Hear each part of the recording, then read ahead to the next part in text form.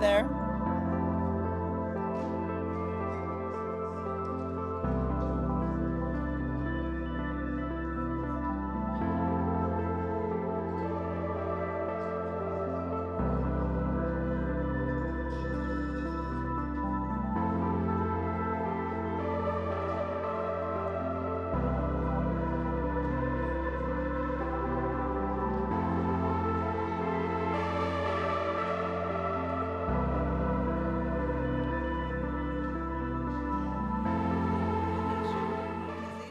Good morning, an excellent morning to all of you. We see that there are still guests coming in. Perhaps you could come in a little faster because we have a great program for you and we'd like to start as quickly as soon as possible. So welcome to day 2 of the Day of Progressive Economic Policy here at the Friedrich-Ebert-Stiftung.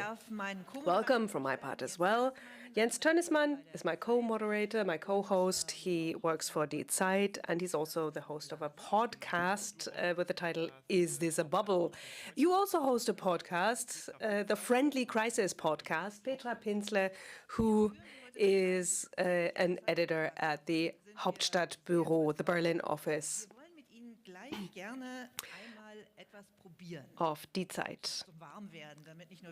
Right, we'd like to do a little warm-up with all of you, because today is supposed to be interactive in many ways. You can ask us questions that we will then receive via an online tool, an interactive tool. We will discuss this with our guests, and we've also prepared a tool for you that is called Tweetback. If you were here last year, you will know it. Let's try it.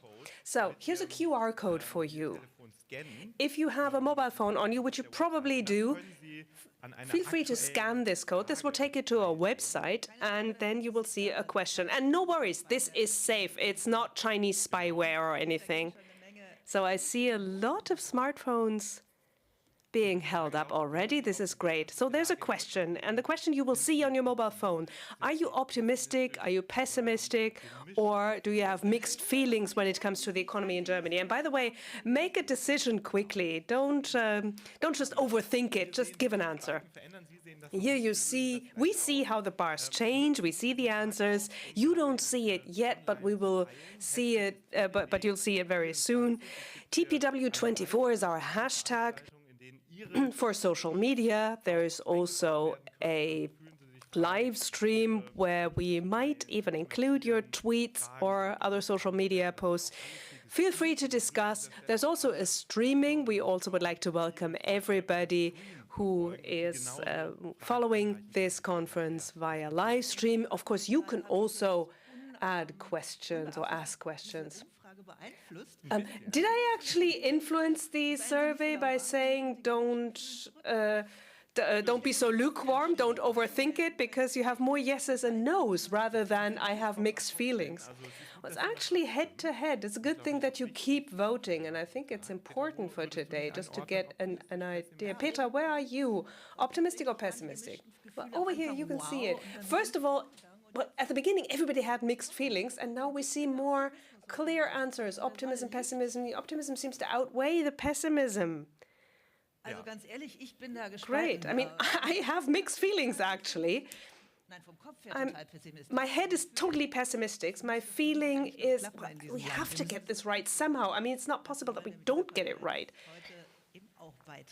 So, and this is also what we want to contribute to with this conference. Well, I think the results probably won't change that much. We will try to promote a little optimism during the day. And now we would like to welcome our host, the chair of the Friedrich-Ebert-Stiftung, Martin Schulz. It's great to have you here, sir.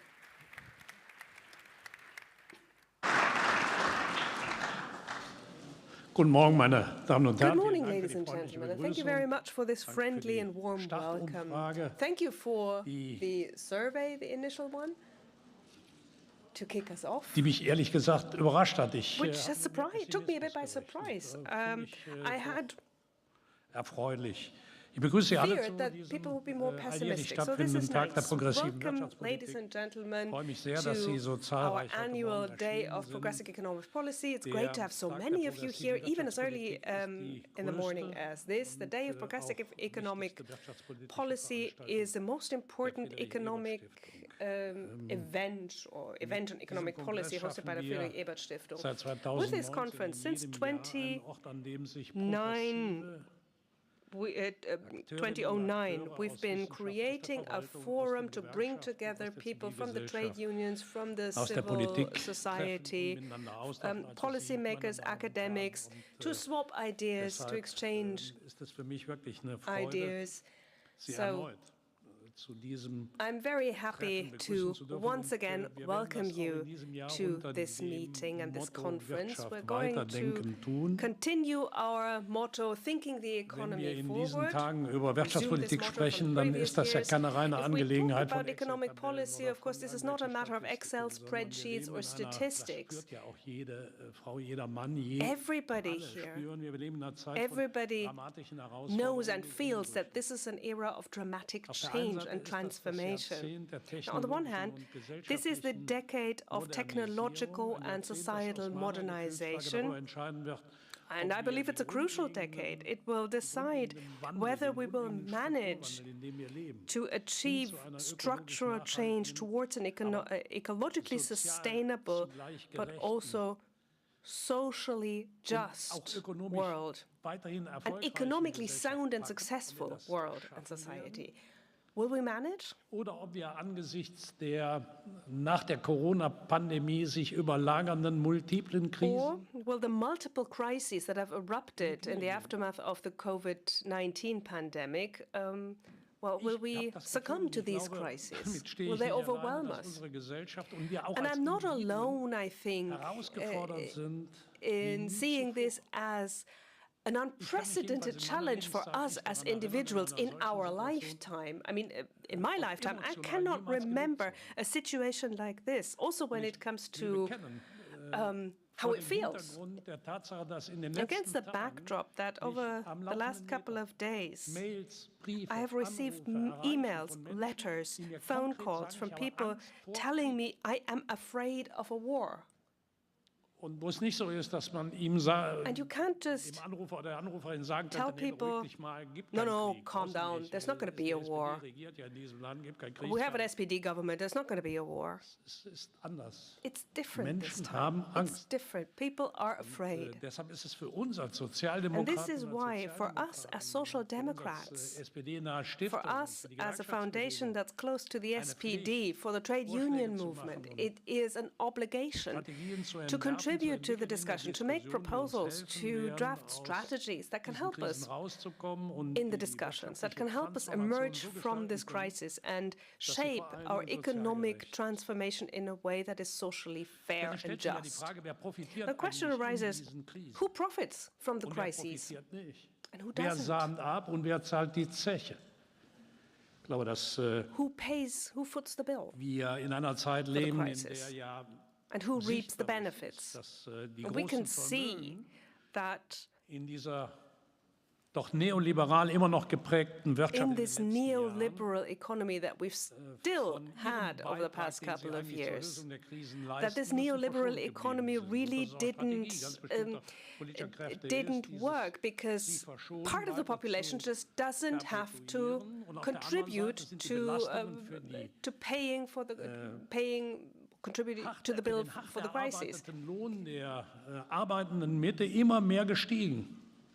But the contribution of the middle classes and the people who work hard, the working classes, that contribution has increased ever more. They are paying for the crisis. And this is something that chips away at the very foundation of our society. Our colleagues in the trade union movement feel this every day.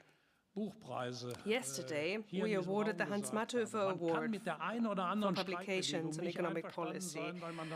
And I said this last night, I'm saying it again. You may not agree with every strike. You may not agree with every motive of every union. But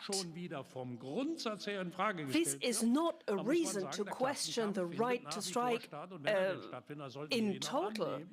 If there is a class struggle, we should take it head on. The right to strike is non-negotiable. It is a basic right, it is a fundamental right, and we will fight for it.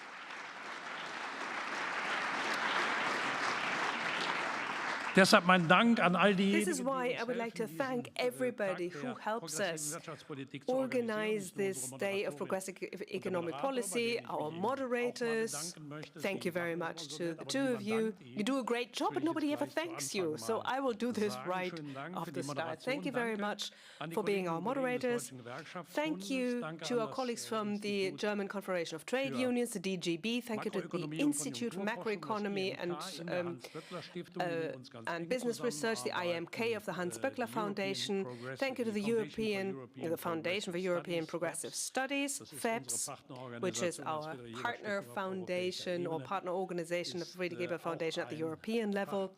It's also a partner with whom we have co-organized this event in the past and are doing it right now as well. An international conference also means that we have international guests.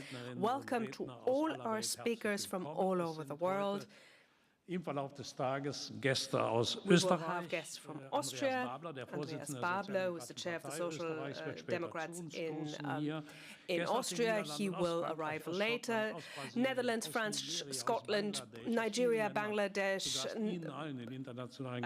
So many people. Thank you very much for coming here, for being with us. Ich will für mich persönlich ganz großen Dank an ein paar And I would also like to thank a few very young people who are with us. Das ist eine tolle Erfahrung. It's great to have young people here. It's a great experience to have young men and women here who help us make this day a success. This includes explicitly the fiscal future activists, young people who remind us of the fact that tax justice is a basic element. Fiscal justice is a basic element of a just and fair society. We have a lot of scholarship holders here as well from the Friedrich Ebert Foundation, who have also helped us during the organization. Thank you very much and welcome to all of you as well. Those scholarship holders, by the way, will have a seminar after this day of progressive economic policy, and hopefully they will be able to carry our impulses forward even more. And of course, we also hope that they will be multipliers at their universities, as activists, and perhaps one more word on academia. A great area of concern for me is that we have right-wing extremists, neo-fascists in this country who are using the universities and have identified the universities as a playground for themselves. So here too, we need to resist as Social Democrats. We must not allow extremists who want to sort of promote a blonde and blue-eyed academic elite, that it will be the only elite in this country. So we've had this before. We don't want this again. We need to resist. Liebe Gäste, die wirtschaftliche Lage ist Dear guests, the economic situation is serious, but we see that the majority of people here is still optimistic or moderately optimistic. Pessimism was in the minority. That is a great thing. An important pillar for progressive economic policy, ladies and gentlemen, is to do away with old neoliberal paradigms. Yesterday, we already heard wonderful proposals written down in great books Vorschläge zu einer Wirtschaftspolitik, die Vermögensverteilung gerecht organisiert, distributing assets über die fairly in a Preisbildung in society, Inflationszeiten pricing in diskutiert times of und inflation. den Sparwahn, mit dem manche glauben, die And we've Herausforderungen heard a dieser lot Zeit about bewältigen zu criticism können, bekämpft.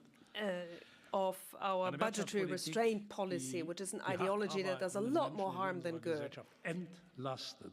We Und need a ihnen den policy that Respekt takes the zollt, burden den off diese the Menschen working verdienen. population and gives them the Ich respect freue that they mich, dass deserve. wir alle, Ladies and gentlemen, Sie I am alle, happy die that we Gelegenheit all, haben, jetzt you darüber all have the opportunity to intensiv, discuss this kontrovers, aber hoffentlich mit guten intensely, Ergebnissen zu controversially, but diskutieren. hopefully with good and Im constructive großen wie im results. kleinen Kreis.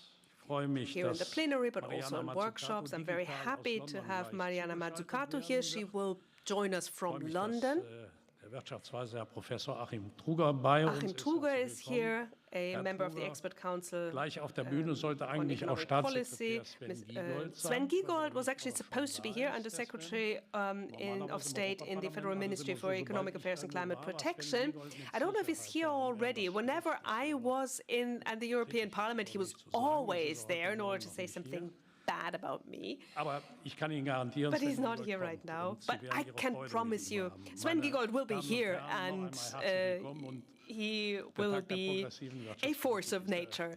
Thank you very much, and I hereby open the day of progressive economic policy. Ja, vielen Dank, lieber Martin Schulz. Thank you so much, Martin Schulz. If you have the feeling that since you weren't here last night, you have missed out on something, everything was recorded. And you can look at the streams of the event and listen to the really intriguing presentations that were Jetzt delivered starten last wir in den night. Tag mit einer Now let's start Ökonomin, off die afresh seit with an Jahren economist who has fueled a lot of debate for many years and enriched the discussion. She's a professor of economics and innovation of the public value at the University College London and a founding director of the UCL Institute for Innovation and Public Purpose. Politiker auf der ganzen She Welt zu advises politicians the innovationsorientiertem world over und on nachhaltigem innovative and Wachstum. sustainable growth. 2022 In hat Papst Franziskus 2022, sie in die Päpstliche Akademie für Pope das Francis Leben invited her berufen, to weil the sie so viel Pope mehr Academy for Menschlichkeit Life in die Welt because gebracht she hat. has brought so Und sie much hat eine humanity Vielzahl von into life Auszeichnungen and für she ihre Arbeit received a erhalten. lot of Unter awards for her anderem work, 2016 including hier an dieser Stelle the den Hans-Matthöfer-Preis. Hans-Matthöfer Award on this occasion, Damals hatte sie ein Buch geschrieben, das 2016, but Kapital then des she Staates, wrote in a dem es book, darum geht, The wie der Entrepreneurial Staat State, dealing with innovation being made possible by the state. Now she's connected online to us from London. She can't be here in person, but she's going to tell us about a progressive industrial policy. How can it be promoted and fostered? And I'm saying welcome and good morning. Welcome back, Mariana Mazzucato. Thank you so much for this very kind introduction. I hope you can hear me. It's such a pity I'm not there. I was just in Germany for the Berlin Film Festival, so next year let's time these events at the same time. So it's a huge honor to deliver this keynote on such a critical issue, and it's a pleasure to be joined by familiar faces like Martin Schulz. And the last time I spoke at the Friedrich Ebert Stiftung was, I think, in 2022 for the Labor 7 Summit. Which is very fitting because what I want to argue today is that industrial policy needs to go to the center of our growth policy. It should not sit on the side. And that only makes sense if the way, the structure that the public investment is put into the system actually helps to redesign the social contract between the state, business, and labor to tackle our biggest and shared challenges. Growth has not just a rate, but a direction. What is that direction? We've had the wrong direction. We've had an ultra-financialized direction where we are rewarding basically capital to move around at the millisecond level. That's where the trillions, not the billions, not the millions, the trillions of profits globally are made not through long-term finance, but through short-term, just buying and selling existing assets, as well as the financialization of real estate. 80%, believe it or not, 80% of finance in my country where I live, the United Kingdom, goes back to finance, insurance, and real estate. The acronym is FIRE. So not only is our climate on fire, but the way we've designed our economic system with such a short-term, financialized way is the way that we have been growing basically globally for the last 30 years. Germany, of course, is not necessarily at the center of that financialized model, and I'll say something about that in a second. But of course, we live in global capitalism, so it doesn't matter which country we're talking about. The global financial system is in crisis, and it's only by having these conversations as we're having today, which are not about the state or business or the market, but how to really rethink the contract at the center in order to direct growth in such a way that we achieve more inclusion in a pre-distributive way, not just redistributive, and sustainability at the heart of everything we do, how we move, how we eat, how we build.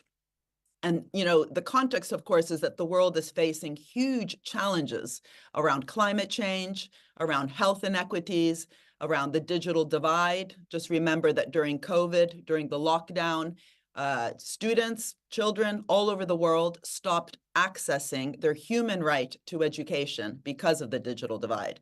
And of course, COVID was related to the climate crisis, and the new pandemics are also going to be related to the climate crisis. The scientists tell us that as the permafrost melts, new viruses will come our way.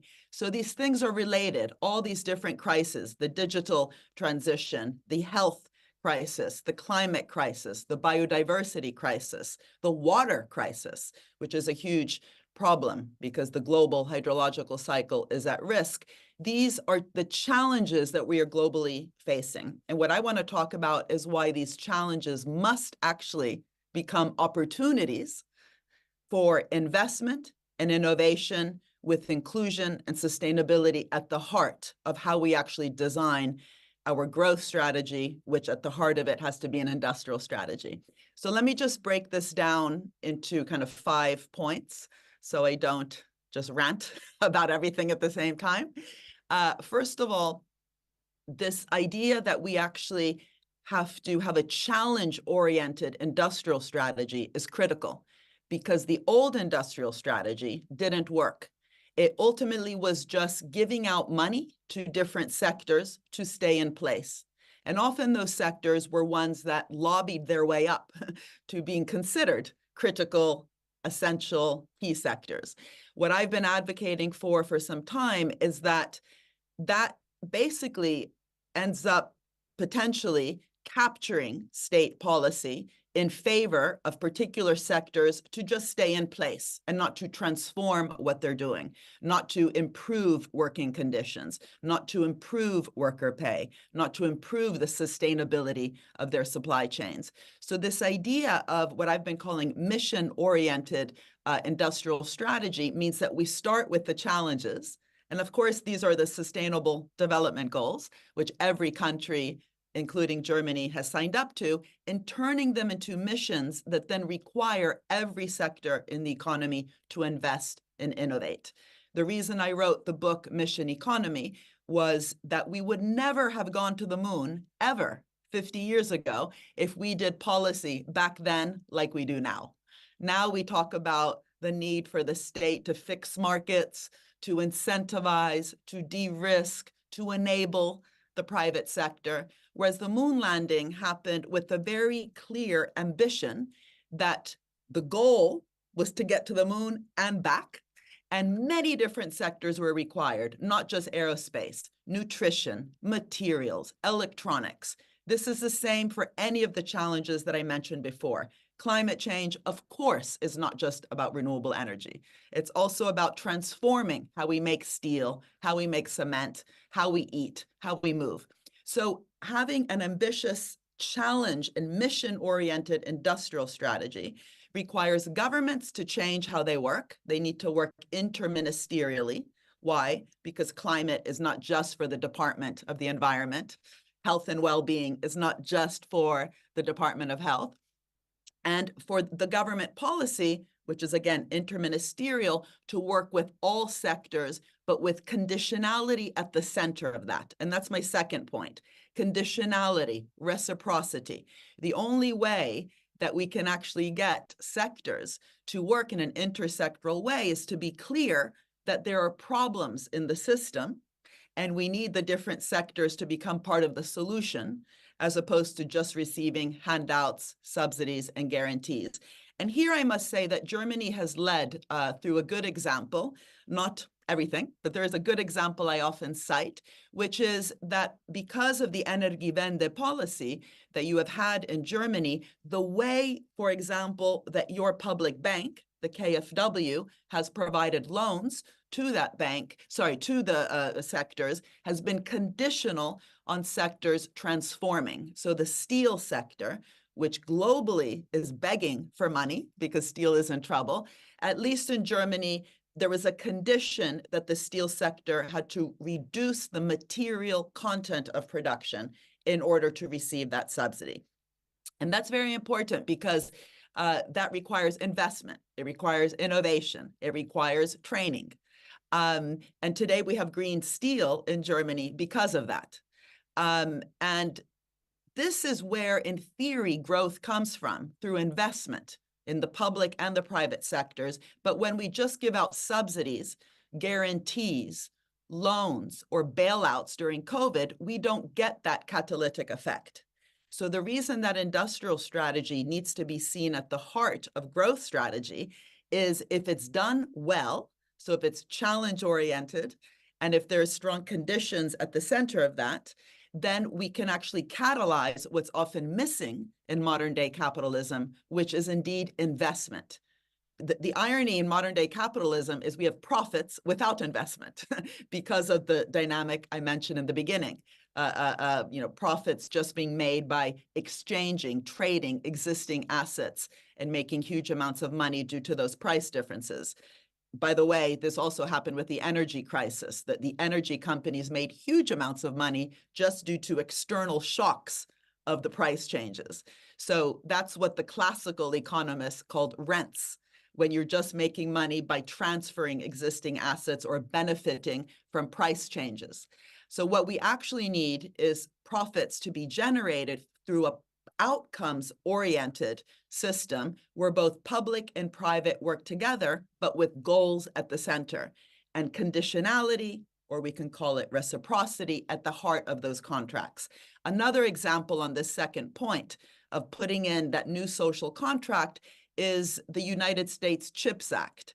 Often we hear about the Inflation Reduction Act in the United States, but what has been more interesting in recent years under the Biden administration is, he began his term saying, "I'm a union man." And I really appreciated the words that Martin Schulz opened up with. He said, "I am here to defend the US working class, not just to put money into the system to create profits." And one can argue whether he has followed through, but the CHIPS Act is interesting because it's an act that in theory is about sovereignty in the United States around chips production, because the United States, like Europe, is very dependent on chips being made in China and in Asia. But what they did was they created a program of actually $400 billion for semiconductor companies. So it's a technology, if you want, program. But at the center, they put working conditions. They said, we need to make sure that the companies that are benefiting from this public program pay workers a living wage, work as much as possible with unionized factories, improving working conditions, making sure that the companies benefiting from this public program reinvest their profits back into production instead of what? Share buybacks.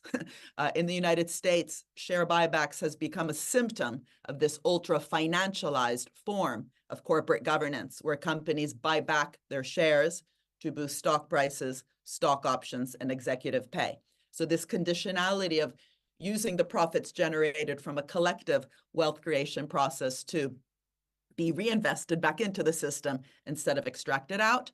And the fourth condition was to use energy efficient supply chains, similar to that steel example. So this isn't a climate act. It's not an Energiewende. It's about chips sovereignty, but they put in energy and labor conditions at the center of that. And for me, this is really what modern day industrial strategy should be doing.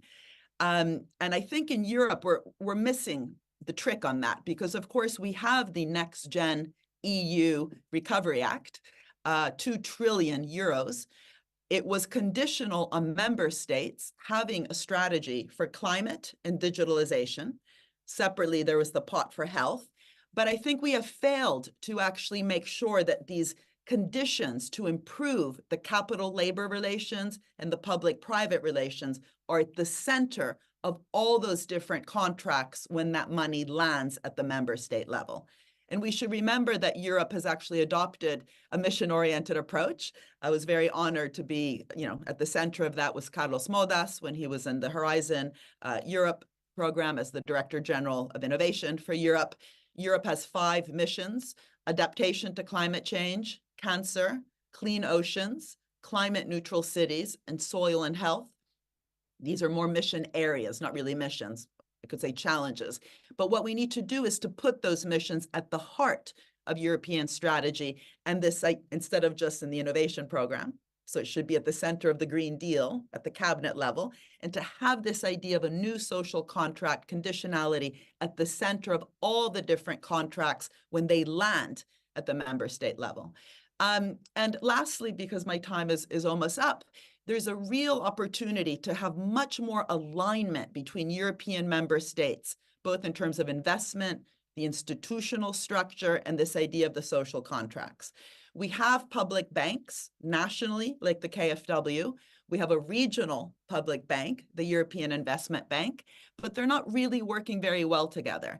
Indeed, globally, believe it or not, we have 24 trillion, that's 12 zeros, of public finance in public banks that are both national and multilateral, but they're not working together around these challenges that I mentioned. It ends up just being distributed, dispersed money, which also doesn't always have that conditionality at the center that I've been talking about.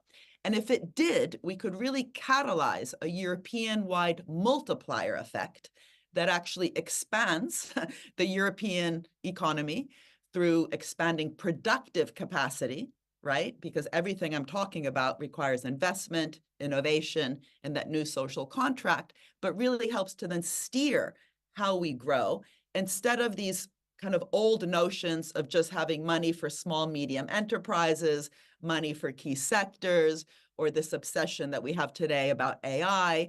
All these things should be at the center of the horizontals of how we actually achieve the missions. But we shouldn't obsess with sectors or types of firms. We have to keep our eye really focused on the challenges and catalyze that public-private investment. And of course, also the alignment with other regions, with the US, for example. They have, as I mentioned, this Inflation Reduction Act, and we need to see that also as an opportunity for investment in innovation instead of just a threat. We should learn from Denmark, by the way. Denmark today is the #1 provider of high-tech green digital services to China's green economy. China is investing over 4 trillion in greening its whole manufacturing base. And because Denmark wasn't satisfied with just setting up a wind sector, but actually also set up a whole digital ecosystem around that wind sector, mainly actually fueled by the small companies, the startups, which were part of a mission in Denmark to be the greenest country and also the greenest city in terms of Copenhagen. Those startups were able to scale up through demand pull strategies like procurement. And today they have a competitiveness in this area. And so really making sure that we have both that alignment in our institutional structures, for example, through the public banks, but also see the opportunities in China and the United States as ways for our companies that receive that patient long-term finance to have a market to scale up. That requires much more coordination than we have now. And lastly, none of this will happen if we continue to outsource our public services and our public sector capacity to the consulting companies or to the private sector. I've just written a book about this that came out also in Germany called The Big Con, how the consulting sector has infantilized our governments and weakened our businesses. We need to reinvest within the civil service. I mentioned before procurement. Procurement is government purchasing. Well, how to do that in an outcomes-oriented way? how to have interministerial coordination. These are all skills. It requires capacity and capability. So this era of putting an outcomes-oriented industrial strategy at the center of a new social contract and directed growth strategy has to be accompanied by a reinvestment within our civil service, which will also make it a much more interesting place to work. So our young people will see it just as interesting to become a public servant as they currently see working in Goldman Sachs, Google, and God forbid, McKinsey. Thank you so much.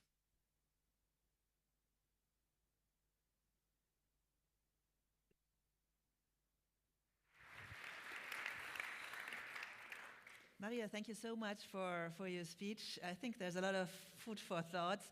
We continue the debate here, and we hope to have you to get you over in one of our next conferences. So thank you. I hope so. All the best. Thank you so much. Thank you. Das war Maria Mazzucato. So that was Mariana Mazzucato for you.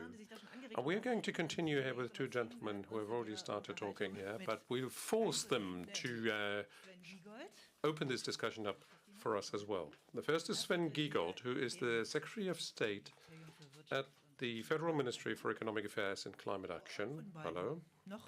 So the choice is yours, where you want to stand. He was a co-founder of ATTAC, has been sitting in the European Parliament for the Green Party. As we've heard before, the head of this foundation has always been happy when Mr. Giegold wasn't there, or was there. Not quite clear what he said. So you were dealing with Mr. Schulz at length. And can I also ask Achim Truger to join us, member of the German Council of Economic Experts.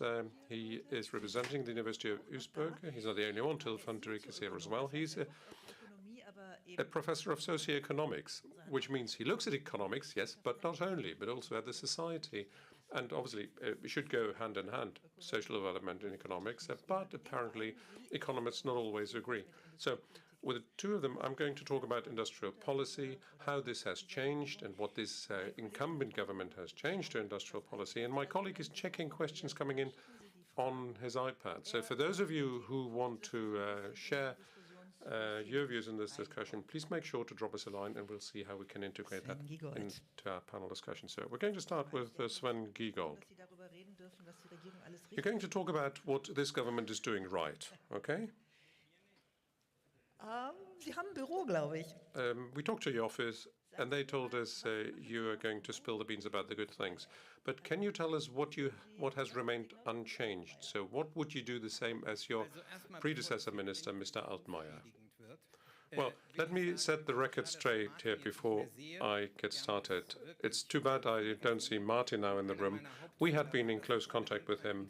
Now, there was a big mistake that I made at the time. I wanted to invoke a committee of inquiry in Parliament, scrutinizing the role of financial investors and the role of the EU in fiscal policies, which referred also to the head of commission at the time. And not everyone in Brussels liked my initiative to invoke a committee of inquiry. But be it as it may, we have always been working really well, always with the European idea in mind. So I would have been happy to meet Martin here today. So, record straight. Now, secondly, I don't know what my people in the office have agreed with you, but these, kickoff question has indeed been agreed on. So, therefore, let me talk about now what we're doing differently in our ministry. No, hang on. I want you to know what are you not doing differently compared with the earlier government.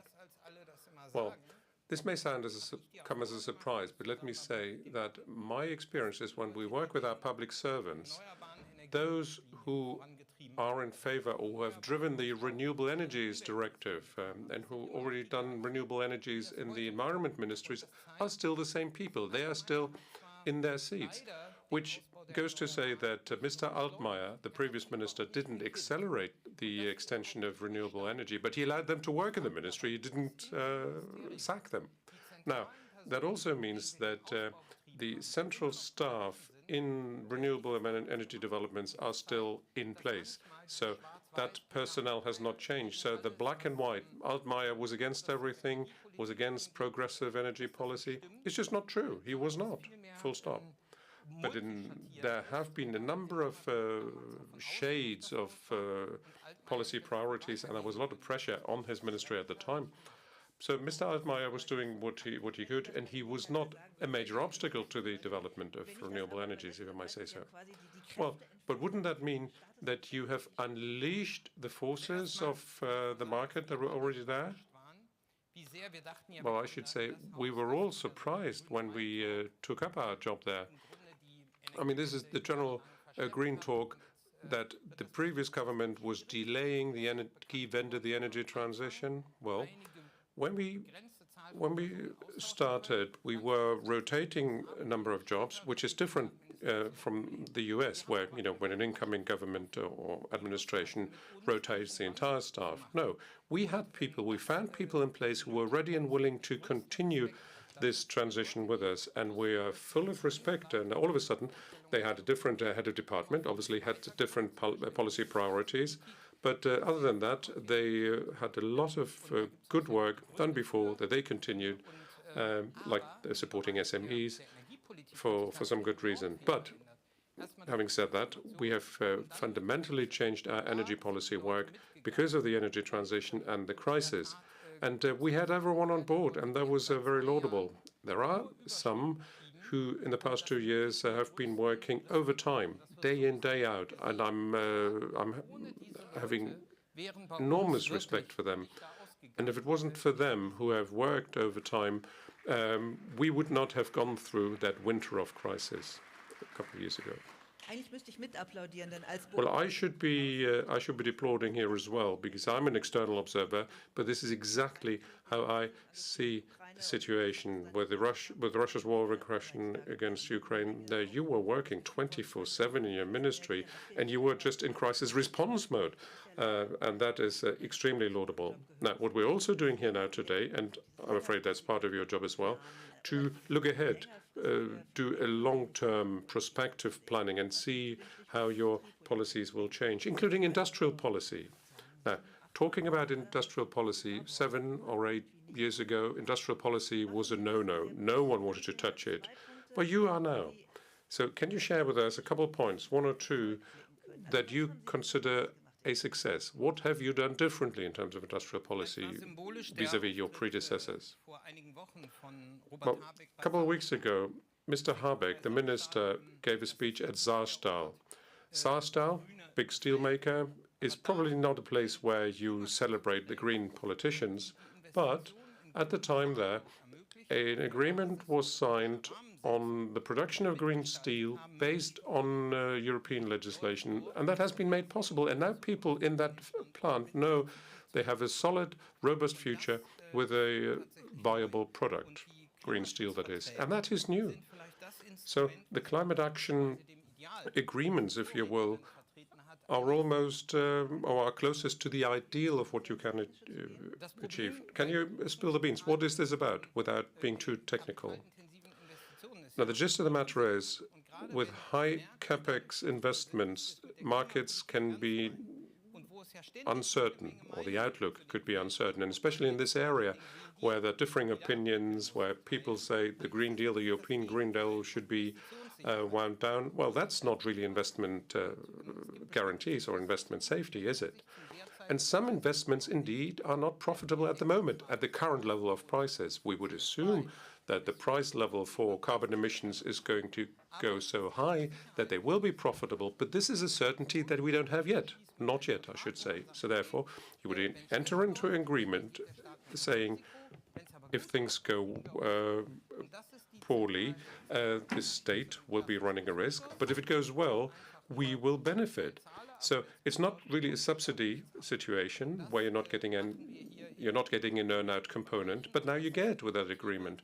And we're doing that with an innovative instrument, as an innovative instrument in industrial policy. Now, at the same time, something that Mariana has said, the conditions for doing that are always controversial. We would have loved to integrate stronger social or fiscal component. We're not the only ones in the zoo, I should say, and that's why we can enforce that. But still, we believe it's an innovative instrument that we can roll out, and that we are indeed rolling out, which allows us to provide guarantees that our industries, under the conditions of a transitioning economy, can prevail. Well, is the money enough you have for that? Well, a priori, there's not enough money, but we have the Climate and Transition Fund, which is well-resourced, with which we can do many good projects. Do we want to do more? Of course, but we can do an adequate number of projects, and the response we've received so far was it's not that the money's lacking, and that goes back to when we look at the future of industrial policy. Main restrictions right now is that for everything we do, we need subsidy approval from the European, or financial aid approval from the European Commission, and rightly so. Okay? The Commission needs to make sure it's not that the richest one in Europe do industrial policies and the other ones are at the losing end. So what we need is a genuine European industrial policy for the entire EU. Only then can we get a good regulation with a state aid agreement for making them workable and practicable. Now, unfortunately, there's still a lot of distrust from the different member states and limitations to industrial policy. I think industry can be reformed across Europe. Now, this sounds very diplomatic from what I hear, because very often your minister is critical about the lengthy period of getting approval from Brussels. At the same time, the Americans are much faster in transforming their energy system and their industry system as well. Well, for one thing, just recently, a colleague of mine traveled to the US, and he was in that official visit, and we realized that even in the US, processes are not as fast as our media suggest. So there were some German companies saying that their planning procedures are also very drawn out. Not automatically can you say that everything is slow in Germany, but what I'm saying here is that any European single market is not going to work with a regulation of state aid. International competition just is not enough. No, you need a well-balanced account of the interest of other countries who don't want to spend as much money for whatever reasons, cannot spend, do not want to spend, but their concerns must be factored in as well. But here comes the crunch of it, and I share the impatience of my minister, Robert. I have heard about state aid legislation that is not related at all to questions of the EU single market. We had to answer questions of the EU when we talked about local heating systems. They are not affecting the single market. For those, we still had to respond to questions from Brussels. But at the same time, when we compete for European or pan-European investments, obviously, understandably so, the Commission in Brussels would have its say. So my logical answer would be part of the industrial policy should be Europeanized, and that is a question that we need to address. Are we just talking about a competitive and innovative European industry, or are we actually doing it in real life, or is that just lip service? The EU budget is not having a relevant item on European industrial policy, and then we're not going to find a proper response to the IRA in the US. Now here comes the question, how are European policies going to change? And probably only after the next European elections. So therefore, let's go back and talk about the leeway that Germany has. Achim Truger, if you look at what the German government's doing, is it with a laughing or a crying eye? Well, I think both is true, and I'm actually upbeat about this optimism in the room. I mean, we refer you back to the earlier survey we had there. Das ist Fortschritt. Wunderbar, ja. All right. Also, so again, the question is, how do I scrutinize the government and what the government is doing and at what time? At the beginning of its term of office, it started really well, the coalition agreement and the fiscal policy strategy, which unfortunately failed now after the ruling of the Constitutional Court, was looking really well. And there was a finance minister who was very proactive, and he said at the time he has an enabling function, and I found that very good. And as far as many of those climate investments and generally public investments or publicly incentivized private investments are concerned, our government was on a good way forward. As a proviso, let me say, it wasn't all that great because for the federal government, a lot was done. Not unusual for a federal government, of course, but if you look at the general picture, when it comes to the federal states and the regions and the municipalities, we had a funding gap of 100 or 150 million euros that would allow them, the local communities, to really design investment strategies. So the municipalities are the biggest public investors in this country, and they had a huge funding gap. So now, my university is in the Ruhr Valley, where I have an academic chair, and we've seen there what happens if for decades and decades the public purses cannot spend enough money. And this is exactly what happened in terms of infrastructure development in the Ruhr Valley. But generally, as the government got into office, it looked well, and now, following the ruling of the Constitutional Court, I'm more skeptical. I mean, the way you worded it was very good, was very diplomatic, where you're saying that not all the funds have been spent from the Climate and Transition Fund, and you were, keeping your head out of the water so far. But still, there is this significant resource gap, and we're now lacking money for the investment arm of it. And that's what I'm really worried about. And again, it's great what Mariana Mazzucato is saying. You need a comprehensive, the interministerial, forward-looking approach. This is super. But at the same time, the state, as it has operated so far and must operate going forward, also must be kept going. It needs funding as well. And in our budgetary debates in the 23 and also the emergency budget of 24, and now in the beginning debates for the 2025 budgets, we see the money is just lacking. Someone said 25 nominal billions will be cut in the federal budget, and that is not even referring to the Climate and Transformation Fund. So 25 billion minus is a huge chunk, and the fiscal situation of our states and communities is also deteriorating. So I'm worried a bit. The business cycle is fragile. Investments go down, and at the same time, in that current situation, you still suggest to reduce the public budgets even further.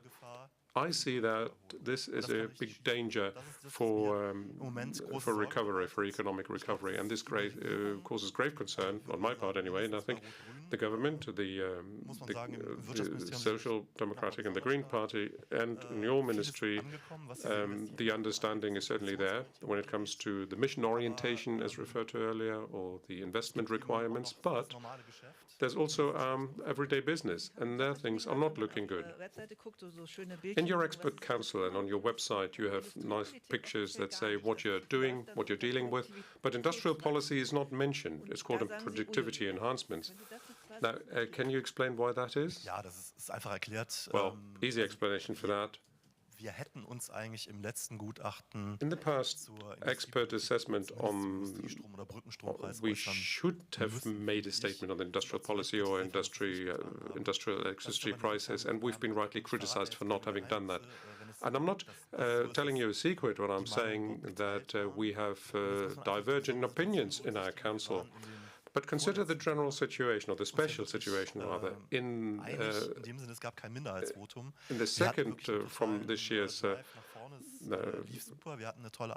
expert assessment, we had no minority situation, we had a great working atmosphere, so that earlier economic assessment was based on a consensus-based decision.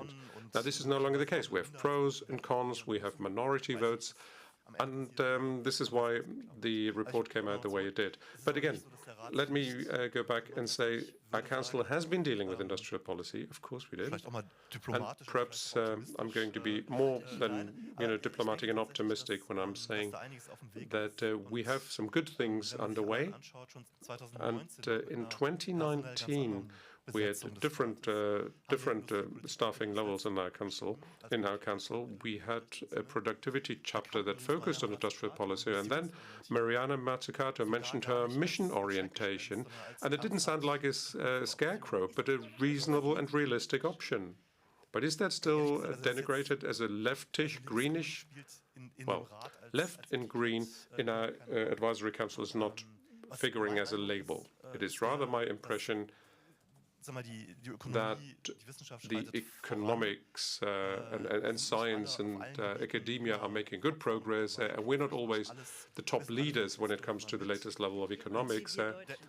You mean not the Germans, but our council? So we may be not at the forefront of academic research, but if new ideas come up, new challenges as well, we need to understand how they perform as a general benchmark. And then usually what you do is go back, take a step back and look it up in the old textbooks. And this is rather conservative and very skeptical. And there may be some German neoliberal stories that are always very skeptical anyway. But I think, having said that, we are on a good way forward to be very constructive in following the latest state of the applicable literature. And at the end of the day, you're not going to see a statement where, well, super industrial policies, hunky-dory, what the ministry did was perfectly all right. But we're not going to be overly critical and rather see a very differentiated view in different options. This is exactly what we're supposed to do. We are not ideological one way or the other. We are a balanced organization that focuses on different options and looks at the pros and cons. Achim Trüger's praise was somehow, I wouldn't say poisoned or backhanded, but yeah, you started well, but in the future, well, because you're not going to have the money in the next budget because of the debt break for everything you started so nicely. No, I don't think it was a backhanded or toxic compliment. Because the situation is one where we have to differentiate. And what a difference if you look at the Federal Court of Auditors and compare it to those, if I may say so. And I think this can stand for itself, and I think it was understood by the recipients. But as an Undersecretary of State, of course, I'm not allowed to say this very often. So the point is, what Achim is saying is basically that at the beginning, the government, because it is composed of parties with a very different economic philosophy, had to launch various programs that were not fully in line with each other. And we were not able to help the communities as we wanted to. And when it comes to the federal level, the Constitutional Court took a certain decision that, of course, not everybody had anticipated and not everybody would agree with. But this would have been a way out of these different positions. I was in the coalition agreement negotiations, actually. And it was difficult. But of course, we couldn't solve the problem that there is an investment backlog at many levels. At our level, we're doing okay, but it's not enough for the level of, considering the level of transformation that we need, also in international comparison. Now, a lot of people are probably not very clear about what has happened. So the government outsourced investments into funds, as it were, and the Federal Constitutional said, can't do this. So this will lead to a situation, and that's actually a question. What will you do in the next budget? Because the Climate and Transformation Fund is going to be empty at some point because you can't keep paying money into it. Well, if I may say so, the question is very pointed because my job is, of course, relativize a little bit. Of course, investments have never been fully outsourced into funds. Most of the investments are happening via the regular budget. But for climate and transformation policy, part of the resilience investments that we're doing right now are actually, about chip production, for example, they're actually being funded by these KTFs, the Climate Transformation Funds. And this fund is not that huge, but it's still a big fund, and it's a strong fund, a fund that we haven't had before. And something that's typical for Germany, actually, if I may say so, and I'm not really surprised that the Expert Council doesn't have a keyword industrial policy on its website, because if I look at what we have on our website, a lot of old stuff too, it's not being changed, and we have it there for documentation purposes. Germany has always done industrial policy, but really we never talked about it much. The regulatory policy basically says you just do the framework conditions and otherwise there's free competition. The state can do basic research, etc., but not much. But in 1952, we had an investment aid law. So at the time of our founding fathers and mothers, we had a very strong support for industry. Airbus in the 60s, etc., etc. So the government has always done industrial policy. But the difference is, and I see this in Brussels all the time, the French talk about it quite freely. They say, we want this. And we Germans always pretend like we don't really do this. And then we're surprised when our neighbors don't like it when our industrial policy outcompetes them.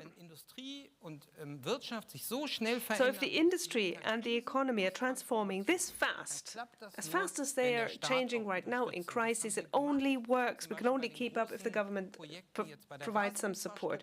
For example, gas infrastructure, or also the Energiewende, the paradigm change in energy policy and energy supply.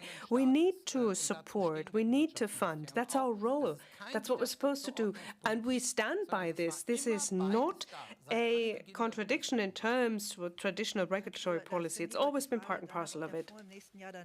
So will the fund be empty next year? Sven Giegold didn't really answer it. Can you answer it? Möglicherweise so klein ist das. Or will it have shrunk to such an extent that it won't make any sense anymore? Well, I don't know exactly how big it is and how much of the funds will be called, actually. But the certificates have yields that will go back into the funds, of course. But there's also a different promise in the room.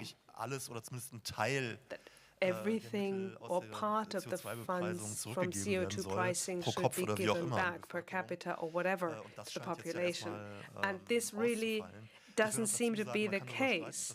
So, I mean, the question is this the best use of the money? But there is a resource conflict. There's a gap, and this is built into the system. And this gap may widen. Very briefly, very briefly. Okay. But we have to clarify this, because otherwise this creates the impression that we really don't know what we're doing, which we actually do. The CO2 price and emissions trading generate income from private households and from the industry. Never, ever did anybody make a promise that every euro of the CO2 prices from the industry goes to private households. This would be wrong. This money is available. It continues to be available for transforming industrial policy. And we should really be on one page about this. Then there's emissions trading 2. Emissions trading 2, which is a scheme that we actually pushed through in Brussels. This money, that's where the question arises. Of course, this has to go back to the private households. And we do this in the shape of the EEG, the Renewable Energies Act. In the future, there will be a climate premium. And these are two funds, really, that need to be kept separate. And dear Petra Pinzer, the money's not going to be gone at some point. Okay, let's talk again next year. One more sentence perhaps on the second fund. Because the argument to give this back to the people is because it's levied for housing and traffic. But I'll hand over to my colleague. Yes, thank you. We'd like to bring you in the audience, and we'd also like to have a short tweetback round. We prepared a question for you. What Ihrer Meinung nach am meisten? Die EU-Beihilfe, Regel, Bürokratie ist nicht als Grund aufgeführt, aber viele haben sie zur Auswahl. Stimmen Sie gerne mit ab und werden die Ergebnisse please do vote. And Panel weiterreichen. Eine passt jetzt ganz wunderbar, die kommt like von to Thoralf forward Hamm, der fragt to the nämlich, panel. Thoralf Hamm asks, when is the climate money going to come, the climate premium that's going to be paid out to the private household? And when should it come, and how much should it be? But there's more. So, but Wer soll perhaps for a first round. Who should start? Of course, he will start because he should tell us what to do. Geld angeht, ehrlich gesagt, zwiegespalten. Well, I am actually of two minds when it comes to this climate compensation or climate premium. And this is really, dieser Mechanismus, I mean, this mechanism, pro Kopf einheitlich per capita, Geld zu überweisen. flat rate that's going to be paid out. I mean, it's so easy. Why hasn't it happened? But I mean, the previous government dragged its feet about this as well. So it's not just the fault of this government. Now, if the technical prerequisites are there, it should be done. Use this mechanism, especially if the CO2 price continues to rise. But you have to be careful. Everything that's happening into the future or future increases. Dass die Belastungen für die privaten Haushalte, the burden on private households because of CO2 prices are not uniform. And this flat rate may, of course, take a bit more of a burden off the lower income brackets. But it's not a tailor-made solution. You need further compensation Also mit anderen Worten, ein bisschen mechanisms. ist diese Argumentation, dass das Klimageld, So this argument that the climate aus meiner Sicht deshalb etwas premium angekratzt. or Aber climate compensation is a great instrument. Well, it's not that great. So, genau, also es, but you have a lot of people who live in older apartments, particularly the lower income households. They drive older cars. CO2-Abdruck haben, einfach weil They're at a disadvantage when it comes to the CO2 footprint because they can't invest. They don't have the means to invest into climate-friendly technologies. And they would still be affected very strongly. Rich households that have the money for the investments and for avoidance are maybe not doing so deshalb ich poorly. wäre etwas vorsichtig, Maybe their jetzt investments will pay off eventually. So I'd be very careful about making a big issue out of this. But I think wäre es wichtig, so ein for a further acceptance of rising CO2 prices, it would be important to have this compensation Also as die soon Arbeiten as an dem possible. Mechanismus laufen. Ich finde es auch in der Tat bezeichnend. Work on this mechanism is ongoing. Progressiver Wirtschaftspolitik And würde it es sich really lohnen, wie das is überhaupt sein kann, woher sowas kommt, dass der Staat nicht weiß, wie a question, particularly for a forum on progressive economic policy. Why is the government not able to set up a system where everybody's going to get a certain and specified amount of money? I mean, this is not a coincidence that we're failing here. Of course, climate compensation is not targeted, but we couldn't even have adjusted it any better. And again, this all comes together. It's a progressive goal. The state, the government, should be able, if it is democratically wanted, to pay money to private households. Nobody knows what we might need this mechanism for, but we do need it. So the work on the climate compensation is ongoing. The finance ministry is on this. A payment mechanism will be done soon, that's what we're told, soon. But, I mean, what they mean by soon, ask them in the Ministry of Finance. In parallel, however, there's also a debate on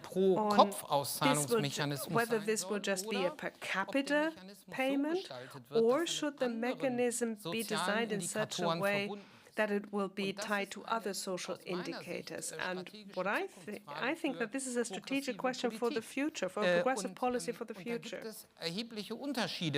There are great differences as to how this is being viewed.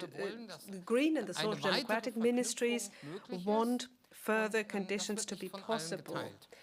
Not everybody shares this view, to put it diplomatically. This is a problem.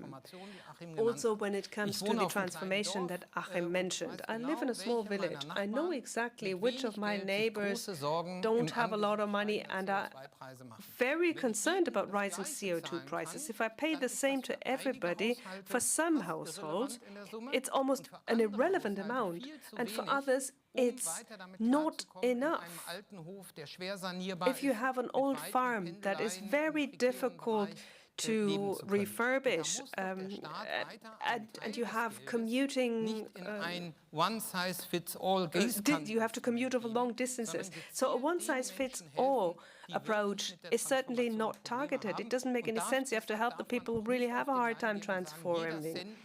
And don't just get lost in a debate that everybody has to get the same money, because we have to think of those people first who have a harder time in this society. And I'm thinking of my neighbors in the village. And I'm thinking of them every day when I'm talking about this climate compensation. Last sentence, one more sentence. I think it's a mistake for progressives only to look at when does the climate compensation come. It is equally important to look at social selectivity. I would wish for a lot more questions. It would help me in the debate as well. Questions concerning this issue.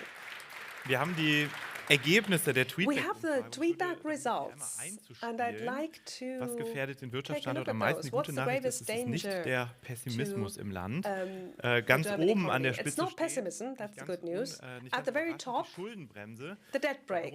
Not quite surprising. Bureaucracy, lack of skilled workers, but the debt break is really the number one. And there's also a question that I would like to forward to the plenary. What should a meaningful, how can we do a meaningful industrial policy at the European level if there is this debt mechanism that blocks investments?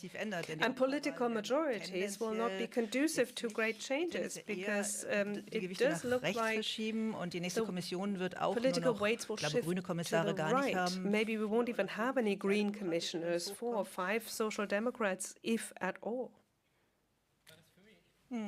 Okay, also erstmal werde ich den Teufel tun. Well, first of all, I will definitely not predict any majorities. I'm still one of the old-fashioned people who believe that this is still decided during elections after campaigns.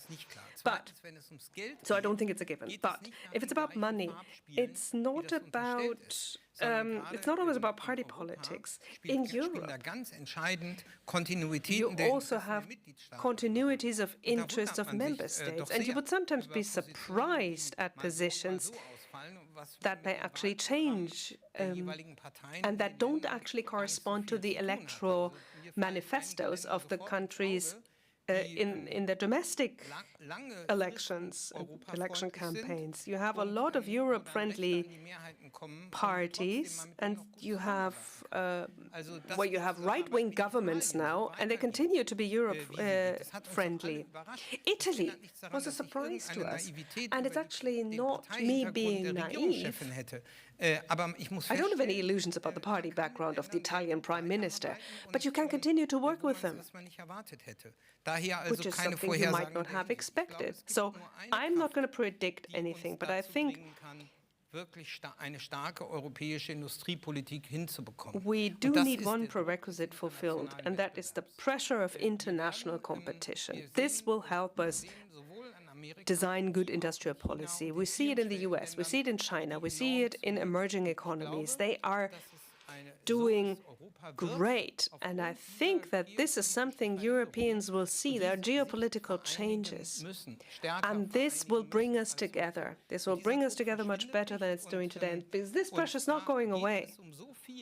And there's so much at stake for the people of Europe that I am optimistic that in the end, this will translate into different new choices, because there's a lot that we have to put up with in Europe. But at the end, Europe will be economically strong and will remain economically strong if one of the things it does is standing together in economic terms and not just making big window speeches or Sunday speeches, but to really agree to spend money together in Europe on competitiveness and fitness for the future.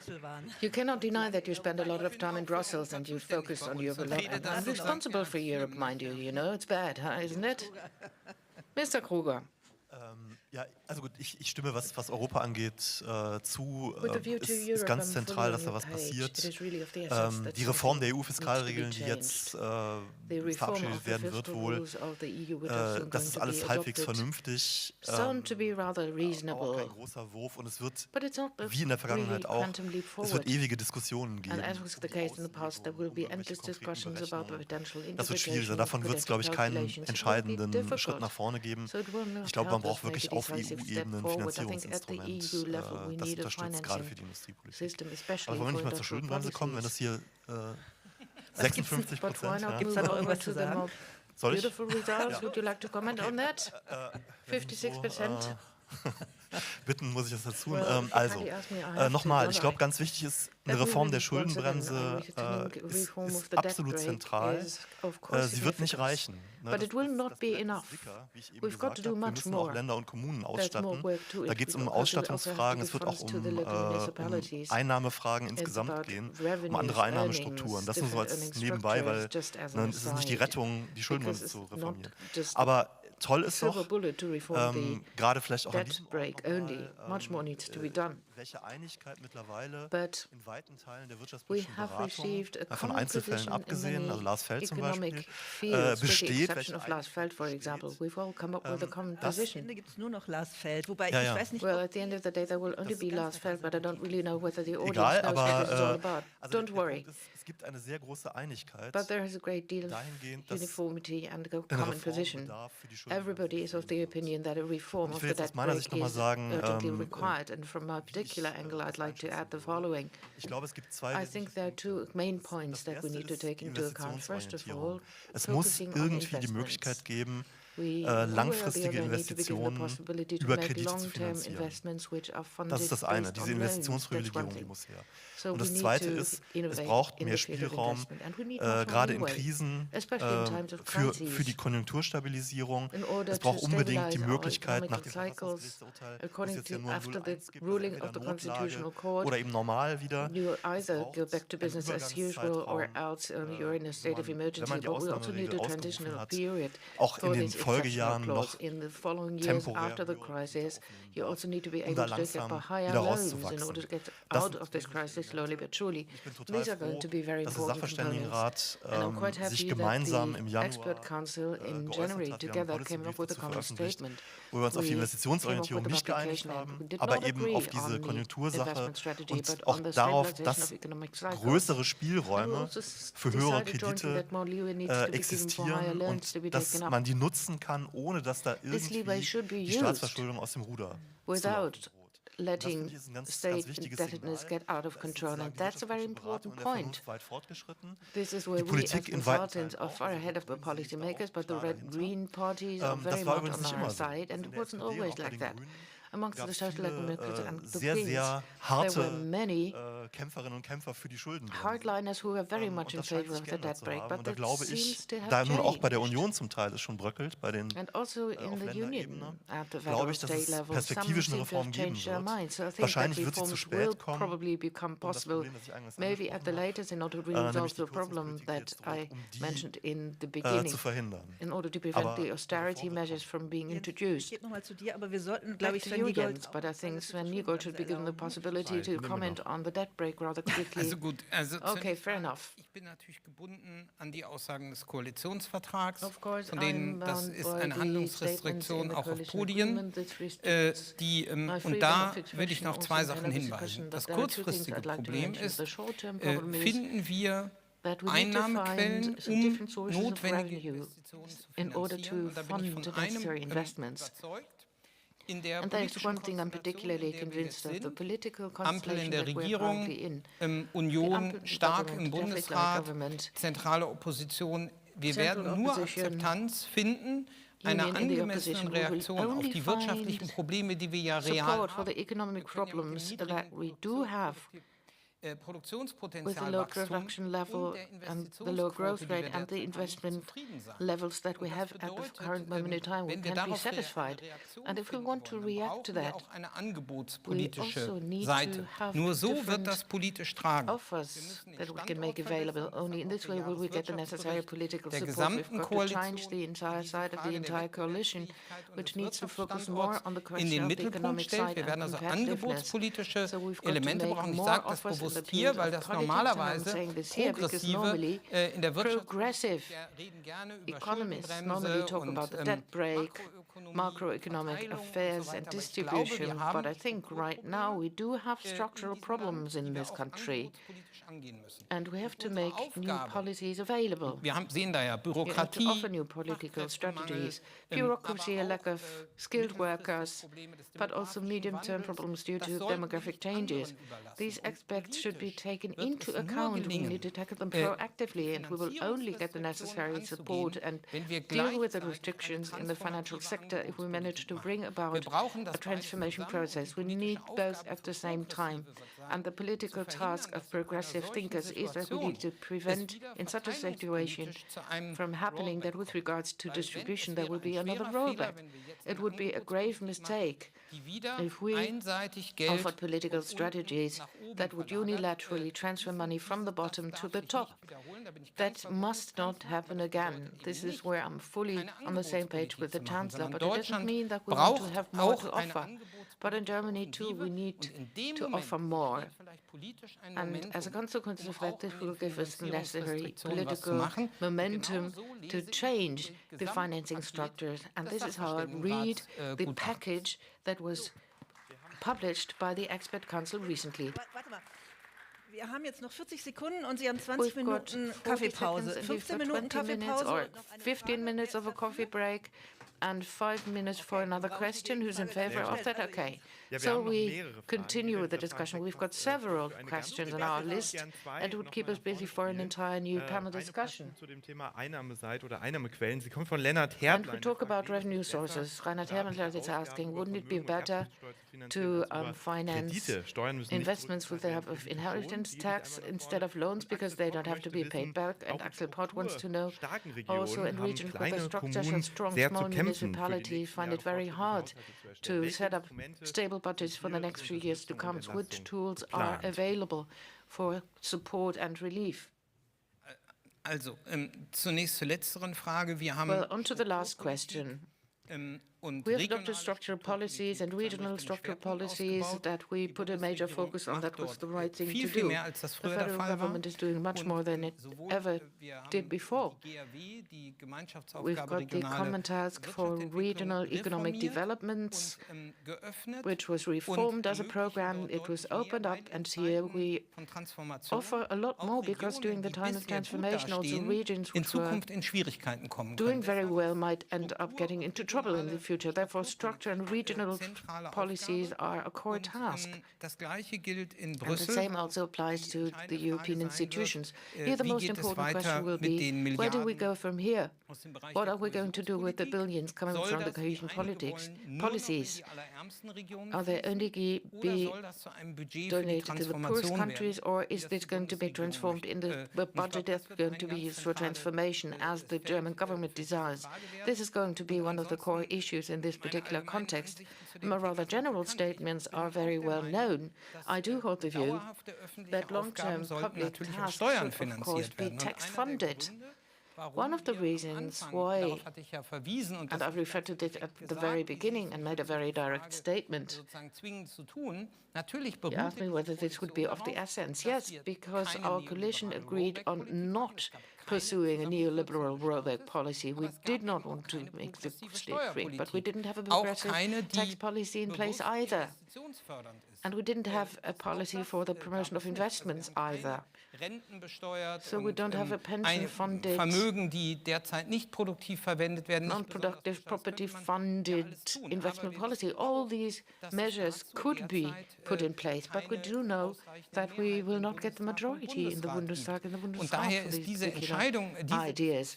And this is why the decision on taking this measure is still high up on the agenda. Questions regarding distribution are also very high up on our agenda. But our problem is that we've got almost zero growth, and we're facing tremendous challenges.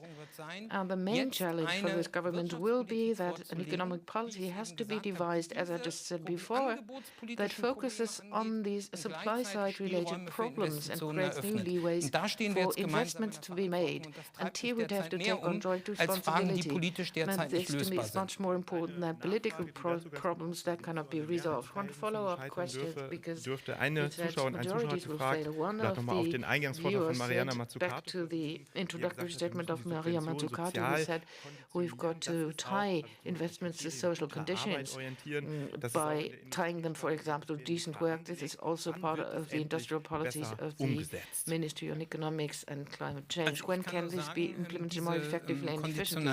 Well, I can only tell you that these conditionalities, of course, are also heavily disputed. One of the most important projects that we currently focus on is the Act on complying with collective agreements. And this, to me, is the key instrument in order to bring more and more sectors to market economic structures. We need more companies which are bound by the collective agreements, and we managed to include this in pieces of legislation.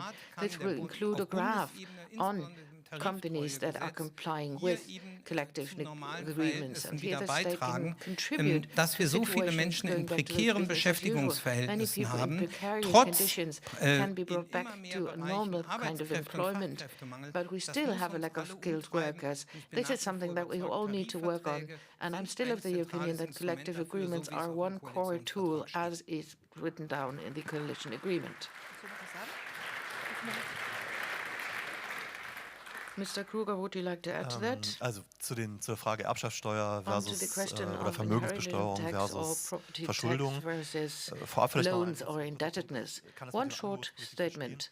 I understand what you mean by the supply-side policies, but it seems to be quite fashionable. The Liberal minister comes along and talks about a supply sea change, and now you come along with the supply side new policies, and the Social Democrats also made a new announcement, but maybe this is just trendy, you know. Maybe the debt brake reform, whatever you might call it, if you can use it in order to fund reasonable investments, is also a supply side policy, which might also lead to a great deal of new demand. I'm not sure whether this decision or whether this label really fits or is of help, to be honest. On to your question. From an economist's viewpoint, I think it makes sense to make long-term investments and fund them with the help of loans. And I think we all agree on that. We've reached consensus because it's a flexible tool, it should be used. And it's also fair to the coming generations, because the future generations do not only inherit the debt, but also much better infrastructure, a better climate, and so on and so forth. So it makes economic sense to move into that particular direction. And the inheritance tax, property tax, would be one tool if you make it right. An inheritance tax could be doubled if certain exceptions for industrial property would be leveled out in an industrialized manner. So inheritance tax could be doubled. This, by the way, is a revenue levied by the federal states. They're responsible for the municipalities, who will get more money. And due to financial equalization, there is financial equalization between the poor and the richer federal states. This is also a very important fiscal financial tool in order to stabilize and support regional and municipal revenues. But there are synergies, and I wouldn't play one off against the other, to be honest. Politically speaking, it's very difficult to get majorities for both. So it doesn't really make any sense to play one off against the other. Now, at this point, I will need to cut ourselves short, so you all deserve a coffee break. We'll continue at 15 minutes, and I think that you gentlemen deserved a round of applause.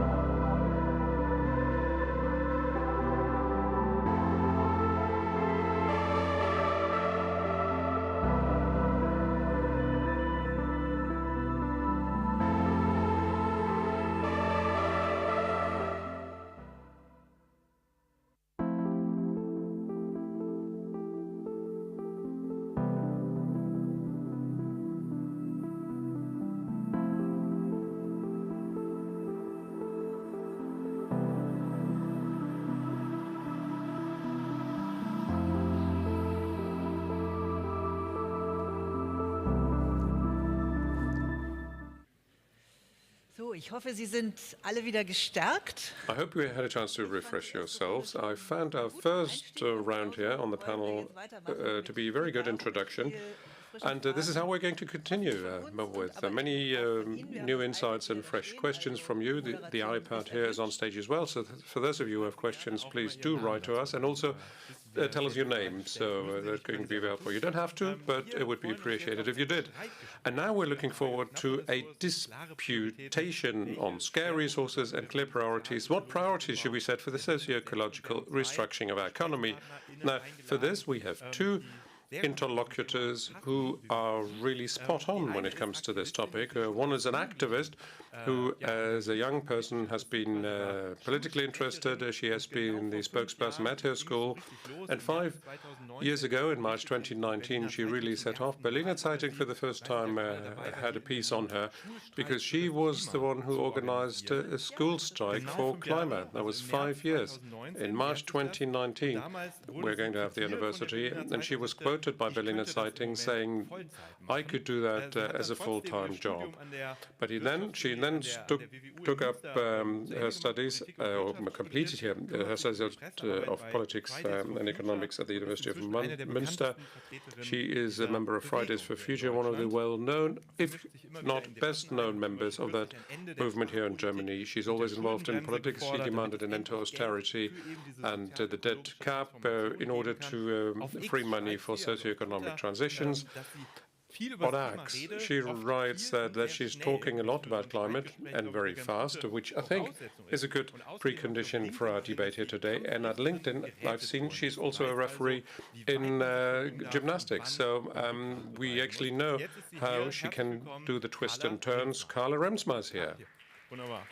Excellent.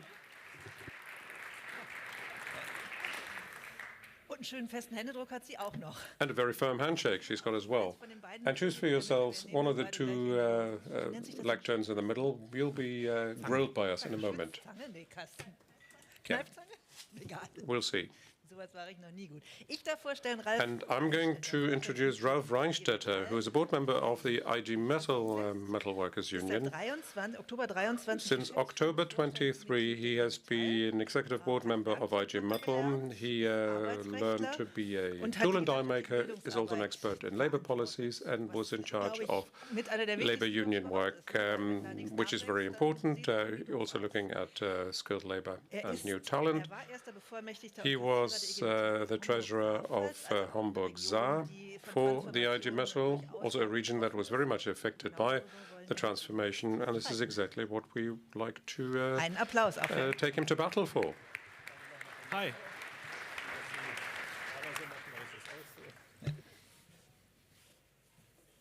Wir wollen mal, weil ich weiß nicht, ob Sie von Anfang an dabei waren. Now, I don't know if you've been here before when we had a survey where people were asked, are you optimistic or pessimistic? And actually, the optimists were in the lead, raking in more votes than the pessimists. And on that rather upbeat note, let us continue now. And can we hear from you, Mr. Reinstetter? What was the biggest success you've had lately, where you said, we managed this? Now, when we talk about ecology and transformation, well, anything. You could say you came in first in the biking contest. Well, that's not what I'm here for, obviously. I think it's a success if the labor union has its say and can maintain its stance in these fierce times. And that's what we're doing day in, day out with our shop stewards in the companies, but also in our main union offices. Over the past year, despite really harsh environment, we kept our union membership stable, although many jobs had been cut. And especially if you look at the age pyramid, which is put, upside down, so we're not getting a wider membership. It's true. That is certainly true, and we also have now members who are older, and some of them obviously pass, and therefore our membership can be potentially eroded. But no, we managed to keep it stable, both at IG Metall, first and foremost because we're doing appealing and attractive labor union work, and that's a good track record, I think, that we can be proud of. den Ball gerne einmal rüberspielen zu Carla Remsma. But I'd like to play the ball back to Carla Remsma. Same question for you. Fridays for Future started off with big ambitions. Now, lately it has felt that your movement has slackened a bit because there are many other trouble spots in here. What is your biggest success, your biggest recent success? What would you say? Well, the biggest success recently was one that was not as loud, but it was special all the same. Early in March, together with bus drivers and public transport workers, so not only the drivers, but also maintenance and workshop staff, schedulers, were on strike. When the bargaining process was ongoing. Those of you who are dependent on public transport will have noticed. And it was very important to talk to them, to workers in the public transport businesses. So we forged a new alliance that has never existed before. So climate activists and employees together joining forces. Because very often people are saying climate action is not social, climate action is bad for the economy. But the fact of the matter is, we're setting another temperature record after the next every year. So we have to address this, and we need to shape this debate, and we must make sure that we create sustainable and future-proof jobs. At the same time, people need to be able to pay for their housing, for their heating bills. So that shared strike action we had was actually instrumental in the sense that we brought different walks of life together. People that normally don't talk about politics and took to the streets, although they wouldn't do that out of their own background. So climate activists, if you will, who demand better employment conditions in public transport. And then conversely, others, public transport workers, said, no, this is not only about break times and salaries, it's about investments in sustainable transport, because we want to remain or see this planet remain intact for my generation and future generations as well. And that can be done, of course, with better working conditions, but also by growing public transport. So this alliance of the two of us, or the two groups of us, was really special. And it was a good success because it managed to do what we've been talking about for years, where everyone says it doesn't work. No, it does work. We've proven it.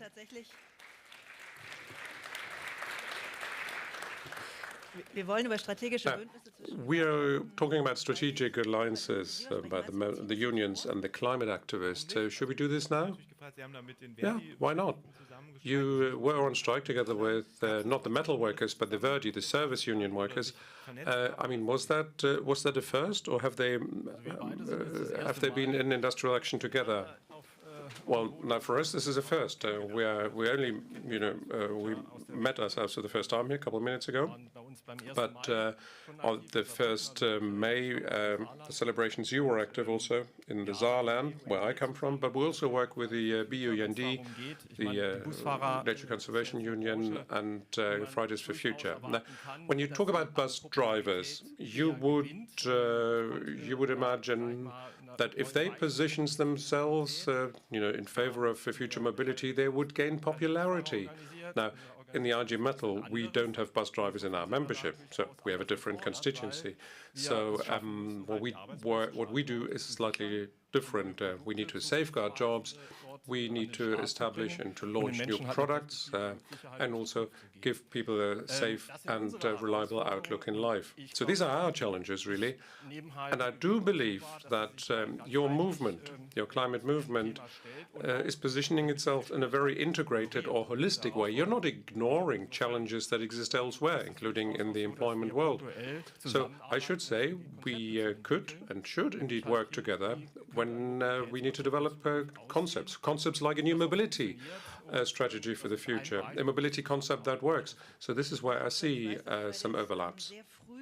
Now, I know that Fridays for Future, in the infancy of the movement, has reached out to the trade unions, and that was also very much also discussions behind closed doors. And then there are others who are saying Fridays was a very broad-based approach. It brought together conservative families and progressive other members as well. Do you think this provides some clout for your way forward, because you're very broad-based? Because many still perceive you as a left/green movement. Well, We know that the transition towards a climate-compatible society is almost mainstream these days because it's upheld by many families. When we started the first protests back in 2018 and 19, we first and foremost need to create awareness, raise awareness for climate issues, and that hit on fertile ground, and many people knew there was a problem.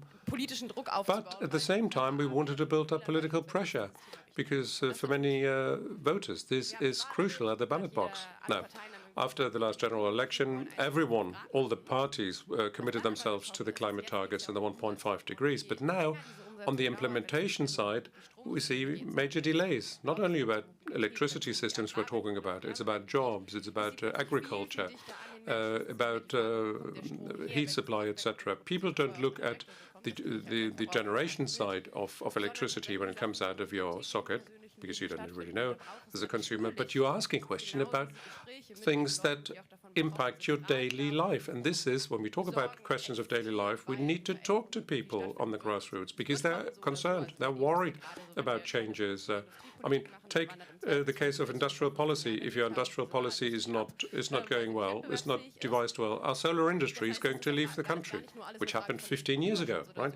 This is not necessarily have a climate action notion there, but people are worried about so many things, and you need to talk to people about that. We're not going to give up on our ambition, on our grand ambition, because climate transition is not going to work if we don't fix our objectives. So people realize, okay, we're not going to make the 1.5. Maybe we'll dilute our warming target to 2.2 because we're headed for 2.7. No, we're not going to jettison that. You have to take people seriously. But isn't it about more than just dialogue, but also strategic alliances? So my question for you, wouldn't some people also ask you, what are you doing with those Green Party middle-class children? No, no one's telling that to us. But we realize that many things that they want is also something we share and something that we would address. And why do we collaborate with Fridays for Future? Well, because we think, first of all, it's not because they're called Fridays for Future, it's because we see that the current transformation changes our companies and our business models and changes the security of our jobs. And that's a question we, of course, have interest in first and foremost. But then conversely, there is this narrative that I continue to believe in, that climate action is not nice to have, it's a must-have. We must address climate change. It's a question for survival for all of us. Trade unions have always been in favor of preserving and improving the conditions for life and existence of people, both in the private and in the public realm, of course. So therefore, we're now faced in front of a situation where climate change is actively threatening humanity. You cannot ignore it and close your eyes in front of it. So therefore, our narrative is by doing work on climate action, you secure jobs, you secure employment. So being in favor of ecological change means we're preserving the good of our societies. Otherwise, we're going to end up in a climate emergency. We're going to lose out. We're not going to be economic leaders in this world anymore. We'll not be in a position to produce new industrial products. The same is true also for process industry. So we need to take care of it. We better do. So our colleagues who are wearing three hats, if you will, they're producers, they're consumers and citizens of this country, right? So they're wearing those different hats and responsibilities, and it's therefore that we still have some trust in this country. People still believe this transformation can prevail, that we can master those challenges, and people believe, yes, we will be living in a better world, also in a better labor world, as it were. But it's not a no-brainer. People have to work for that. And as we've heard in the earlier discussion, you cannot say the market forces will do that. Let's not intervene. And because especially if we have If you have a government that is having different opinions and is not going to help in that, no, we need a united community spirit and people that need to put their shoulders to the wheel, and then we expect the government really to implement this transformation on site. So our industry players must be reliant on that future outlook, the feasibility with fixed conditions, also when it comes to the debt cap that has now been talked about. So this trust in society has not been lost yet. Okay, let's talk about specific ideas. Carla Remsma has said that you have grand ambitions and you have to look exactly what that means. And now there's two requirements, or if you want demands by Fridays for Future, is phasing out internal combustion engines by 2025 and not upgrading motorways, and phasing out coal-based industries by 2030. Now, Ms. Remsma, what is that going to look like in concrete terms? So before Mr. Reinstadler will comment. Okay. Now, sometimes people say that we've come up with those ideas, that it's us climate activists that are demanding this. No, it doesn't happen in a vacuum. Look at what Germany is doing, needs to do in order to maintain the 1.5 warming target. We have been historically a big polluter, and we have a big industrial power. So therefore, we have a certain responsibility. And it's abundantly clear that coal is the most detrimental resource. If we continue to burn coal, we're never going to achieve our environmental targets. So with a faster rollout of renewables, and then we've also seen that some of the energy also we can conserve, both for private and business customers. So you cannot say, have only a 2-minute shower in the morning. That's not what we're always saying. But we believe that the economy can be more efficient. And phasing out coal by 2030, especially in the Rhenish area, this has already happened. So it is possible to stop using coal. And the same we're going to do now in the eastern part of Germany to stop the mining and burning of coal. Well, that goes hand in hand, of course, with the growing of renewable energies and a structural change in the local communities, many rural areas as well, especially where lignite mining is something that needs to be compensated for with other developments. And stopping the upgrading and construction of motorways should be going without saying, because those who build more roads will create more car transport. And others are saying, no, more motorways will prevent traffic jams. No, never worked in the past, will not in the future. We have to reduce the private car usage. And now what about phasing out internal combustion engines that you're demanding by 2025? And you don't say that they should be banned, but they shouldn't be built after 2025. But why do you think we need to accelerate here? Man denkt ja so, Verbrennerstopp 2025. Well, 2025 phasing out ICEs, you would say, well, we'll have a green car sector after that. No, it's not true. Our internal combustion engine will stay on the road. Those who are buying a car today, a conventional car, will drive it for 10 to 15 years. We should be carbon neutral by 2035. Now, German government says 2045, but even that is not enough. So if you want to be climate neutral by 2035, you must stop now building internal combustion engines, because they'll be sticking around for many more years, 10 or 15 years, if not more. So once they are on the road, you cannot ban them, right? Or you could, but we're not going to do that. So technologies are there, alternatives are there. You can make the incentives work now for producing more electric cars rather than investment in ICEs. So I think this is also something that can be done with a political aim in mind. Makes sense, right, Mr. Reinstadler? Well, it absolutely makes no sense. I mean, I don't have anything against banning ICEs, internal combustion engines. But we should have ambitious goals, especially when it comes to this issue, because we do not have any time. It's not a problem that can be solved by taking your time. And I think the intention behind this is, yes, we need to speed up. Going slow won't help us, but it doesn't help to formulate unrealistic goals, because we lose the people. And we need the people. if we want to shape transformation. And such an early ban on ICEs 2025 it's unrealistic. This is basically tomorrow. We do not have an alternative. So I think we are in agreement. We should talk about things that we need for this. Because, of course, we need more renewables. Certainly a lot more than what the government has agreed upon, where we are really lagging behind. And of course, we need alternative transport concepts.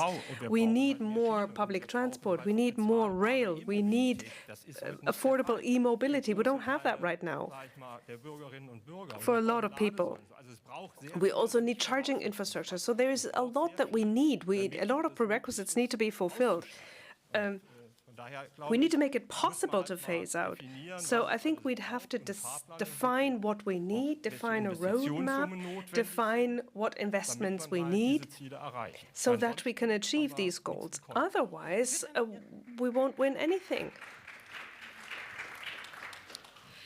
Ich würde an der Stelle gerne noch mal kurz einhaken, weil die Forderung nach Verbrenner aus 2025 klingt jetzt im Jahr 2024. Now in 2024, of course, it sounds utopian, but this is from a study from 2020, if I remember right.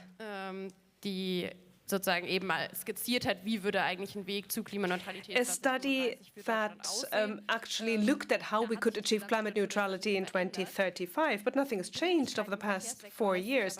The urgency, however, can't be argued away by, oh yeah, let's have a mobility concept and we need to expand on public transport. The fact is, the transport sector is the sector where emissions have not gone down in 20 years, although there have been goals formulated as to an expansion of public transport and promoting charging infrastructure. But the problem is, as long as we have so many cars and we have more ICE cars than ever before, 49 million cars, it is absurd.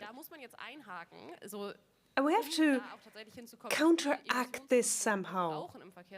We need to have measures in place that motivate a paradigm change. We need to work with more than incentives to increase the charging infrastructure. We need a clear goal. We will have no more combustion engines by this and this date. I agree, but we can't stop the country. That's the situation. So it doesn't help to formulate goals. Well, of course, it's allowed, but things that we can't even achieve, that we can't fulfill, that don't take people along, because, I mean, people don't drive their cars because they have nothing better to do. They have other reasons why they sit in their cars, why they use their cars rather than public transport. And we have a situation in which we really did too little in the past. There have been failures. And now we can't say, well, we've been too late in the past, now we're going to speed up, and we do this at rocket speed, which is unrealistic. It doesn't help us.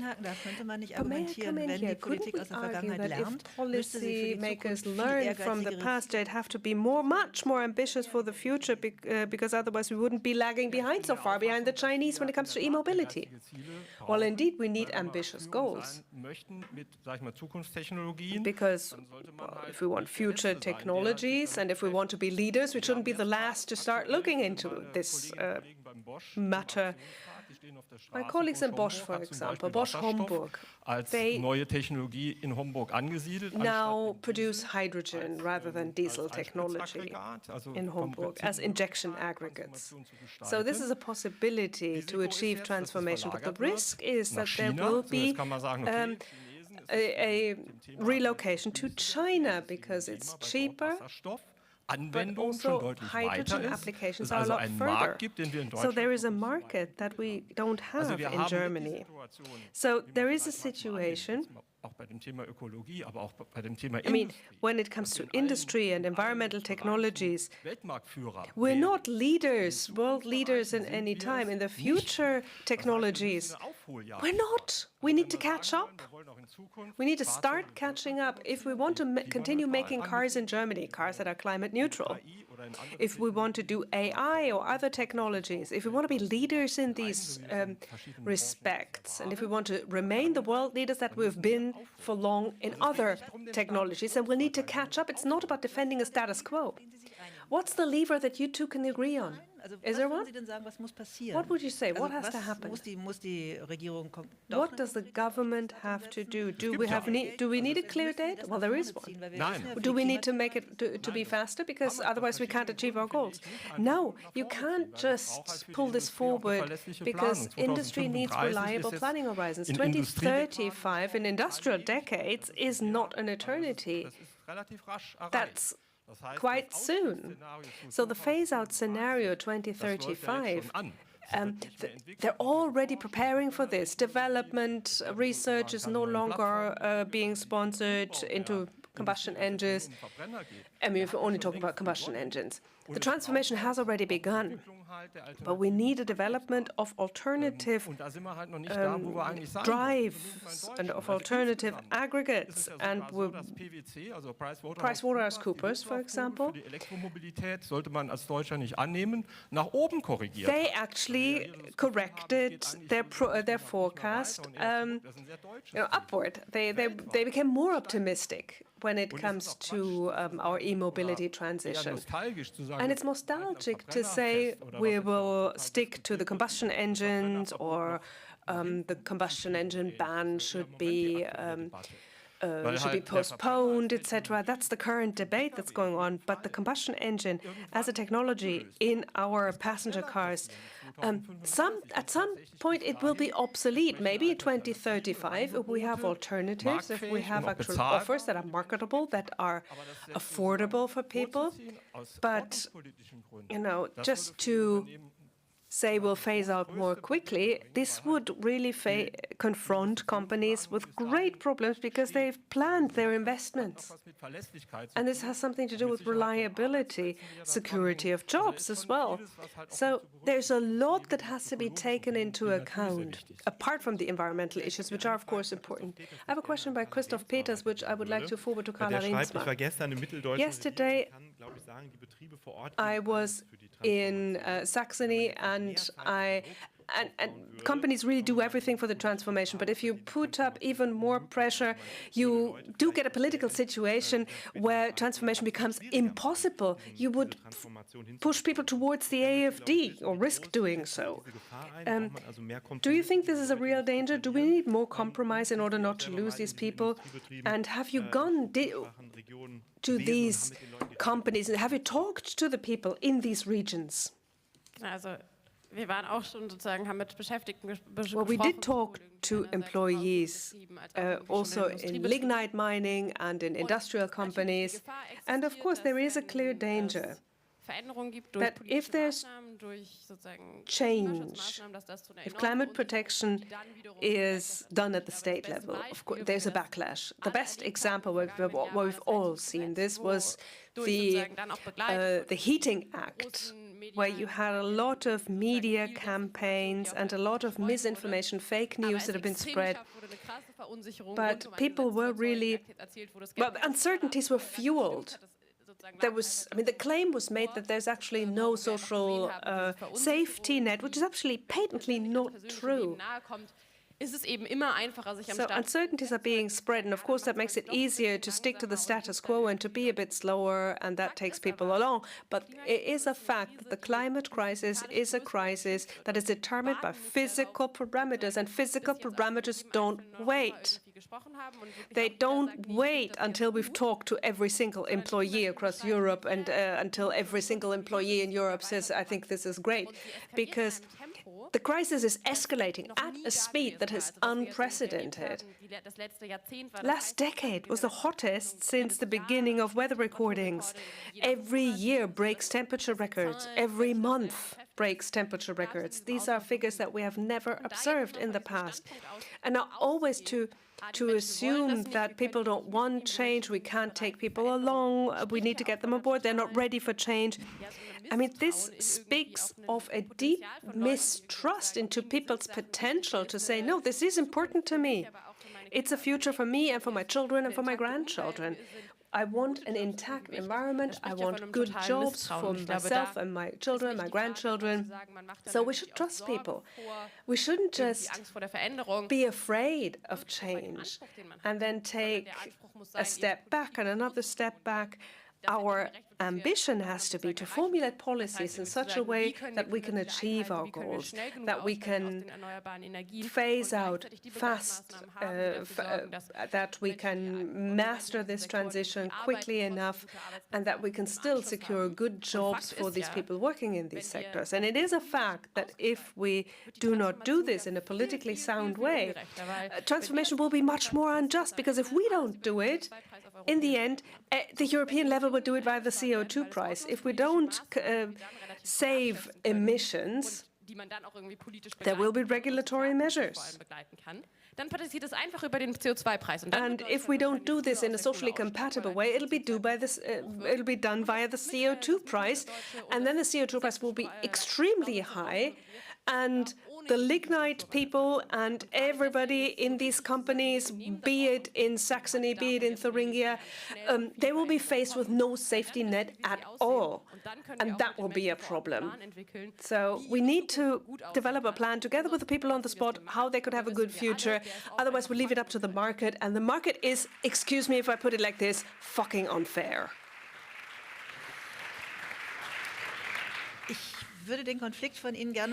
I would like to take this conflict to a higher level. The country, if we look at the country, if we look at the general level, Carla, for you, it's perhaps easier to say we will need to make cuts now for the next, so the next future, the next generation can reap some of the benefits as well. What would you say? Well, I wouldn't want to do without jobs, but Carla never said this. It might be an interpretation of what she says, but it's not what she said. We need to strike a balance, is the bottom line. We need to remain on a sound economic and profitable footing or foundation. And of course, we do have a federal government, we do have a debt brake, and we heard all of this this morning. But what I'm seeing right now, I mean, I hear what you're saying and I understand what you're saying. It's a positive motivation, and I also understand the applause that you're getting. You're asking for acceleration. At the moment, we have a situation that I would that has certain framework conditions, ecological transition, a ban on combustion engines by 2035. If we look at the goals that are less ambitious than you would like to have them, but we're even in danger of not achieving these goals. So my point would be, let's stick to what we've agreed on and make sure that this will become a reality, and even that will be a big effort. Business as usual won't take us there. We will need a debt brake that allows for a certain dynamism, that allows for investments. And there are a lot of decisions that have to be made, even to enable us to achieve what we've agreed to. A lot of companies are leaving Germany. At the moment, we're seeing that we are celebrating a CO2 reduction because our economic performance is going down. The energy-intensive companies, the big emitters, go abroad. And this is not just the metal and electrical industry, chemical industry, another important factor, massively under pressure. So this is not a situation where we can say, oh, it's all going great. And sort of like in a marathon, I will speed up a little bit on the last mile because I have the energy. We don't have that. We have to make a big effort even to achieve the goals we agreed upon. So I would like to warn against deviating from this in this situation. We're not expecting moderation from Fridays for Future, but we expect the government to say, we understood, we want to achieve these goals. Sie haben gerade eben schon das Wort Schuldenbremse in den Mund genommen. You've already spoken about the debt brake. I think this is where you all agree this needs to be reformed or done away with completely. Now let's assume that this won't happen in the near future, and that the question is how is the state going to distribute the money? Leonard Fark has a question saying, How do subsidies have to be structured in the future in order to make our economic system more efficient and climate friendly? The question goes out to both of you. Where should investments be reduced and where should they be increased? Mr. Giegold gave us a positive example of the Saarland already. The steel industry receives subsidies of 2.6 billion in order to convert to green steel. Robert Habeck was there and he spoke to the workforce in the region and they were all on the same page. Is it something that you're very much in favor of? Are you saying that this is the right Also ich path? glaube, wo man einmal anfangen kann, ist, dass aktuell I think you must start with the following. The German government subsidizes fossil fuels with 65 million each year. It subsidizes the destruction of our nature in the form of different subsidies, but they need to be done away with completely. During the time of climate change, there is no point in saying, well, there are exceptions to the rules or tax exemptions or direct investments, so therefore petrol is cheap. There's no tax on kerosene that has to be paid. These things have to become a thing of the past because all of a sudden we will get more financial political leeway in order to promote other areas. Another example where we started to take action, and this is the first tendering processes take place, and these are carbon certificates for difference. This is where we try to reach out to big players and international corporations. If they invest in green technologies, climate-friendly technologies, for a limited period of time, they get a refund for the tariff difference compared to the old conventional technology. And at once renewables become cheaper, and that happens, then they will have to pay this money back. So this will pay off in the long run. So the first public tendering procedures have already taken place, and this works rather well. And it also goes to show how you can act in an economical fashion and promote these new trends in the big corporations so that a green transformation becomes possible in the near future. Of course, there are some problems because, we use gas, natural gas, in order to produce blue hydrogen. This is not the best strategy to go about. There are still some deficits, but in those areas where you say, well, let's not touch it, far too difficult because everything is imbalanced and everything will be regulated by the market forces. No, the state can interfere. A social market economy means that we also give shape to what's happening in the economy. Let's keep the Saarland question for later. Maybe you want to reply to that directly. For example, subsidies which are detrimental to the environment, tax reduction for diesel cars. Do you think these subsidies should be done away with completely? Climate protection agreements, here we're on the same page. Very good tool because we set priorities in the right manner. The biggest CO2 savings should be promoted and rewarded first. And we shouldn't lose levers where we have less of an impact.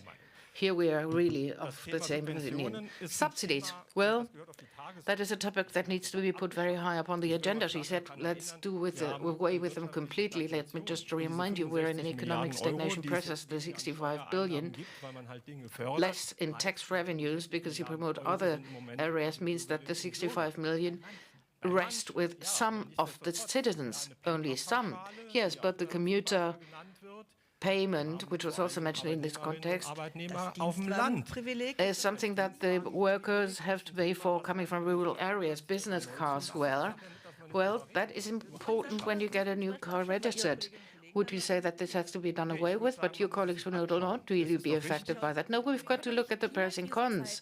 But not in times of climate crisis. How can we say that we use state subsidies and promote fossil fuels with that? That's really absurd. And, we also use money in order to invest into the green transformation. It doesn't work that way. Yes, that's true.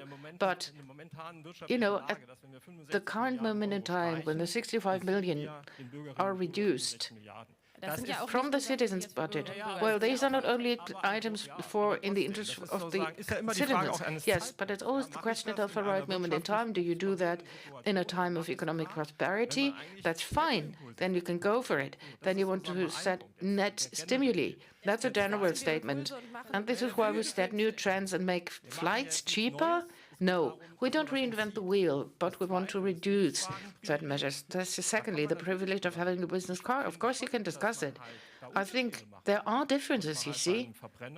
If you drive an ICE, an internal combustion engine, then this doesn't mean that somebody gets something. But the question is, whether somebody returns something to the state, the taxes, is that in line with the priority of having a business car? If somebody drives an ICE, well, why shouldn't a different percentage rate apply to the tax to be paid?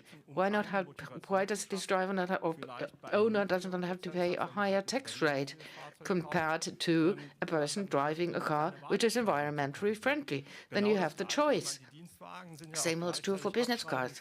Business cars are also a possibility to write off, make write-offs on the part of corporations.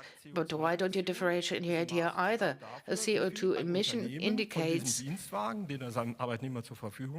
how much of a write-off a corporation can make for a business car. So I think this is also something that needs to be factored in, because a general statement by saying it should be done away with completely is not really appropriate. And it's not really feasible either. Okay, back to the common attitudes that you have. The promotion in the Saarland.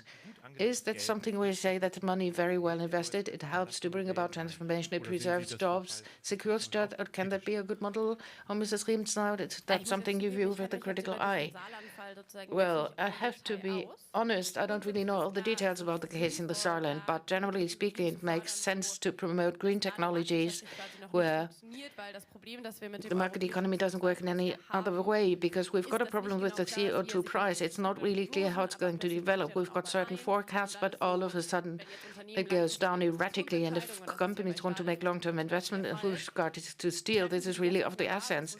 They take decisions on the basis of which they say, well, now it will not really be affordable to invest into green technologies, but maybe it will pay off in 10 years from now. But then the factory has already been built and it still emits environmentally unfriendly gases. So taking action and interfering at that particular point in time makes a lot of sense. But this is not really the panacea. We shouldn't say that it's always going to look like this.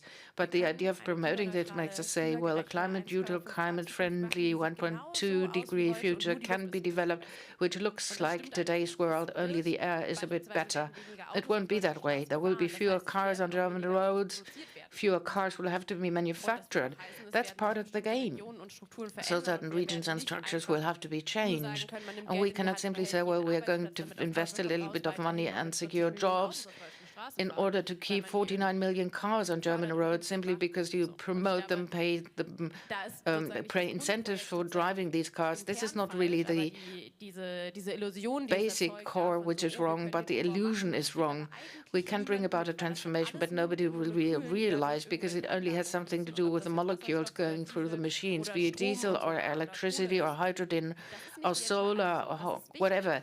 That's, of course, very important, but this will not be enough. And we cannot only come up with technological solutions. And that is something we have to be aware of. This conversation needs to be held. We cannot really only focus on these beautiful beacon projects and believe in the success of transformation, but nobody realizes what it's all about. Nobody notices. Mr. Randstetter, would you like to come in on that? Yes, thank you very much. You spoke about the car once again. The question is, will there be fewer cars on German roads in the future? Question mark. But I don't put a question mark behind the statement, fewer cars will be standing on German roads. They are not only moving about. Many cars stand, are being parked 80% of the time. This is why, congestion deals with cars which are on the ride. But we also have problems with parked cars, so the transport concept is a bit more sophisticated, because it doesn't only relate to cars which are driving, but also parked. The mobility expert Andreas Knie told me that there are two options. First of all, cars will drive autonomously and everybody has one, and then there will be more because they simply drop you off and pick you up and keep on driving while they're waiting for you to come back, or else the car drops you off and picks somebody else up. Then you need fewer cars when you have car sharing.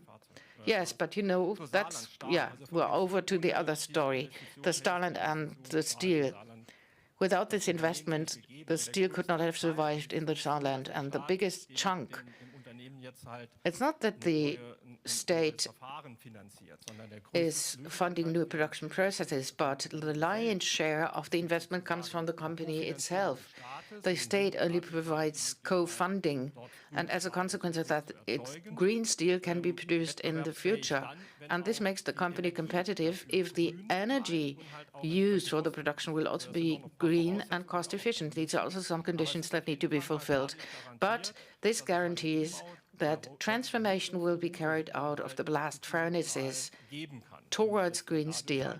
And in this way, the steel industry can be saved in Germany. The steel will not get lost. We will still need steel also in the future. It's diverse. We don't only use it for cars, but also in many other areas as well. There might be changes, of course, for the utilization of steel. Transformation change is nothing new. We're familiar with it. It's always been around. Maybe steel mills will become smaller, but we need the steel industry because of the experience that we gained along the supply chain and the dependencies. That's what we learned. And therefore, it's indispensable, and these investments will have to be made. And for the people on site, this helps to build up new confidence because political promises towards transformation and change are being made. People do not only people practice what they're preaching. There are two more important questions that I would like to convey to you. One was transmitted to you. This is for you. How can progressive industrial policies be pursued if leading trade unions defend old structures like this? So it's quite provocative, but there is another question for Carla Rimzan, which is also quite provocative.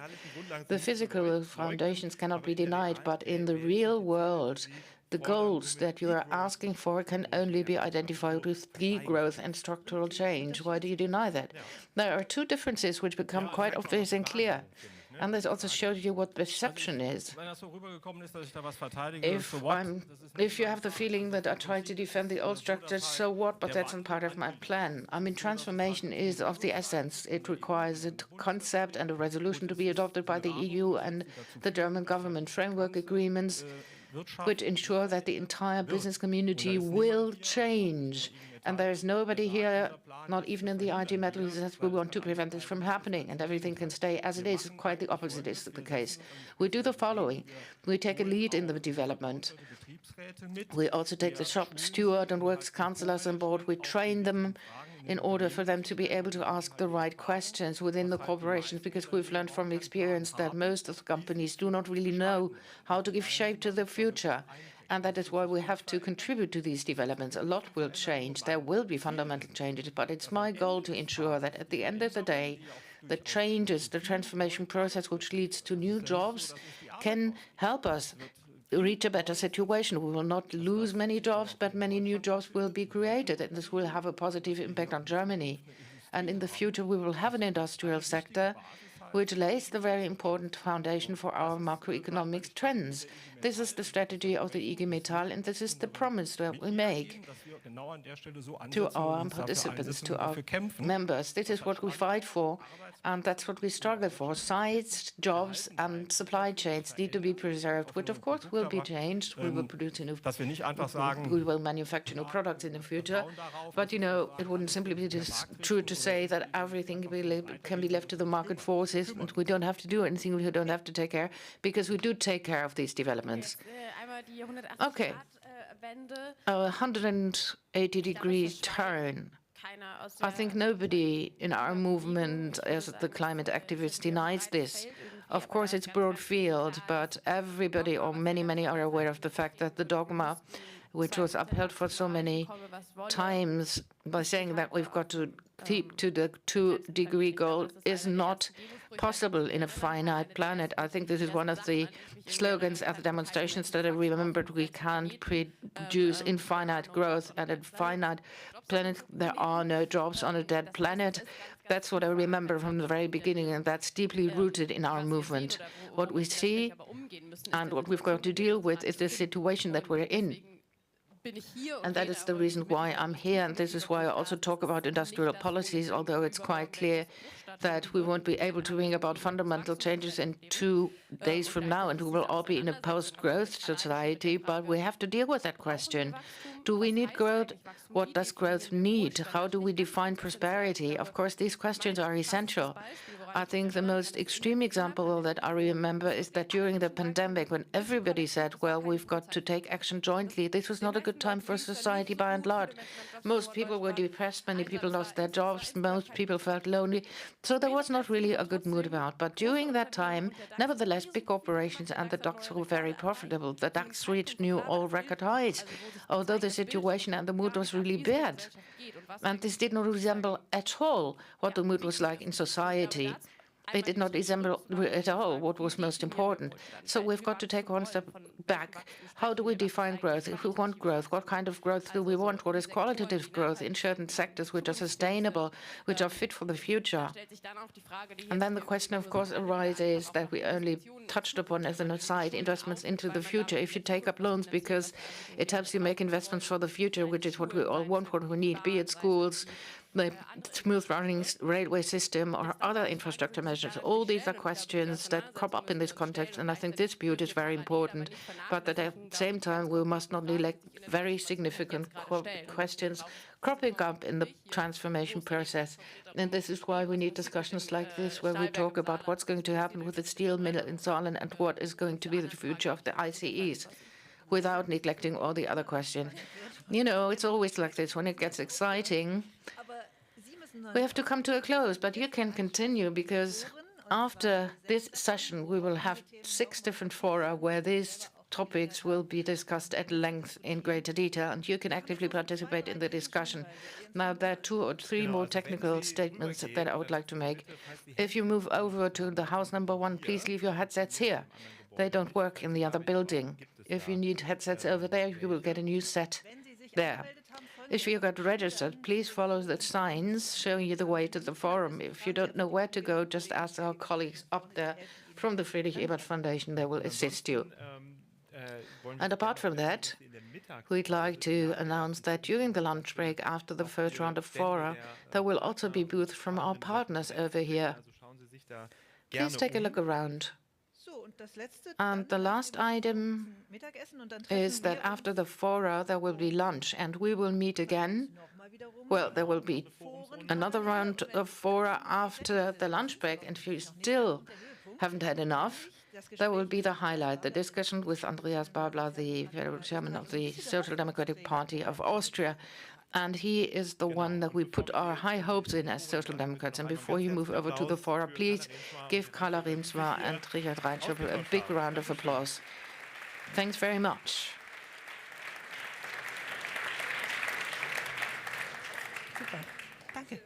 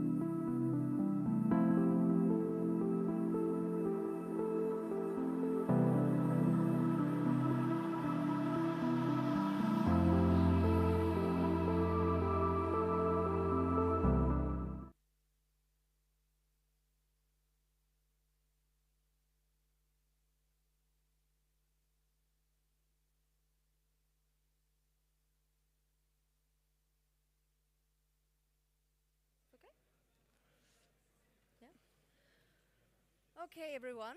I hope I can be heard. Yeah, okay, welcome to our workshop. You have some seconds to find a seat and to give us your attention. Yes, welcome to our workshop, Trade and Supply Chains in the Wake of the Zeitenwende, New Challenges and Tools Between Foreign Trade Policy and Global Structural Policy. As you might notice, I'm not Cedric Koch, who was supposed to moderate this session. Cedric unfortunately fell ill, and we wish him a speedy recovery. But I'm very happy to take over together with my colleague Milena Horn. We are both policy advisors at the trade union, German Trade Union Confederation, DGB. I am a policy officer for international trade, and Milena is policy officer for international value chains. So we are very happy to have you here and do this workshop today with you. Before we start, let me say a few words on the logistics. The session will be recorded, and we are live. We have a live stream, so also a warm welcome to the digital room, to people in the digital room. If you want to take part in the discussion, you can use the tweetback tool. You will find the QR code hopefully on one of the seats next to you. And we will try to get your questions into the debate later on. But you might also have the opportunity to ask your questions at the end of the workshop when we open up the discussion to the audience. If you are active on social media, you can use the hashtag TPW24, and as you noticed, this session will be held in English, so if you need translation, you can go to the registration and get a headset to hear us in German. Yes, so now let's get started on our panel, and I would like to introduce the topic before I introduce the panelists. As you all know, we are in troubling times right now. Global trade and value chains are in a phase of upheaval. The recent crisis over the last years have resulted in rising geopolitical tensions all over the globe. We see the rise of populist nationalists and autocratic actors. We see at the same time the growing power and self-confidence of emerging economies. And not the least, we still have to deal with the escalating climate crisis and the rapid digitalization of the global economy. And all these developments lead to a fundamental reorganization of economic relations around the world. When we look at Germany and Europe, the political debate mainly focuses on the security of supply and on geopolitical aspects of this reorganization. At the same time, but rather unrelated to this, in Germany and also at the EU, supply chain laws have been discussed and partly implemented, which emphasize the importance of human and environmental rights, together with EU measures like the import ban of products from forced labor or the promotion of deforestation-free supply chains that also aim in the direction of higher social and environmental and worker standards. From a trade union perspective, we feel that important aspects of this reorganization of world trade and value chains have so far been neglected, and in particular the perspective of our partners and countries in Asia, Africa, and Latin America have been neglected both at the German reform efforts but also at the EU level, and the failure of the European trade policy to date. Examples might be the negotiations with Mercosur and Australia are a sign of this neglect of partner interests. So against this background, this panel wants to look at different questions. We want to discuss how the reorganization of world trade and value chains is perceived by key partners in Africa, Latin America, and Asia, which demands partners have, especially to progressive forces in Germany and the EU, and how we can build a more sustainable and globally just form of economic partnerships together. And I'm very happy to have not only Milena with me for the moderation, but also three experts on the panel today. To my right, we have Claire Rupert. She's international coordinator at the CUT Brazil, the National Confederation of Trade Union in Brazil.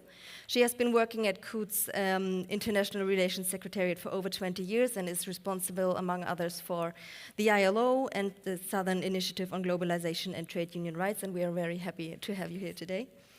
Yes. Next to Claire, we welcome Dr. Mohamed Razake. He is chairman of the NGO Research and Policy Integration for Development from Bangladesh. He is an economist specializing in applied international trade, development, and public policy issues, and he has led and managed numerous Bangladesh-specific and multi-country policy research and capacity-building projects. So welcome, I'm happy to have you here. And last but not least, we have Tenyola Tayo. She's Trade Policy Fellow at the Africa Policy Research Institute, and she has an extensive experience focusing on regional integration issues in Africa, including the African Continental Free Trade Area and wider trade, security, and development policies on the continent. Welcome. And with this, I'm handing over to Milena, who will guide us through the first round of questions. Yeah, thank you so much, Nora. So I will take over the first part of the panel that is called The Status Quo of EU Trade and Value Chain Policy with Key Partner Regions.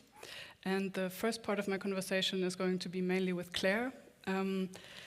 So we're currently in the situation where even progressive partners like Brazil are a bit skeptical of the progressively minded instruments in Europe and other parts of the world that are supposed to regulate supply chains, for example, the CSDDD or other including binding social or environmental standards in EU trade agreements. And recently, the EU-Mercosur trade agreement negotiations failed to be concluded before the Argentinian and European elections. And one could say that the main stumbling block was that the EU demanded mandatory provisions to protect forests in an additional protocol to the agreement. That was, the negotiations had started in 1999, so this failure is quite devastating. And furthermore, there is a variety of unilateral EU policies, for example, the Anti-Deforestation Directive, the Carbon Border Adjustment Mechanism, as well as the aforementioned famous Corporate Sustainability Due Diligence Directive, a few days ago agreed by EU member states. And all this ultimately led to Brazilian demands that the EU should provide additional funding if it wants Mercosur partners to implement such environmental or social standards. This is something that the EU has not offered to date. And so this leads me to a few questions to Claire. First of all, I would be interested to hear to what extent do you think did the Mercosur-EU agreement fail because of the EU additional demands and the fact that they did not offer financial compensation?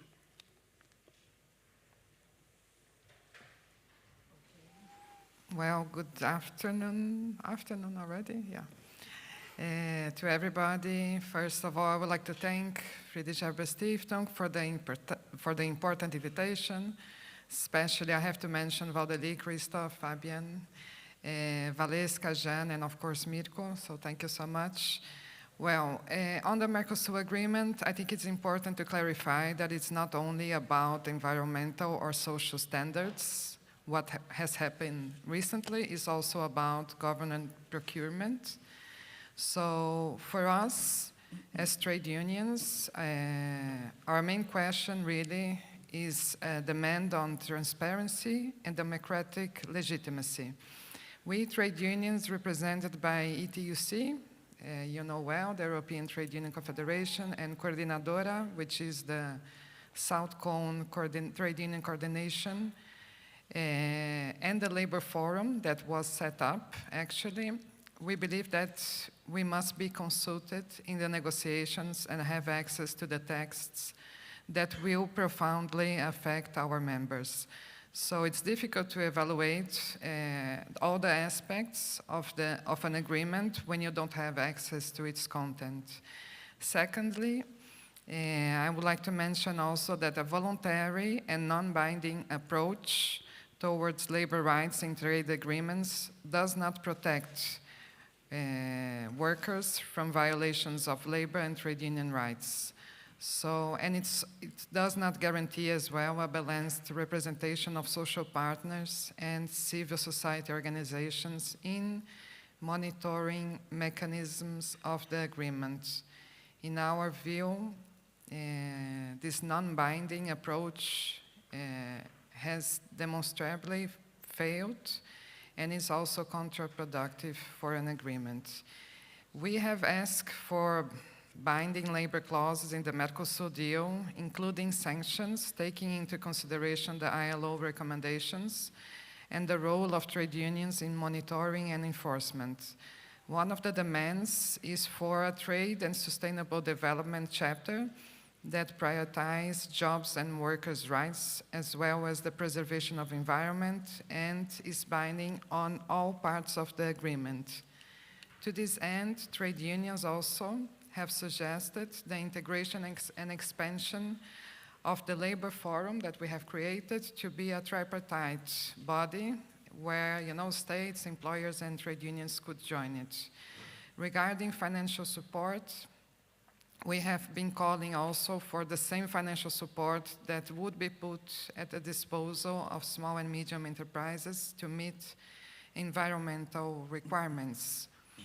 And we are asking this same financial support to put towards social partners, capacity building, and compliance with labor laws and ILO conventions.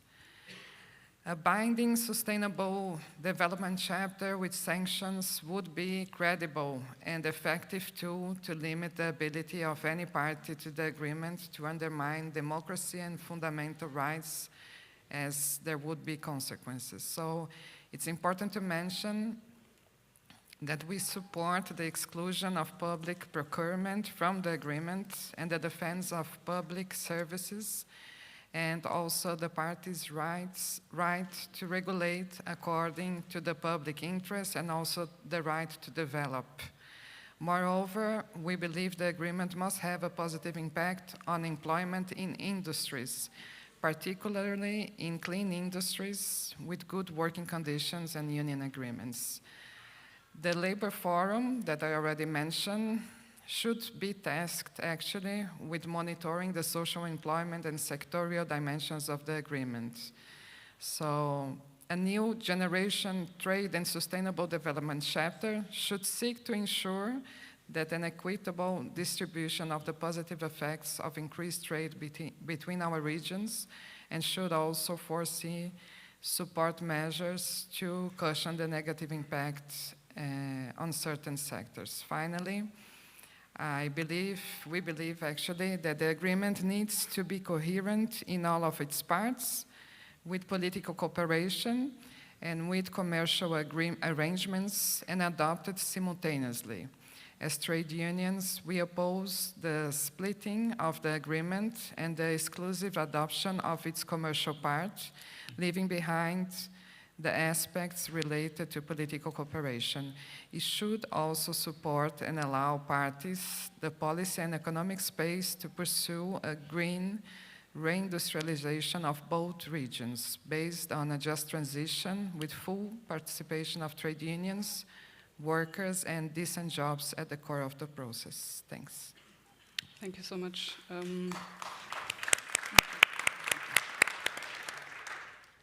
That already took one of my main questions away from me, the union position that might differ from governmental positions. Do you think, or could you maybe say something about how the EU due diligence laws and the multiplicity of these new initiatives, how that is seen in Brazil and in the Mercosur area? The due diligence is very welcome, actually. We were very happy that the German had this initiative initially, and we have been following, and we have been into contact with the DGB as well on following up and how we can use this new legislation in favor also of workers in Brazil that are working, with German industries. Yeah, thank you so much. The next part of the conversation I'm going to have with Mohamed. So beyond this Mercosur example, the EU economic relations include much more than just trade policy, and it seems that partners, including in South Asia, where you are based, do not necessarily agree with this direction of travel. Currently, there is negotiations ongoing on a potential trade agreement with India and Indonesia, and progressive standards seem to be very unwanted by the Indian side. Instead, India seems to want to limit the negotiations to pure trade questions, and seems to want to reduce domestic policy commitments and compliance issues. Partly maybe because it has a much more informal economy, and different standards might simply not be suitable. And furthermore, India blocked the WTO agreement against overfishing at the ministerial conference last month, and wanted to thereby protect subsidies to domestic fisheries, of domestic fishers, of course, as a poverty reduction instrument. And furthermore, they are demanding a differentiated approach that focuses predominantly on developing nations' fisheries. Furthermore, also Indonesia remains very skeptical of agreeing to liberalization of especially government procurement in EU trade relations. So that leads me to my questions. It seems like that for partners like India and Indonesia, domestic development issues take strong precedence over global sustainability agreements or free trade agendas. So could you maybe tell us if we need to go back to basics and fix the long-term or long-standing development issues in trade policy with regard to the failed Doha round of the WTO, and so further and so forth?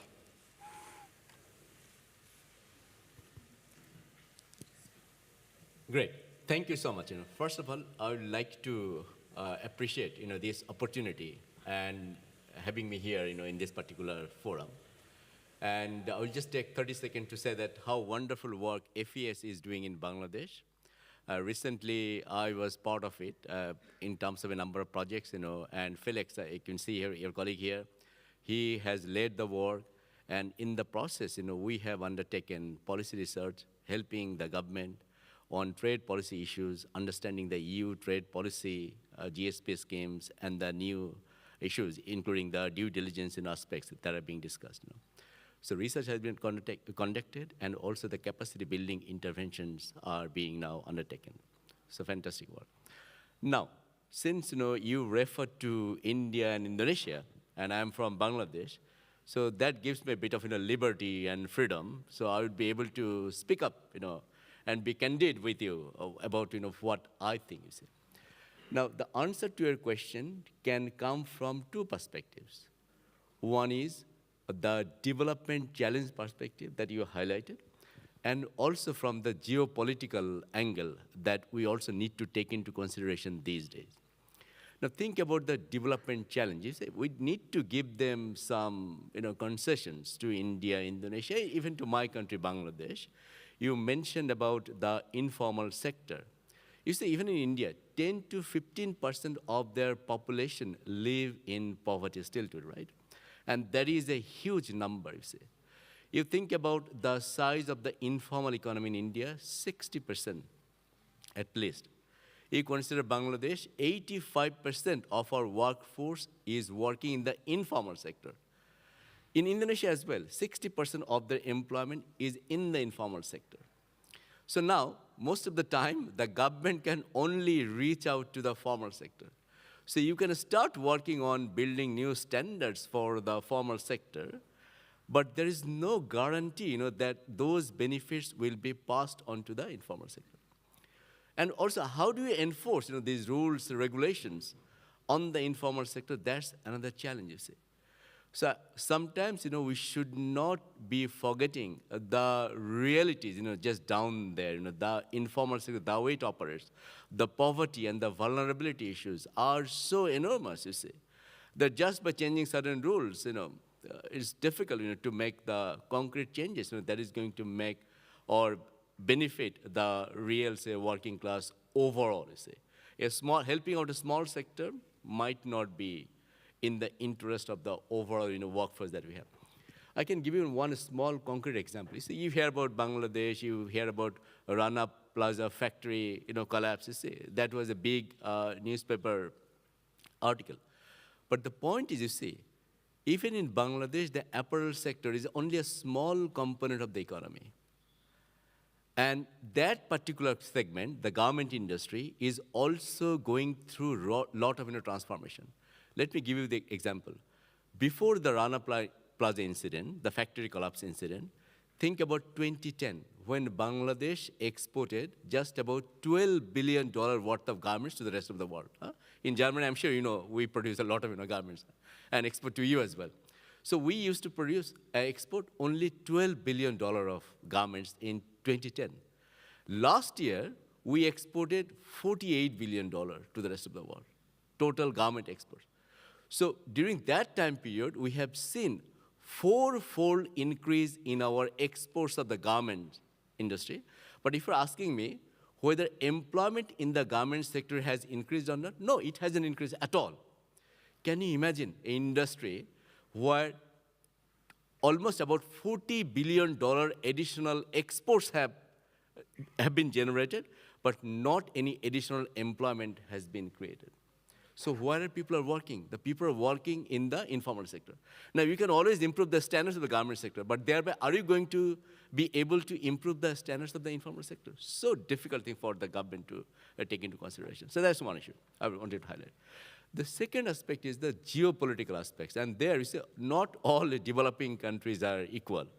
Of course, India has become extremely significant, partly because to counter the influence of China on the global economy, many countries now think that India has got a vital role to play, right? So that is why negotiating with India, as I understand, is going to be extremely difficult for any developed countries, including the European Union, including the US, you see. And even the way the rules are applied could be just compromised just because of the geopolitical consideration. I'm just looking my eyes on the watch. I should not be taking too much time, but just to give you the idea, one small thing is that even in the Doha round, you mentioned, in the Doha round, at times there was an issue, how to deal with the rapidly rising developing countries, like in the BRICS nations, but also like countries like Turkey and Mexico, you see. And then the WTO system was being seen inadequate to deal with the issue of standards and compliance. And that is why many developed countries, including US in particular, they thought they would go outside of the WTO and negotiate highly ambitious trading blocs, and we are calling them mega regionals. The Trans-Pacific Agreement, you would recall, the Trans-Atlantic one as well, the Investment and Partnership Agreement. But eventually, even those collapsed. So on the one hand, in the name of mega regionals, there was the process of undermining the WTO provisions. You walked away from WTO to build new agreements, but eventually, even those new trade agreements could not be built.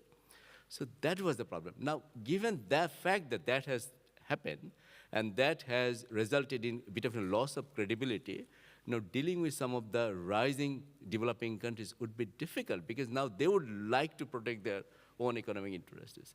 I would like to stop here and then elaborate a little bit later.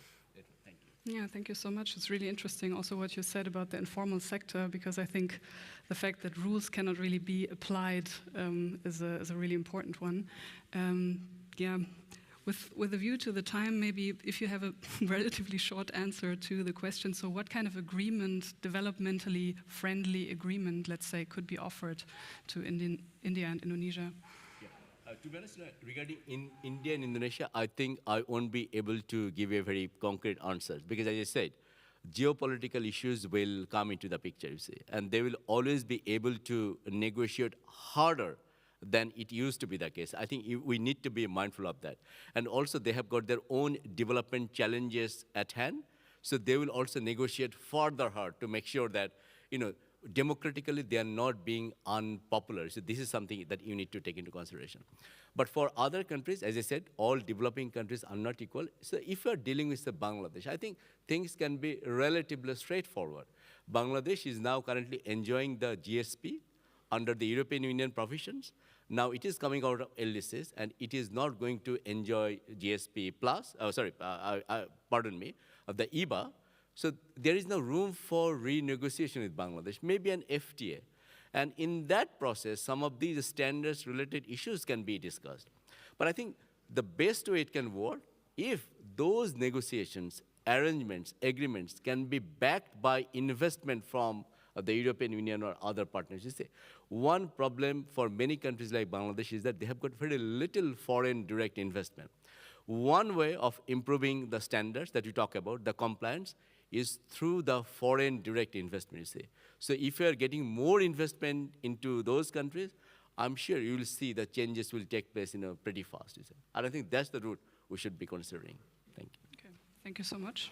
Maybe a round of applause.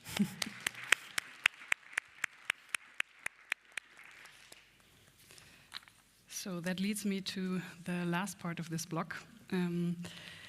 So Teniola, trade policy in Africa in the recent years was heavily concentrated on the continental free trade agreements, the so-called AFCFTA, and last year the African Union agreed on an additional investment protocol with the potential of boosting foreign direct investment, of course.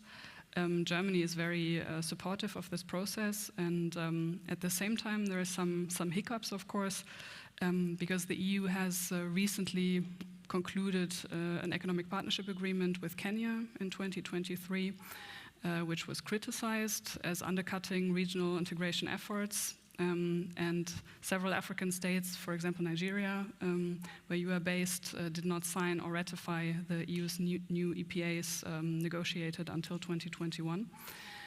So the only operational economic partnership agreement is currently with the Southern African Development Community, and even there it's quite tricky on the implementation base.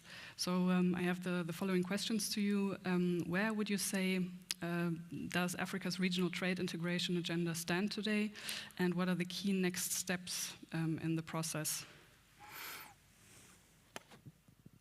Thank you very much for the question. It's also a pleasure to be here, and I think, copying you, I'm going to mention that FES Nigeria is doing pretty good work. Just some weeks ago, they supported a trade tour in Abuja, where we got to talk about trade as a key to Nigeria's recovery. And to your question, yes, the African Continental Free Trade Area Agreement, it's a mouthful. The African Continental Free Trade Area Agreement, the AFCFTA, is a flagship project of Africa's regional integration agenda. So it's part of the African Union's Agenda 2063. And the idea there is that we want to use trade integration, so trade promotion, by removing tariff and non-tariff barriers to trade to boost intra-African trade.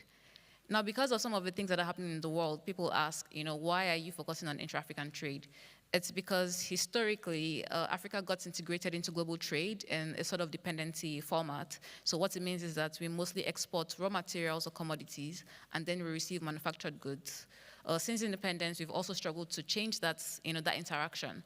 But when you look at the trade that Africa does with each other, so African countries with each other, we've seen that they are higher value goods. So that's why we're saying, okay, let's start from African trade, right? Let's try to increase trade with each other, use that to drive industrialization, and then use that to even improve our position in global trade. So that's very important. What is the current status? The announcement of trade was made in January 2021, but then negotiations are ongoing. So it's a very comprehensive free trade area agreement. There's many different protocols on trading goods, trading services, on investment, on intellectual property, even a protocol on women and youth in trade. There's one on digital trade. So it's sort of like a long process, but then a lot of the protocols are nearing completion or are already completed. At the moment, in October 2022, there was a launch of an interim trading arrangement called the Guided Trade Initiative. And the idea there was that, okay, although negotiations are still ongoing, let us start to trade and to test the provisions of the agreement so we know where we need to tweak some things or fix some challenges, and we know how to prepare for the full launch of the agreement. That has been on now for over a year. It started with 8 countries trading some goods, and it's been expanded also this year to include some other countries. Nigeria particularly should be starting under the GTI next month. Your other question about, the current status of things. So beyond the negotiations, there are other trade facilitation measures that are being put in place. So for example, when it comes to trade and global trade, there's the issue of the currency that the trade is going to happen in. And for the African governments, they're saying that they don't want to involve a third currency. So there's a measure there called the Pan-African Payments and Settlement System, where you can trade in local currencies in Africa. There's also now an African Trade Observatory that is being used to monitor the growth in intra-African trade, even as the agreement is expected to be implemented. There's a very important measure called the non-tariff barriers monitoring mechanism, because the AfCFTA is not just removing tariff barriers, but also non-tariff barriers. And we found that the non-tariff barriers are often even a more significant hindrance to intra-African trade. So there's a system there where people can report if they face challenges at the borders or at the ports, and then use that to address the challenges. Personally, I'm even working on a project that's trying to monitor how women exporters, so women-owned businesses exported under the GTI, which again is an interim trading arrangement, and to figure out what some of the challenges were and how they can be better supported under the agreement. So a lot of things are happening, and there's a lot of progress that is taking place, and I think we're all looking forward to the wider launch of the Free Trade Area Agreement. Yeah. Thank you. And given the fact that the EU trade agenda towards Africa seems to be, well, a bit going into the wrong direction maybe, with still focusing on the economic partnership agreements, if I hear what's going on the continental level and how far this has progressed, what would you say?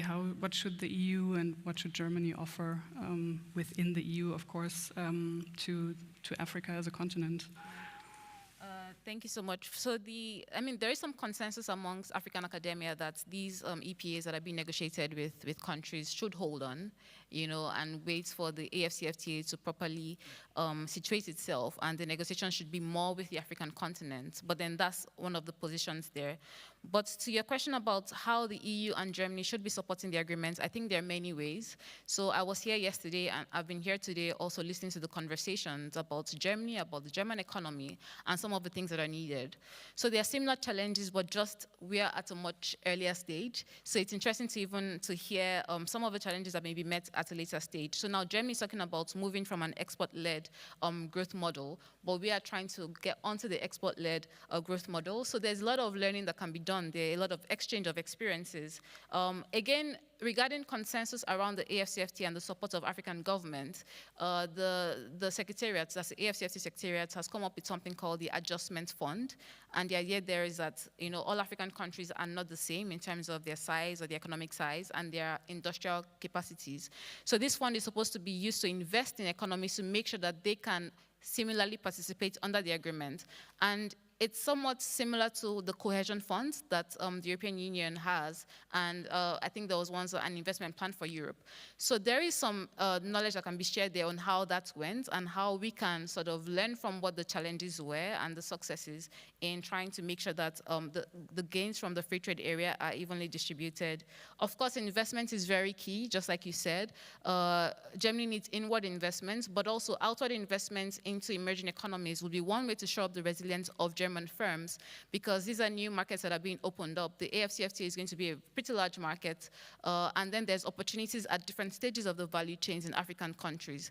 This has started, but I think it needs to be accelerated. So again, there's knowledge, in terms of how do you go about really making sure that the gains of trade are evenly distributed. How do you carry everyone along? There's investment as well, and then there's just even some other minor things like how do you improve transport and logistics, bringing the experience from some German firms. Yeah, thank you. Thank you so much. I would have so many more questions, but given the time, I will hand back over to Nora for the second part of the panel. Yes, we now want to look at whether new trade and value chain instruments can benefit the social ecological transition and climate neutrality globally. And my first question would be to Claire. Additionally to the traditional trade agreements, we see that Germany and the EU started so-called partnerships on different topics, on critical raw materials, on energy, on social ecological transition, also with countries in Latin America, for example, with Chile. And all of this new talk about partnerships is happening in the context of course, the geo-economic competition with China and the US, also as main alternative partners to the EU. And they are also racing to secure the raw materials for their respective transitions. And this development creates strong worries among partners about the potential new extractivism and neo-colonial structures when we look at the value chains of the future. So my question would be how unions in Latin America are perceiving these new partnerships, may they be on raw materials or on energy or whatever they may come, and whether you see that they have potential as a new tool to change economic relations in progressive ways. And again, similar to what Milena has asked, what the EU can offer to become a more attractive partner when we not talk about trade agreements, but more the little less formal partnerships. Thank you. Actually, we don't have much on this kind of partnerships. Actually, I would like to know better the experiences of Chile that you mentioned and also Argentina. But we have been working a lot on just transition, and then I'll come with some main points that we would like to share. Because when we talk about social ecological transition, I think it's important to clarify that we consider just transition when we articulate three fundamental dimensions of it. So sustainable development models, energy transition, and decent work. So sustainable development for us means that we need to break with an economic model that is based solely on extractivism and deforestation, and also on the production of agricultural commodities and the export of energy, whether it is fossil fuels or even if it's clean or renewable sources.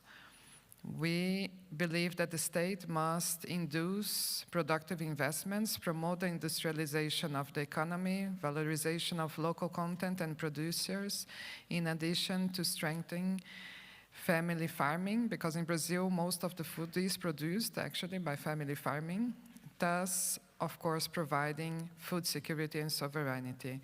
So it's about moving towards economies with low carbon emissions, with high technological content, but also in addition to increasing average income and also reducing high rates of inequality.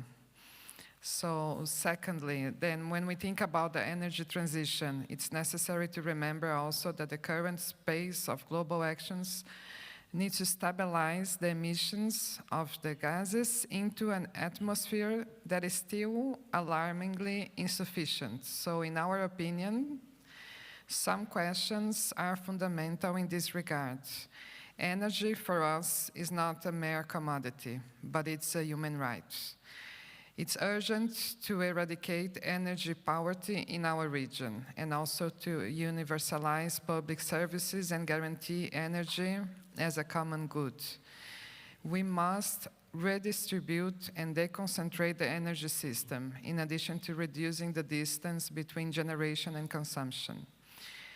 Thirdly, the issue of promoting decent work, labor rights, and trade union organizations are constitutive aspects of a just transition.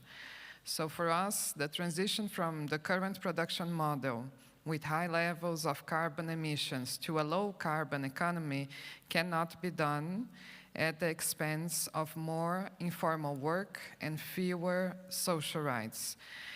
And as we know, our region, Latin America, suffers from high levels, as other regions as well, of informality and also systematic attacks on trade union organization. All this while facing new challenges such as regulation of work on platforms and the still uncertain impacts of artificial intelligence.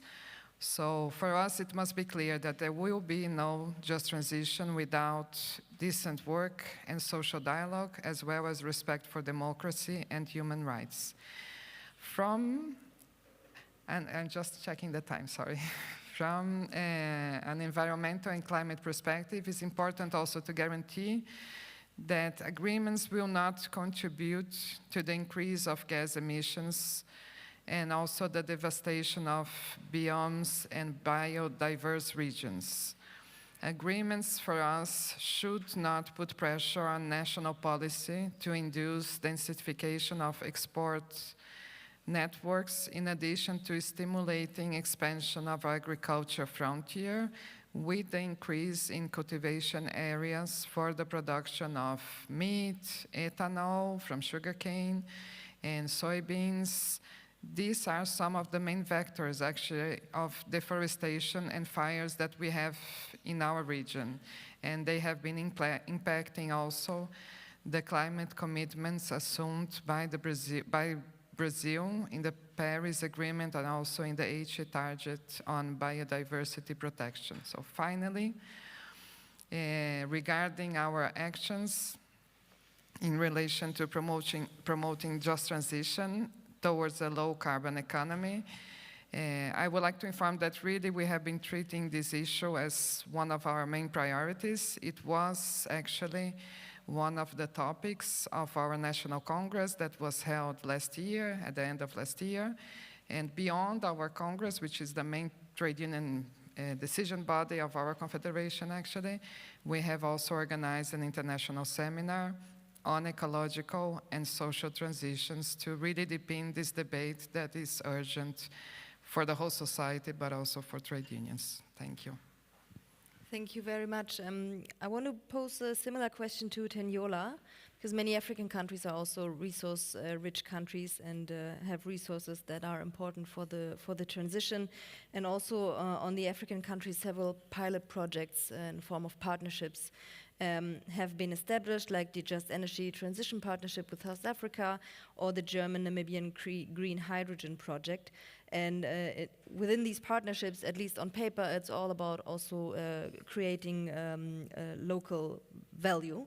And so my question would be, how are these new partnerships being judged on the continent, and what would be needed to make them work better and to make them actually an instrument that can form progressive economic relations between the EU and the African country? Thank you. So the strategic minerals space, as we refer to them, is clearly an interesting one because one thing I've observed is that it's giving an opportunity to some countries within Africa that were not necessarily previously very popular investment destinations to begin to attract or promote investments in this space because of some advantages that they have. So generally that is well received and well perceived, but then I'd say that there is no ignorance of what drove these investments, at the beginning. So the fact that there was a need to shore up energy resilience within Europe because of some things that were happening geopolitically. So while the initial objective was more perhaps self-interest, like you said, the words on paper are trying to design this in a way that they benefit the destination countries as well as the source countries or the countries that require them. And I think it's really about sticking to the words or sticking to the spirit behind those words, because as much as there's a need for shoring up energy supply within Europe, we know that we also have a strong need for that. And I like what you said about energy as a human right, because again, Africa is on this path of industrialization, even in response to the AFCFTA. So we also would need a lot of energy supply to meet those needs or to meet the industrialization needs.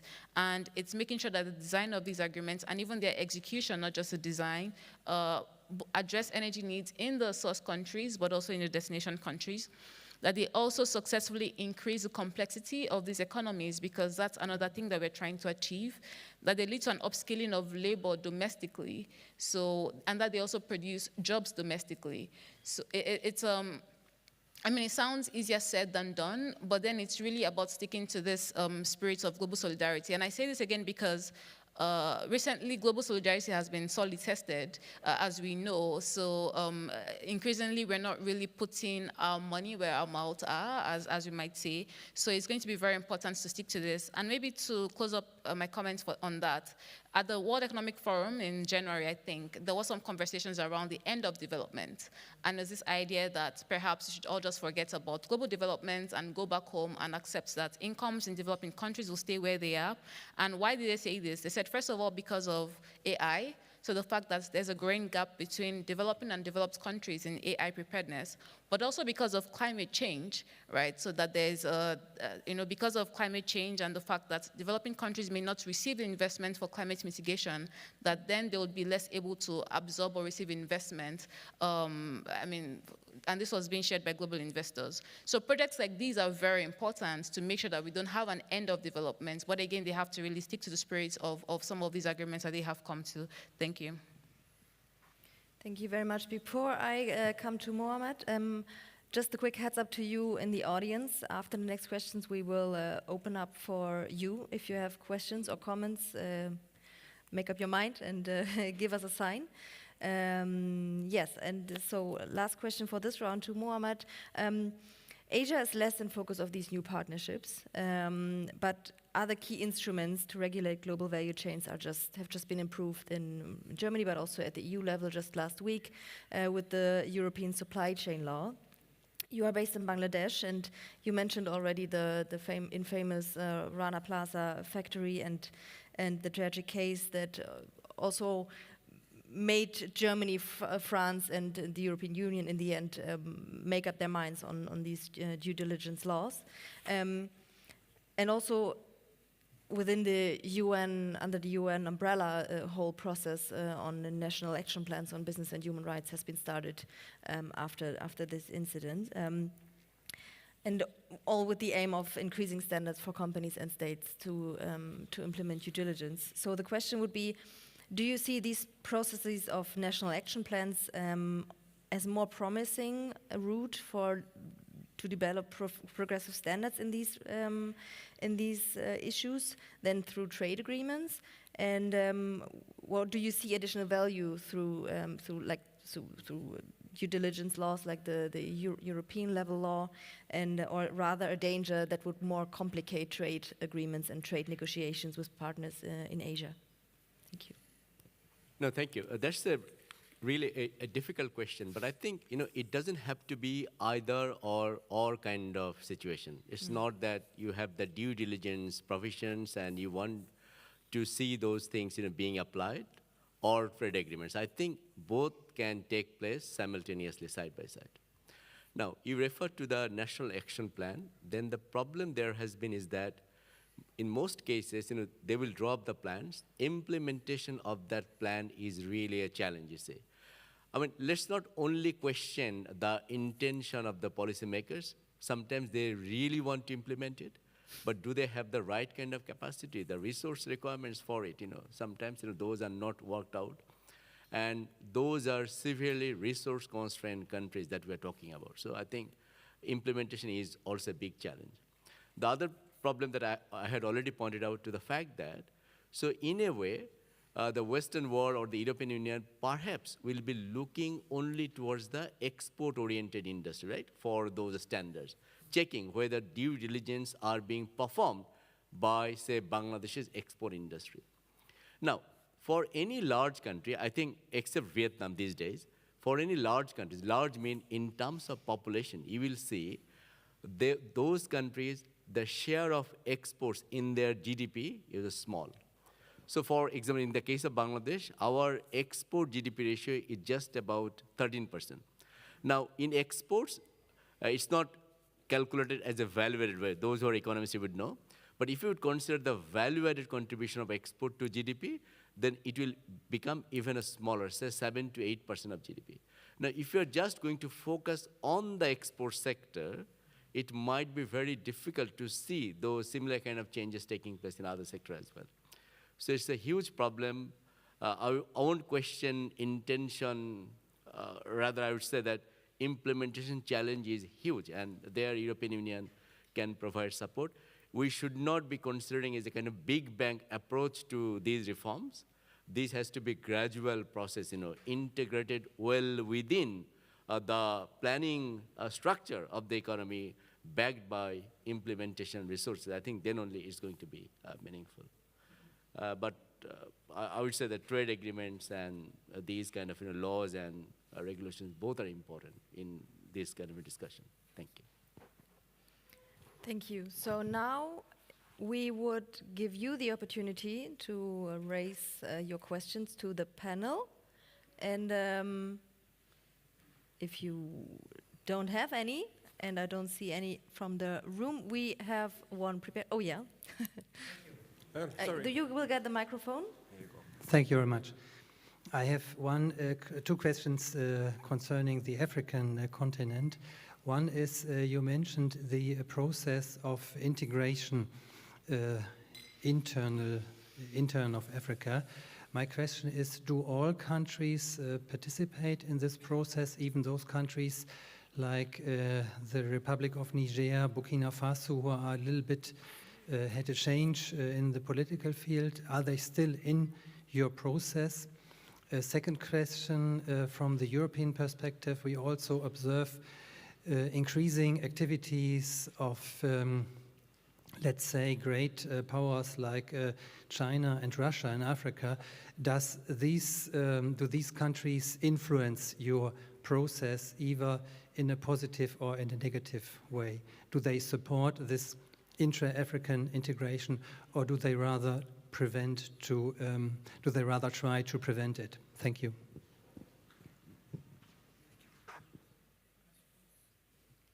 All right, thank you very much. I mean, it's good that you brought this up because recently what happened was that 3 countries, Niger, Mali, and Burkina Faso, announced that they were exiting one of our regional arrangements, which is, and sorry if my voice sounds muffled, I'm wearing retainers, so I'm still trying to get used to them. So which is ECOWAS, right, the Economic Community for West African States. And this has been, something that is ongoing because there's a process for withdrawal, and it will have implications for regional integration within the West African region, and also trade integration and every other thing that has been happening. But they have not announced any similar reluctance or withdrawal from the African integration perspective. So they're still very much a part of the AFCFTA. In fact, the former Niger president was a key person that pushed the AFCFTA when it was being negotiated. It just shows us some of the risks of these agreements, and I think it's also what we face, what is faced within the EU, because what happened within ECOWAS was that when they had this unconstitutional change of government, there was pressure on them to go back to democratic governance, and they were resisting this pressure and then decided to withdraw from the agreement. But, you have another agreement within West Africa, which is the YMO.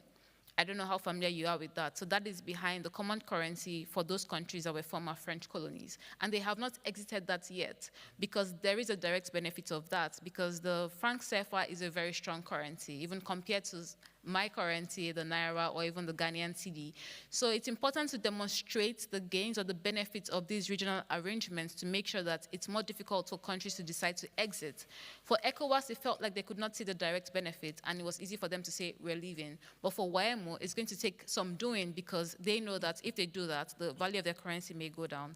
So yeah, it's just one thing to keep in mind.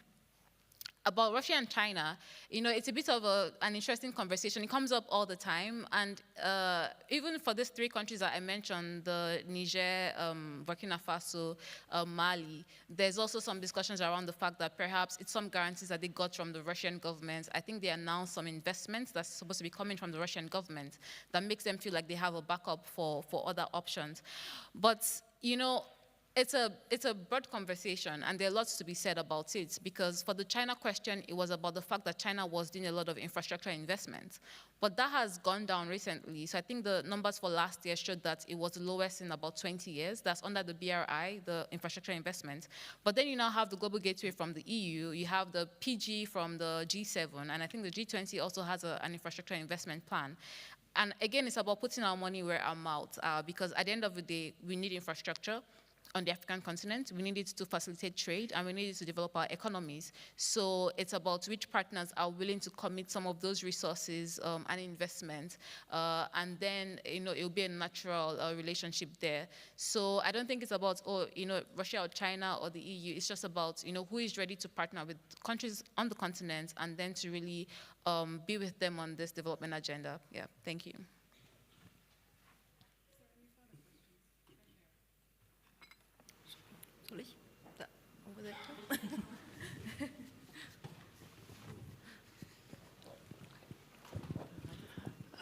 Thank you very much. Nelly Grotefan from the Forum on Environment and Development. I'm particularly enjoying your voice, Tiniola. And my question is maybe a bit more visionary, but as there are no any other questions, I would like to raise it. I'm wondering, what is your vision on which is the international body that is going to tackle all of these questions? Because we definitely have there's a switch now. We're talking about Zeitenwende. And it doesn't seem to me like the bodies that we've known so far, like WTO, but also the bilateral agreements that stepped into WTO footsteps particularly since 2009, they're not moving anything forward, if I may say it in a bit more provoking way. And I mean, the MC 13 just passed without any major changes, but rather seeing that Western forces don't play by the books anymore, and some of the bigger developing countries don't want to obey anymore, which is also a very interesting dynamic. But so where do we go if we want to tackle climate change, if we want to tackle global injustices, and we want to save the multilateral spirit in some way? Let's put it out there. So what's your take on that? Where do you see which body is going to take this forward? That's actually a perfect question for, final question for all of them. So we might take that on. Thank you, Nelly, and give that to you all as a final round of answers, because we are running out of time. So yes. Who wants first? I think the question was to Tiniola, and then we can go to me. I mean, it's sort of like the question of our times, and I think what's also happening is that there's a conflict between, or there's a growing conflict between domestic politics and some of these regional politics or multilateral politics. So it would be, first of all, trying to find a way to get everyone on board, because I recognize that with climate change, for example, there's been this push that let's say the better off countries, the developed world, should finance energy transition or climate mitigation and adaptation within the developing world. So that's what we are saying, and that's what we accept. But there's also the fact that there are some climate needs within even the developed countries, and there are some domestic requirements where people are saying, why do you want to go spend all of that money outside when we are also facing the challenges of climate change? We say that Africa is going to be more affected by climate change, but then there are also impacts within the developed world. So it's trying to find a way to merge the domestic needs, the regional needs, and even some of the global solidarity questions.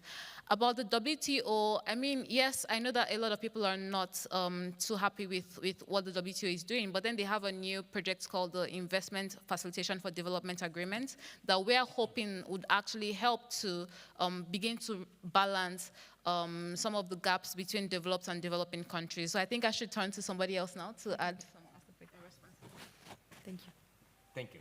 I believe the issue is we all need to acknowledge that trade multilateralism is in deep crisis. And if you're unable to fix that problem, many of the issues that we're talking about, be it climate change, be it standards, will also get compromised. I tell you why.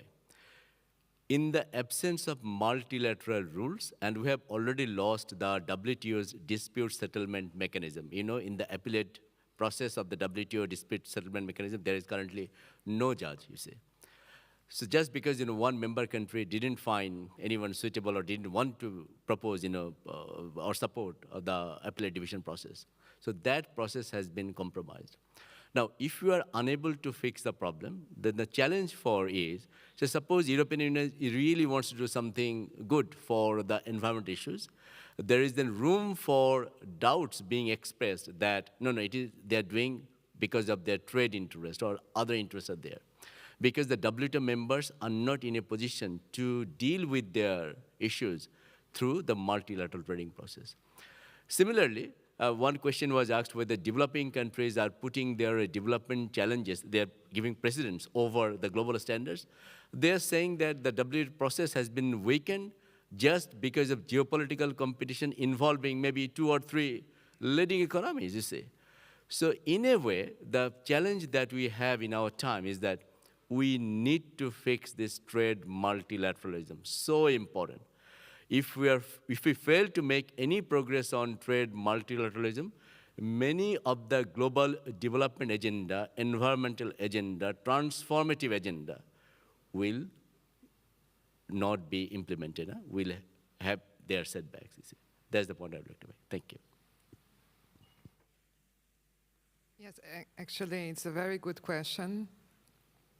I think during the pandemic, everybody saw the failure of some international organizations to deliver, vaccination and all other things that were necessary to save lives in the whole world. So we believe there is a crisis really of the multilateralism system and a structural crisis also of the capitalist system.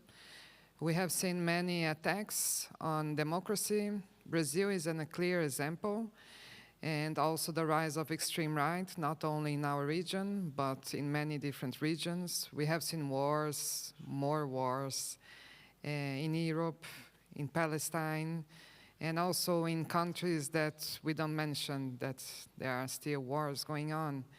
So I see also when we talk about the conditions of production today in supply chains, we have already so many workers and subcontracted workers outside of it, in precarious conditions, in informality, or excluded from rights or social protection. Also, the impact of the technological advances, I think it's important to mention that they also affect in different way, depending on which position of the global you are in. And the climate emergency also is pushing us through a difficult time. So in terms of WTO that we were talking, I think it's very important to make a link with the ILO standards. I don't think we can move forward to a positive or a more fair future, if we don't guarantee that international labor standards are connected also with trade negotiations. So I think this is very important. And to finalize, really, I think global economy should really need to overcome prioritizing profits over the rights of workers. I think people and the planet are priority and not profits. Thank you.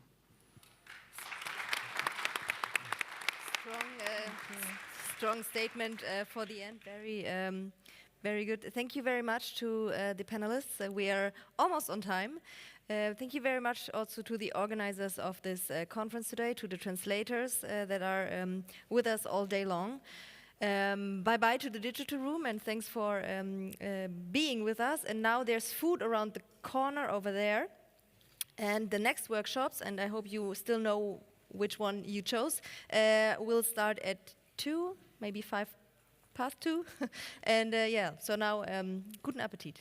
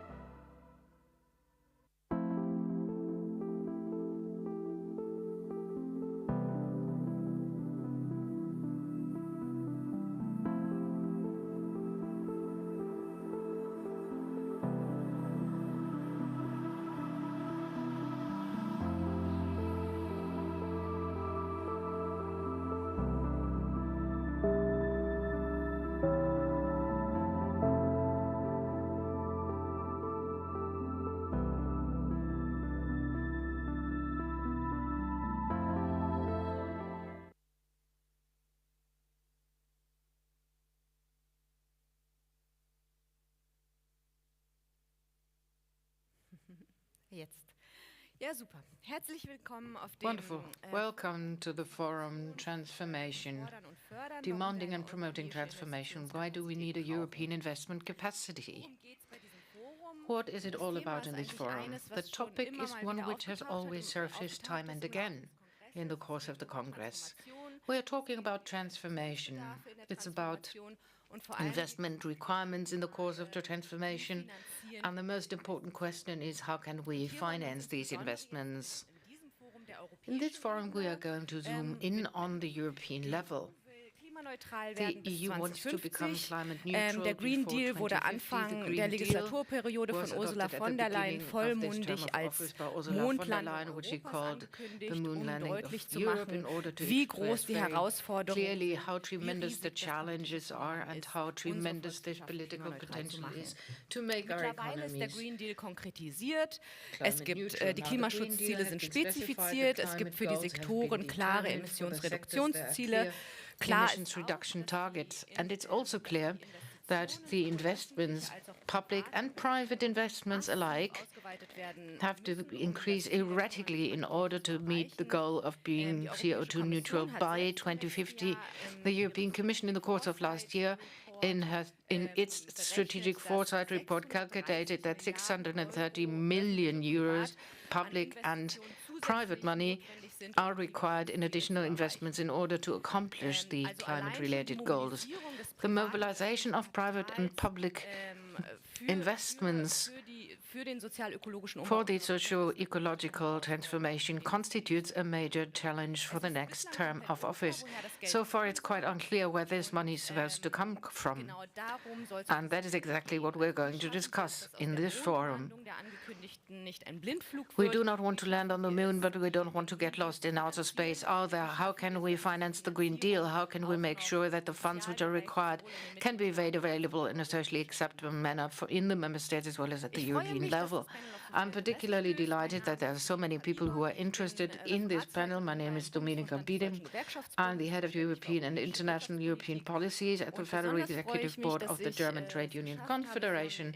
And I'm quite happy that I managed to invite such a renowned number of experts with representatives from the trade unions and economists. Helene Schubert is the chief economist at the Austrian Trade Union Confederation. Prior to that, she worked in various different positions at the Austrian National Bank. Welcome to you, Helene.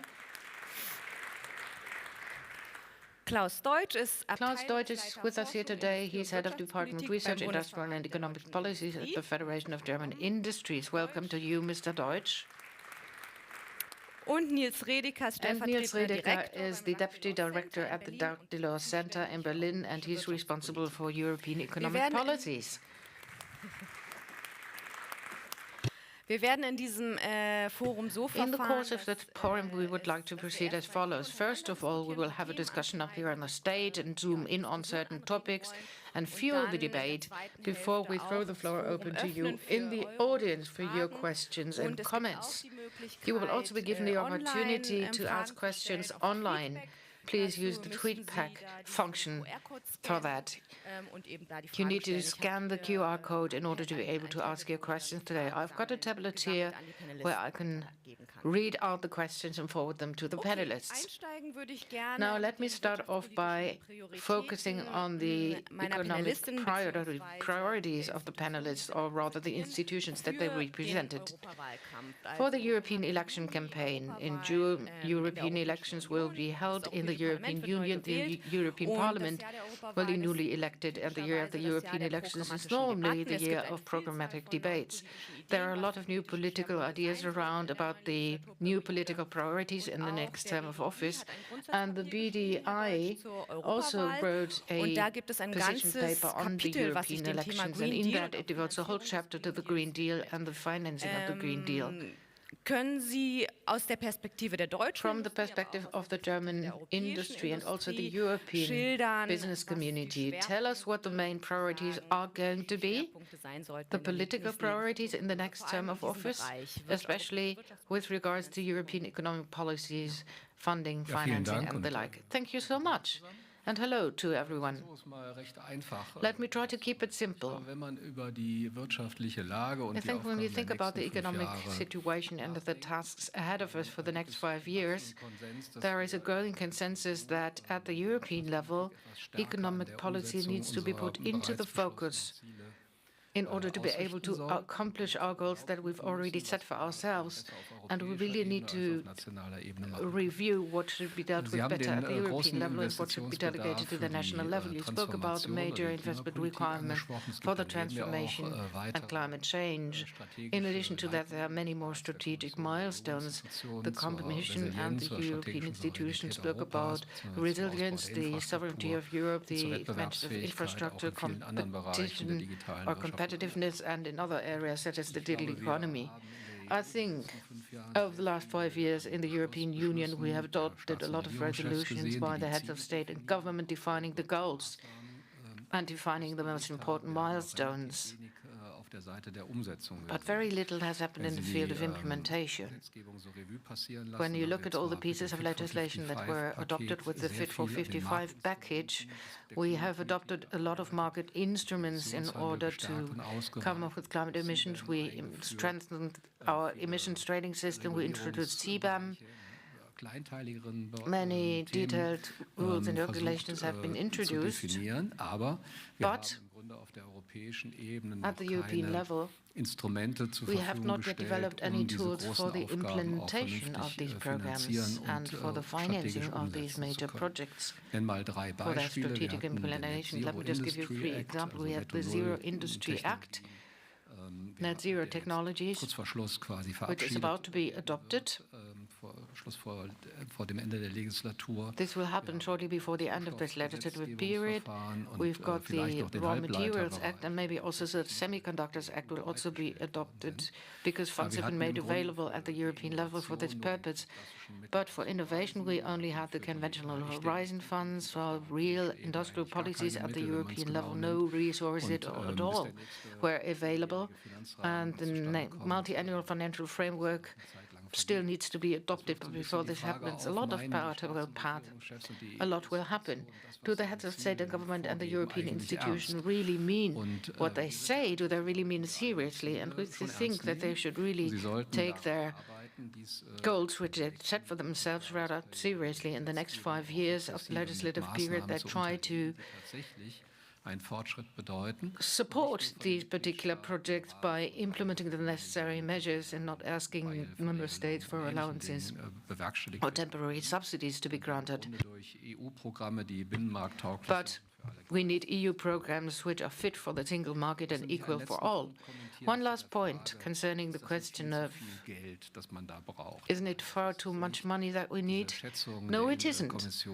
The EU Commission calculated that the gross investments required in all the macroeconomic systems, all the climate-related models that I am familiar with, assume that 15 to 20 additional investments will have to be made into buildings, transport, industrial energy. The lion's share, of course, will be funded independently by the member states. For that, loans have to be taken up and equity needs to be provided wherever that is necessary. So the total sum is not really the problem, but we need to pave the way for private investments to be made into these investment projects and pay off. They need to be profitable.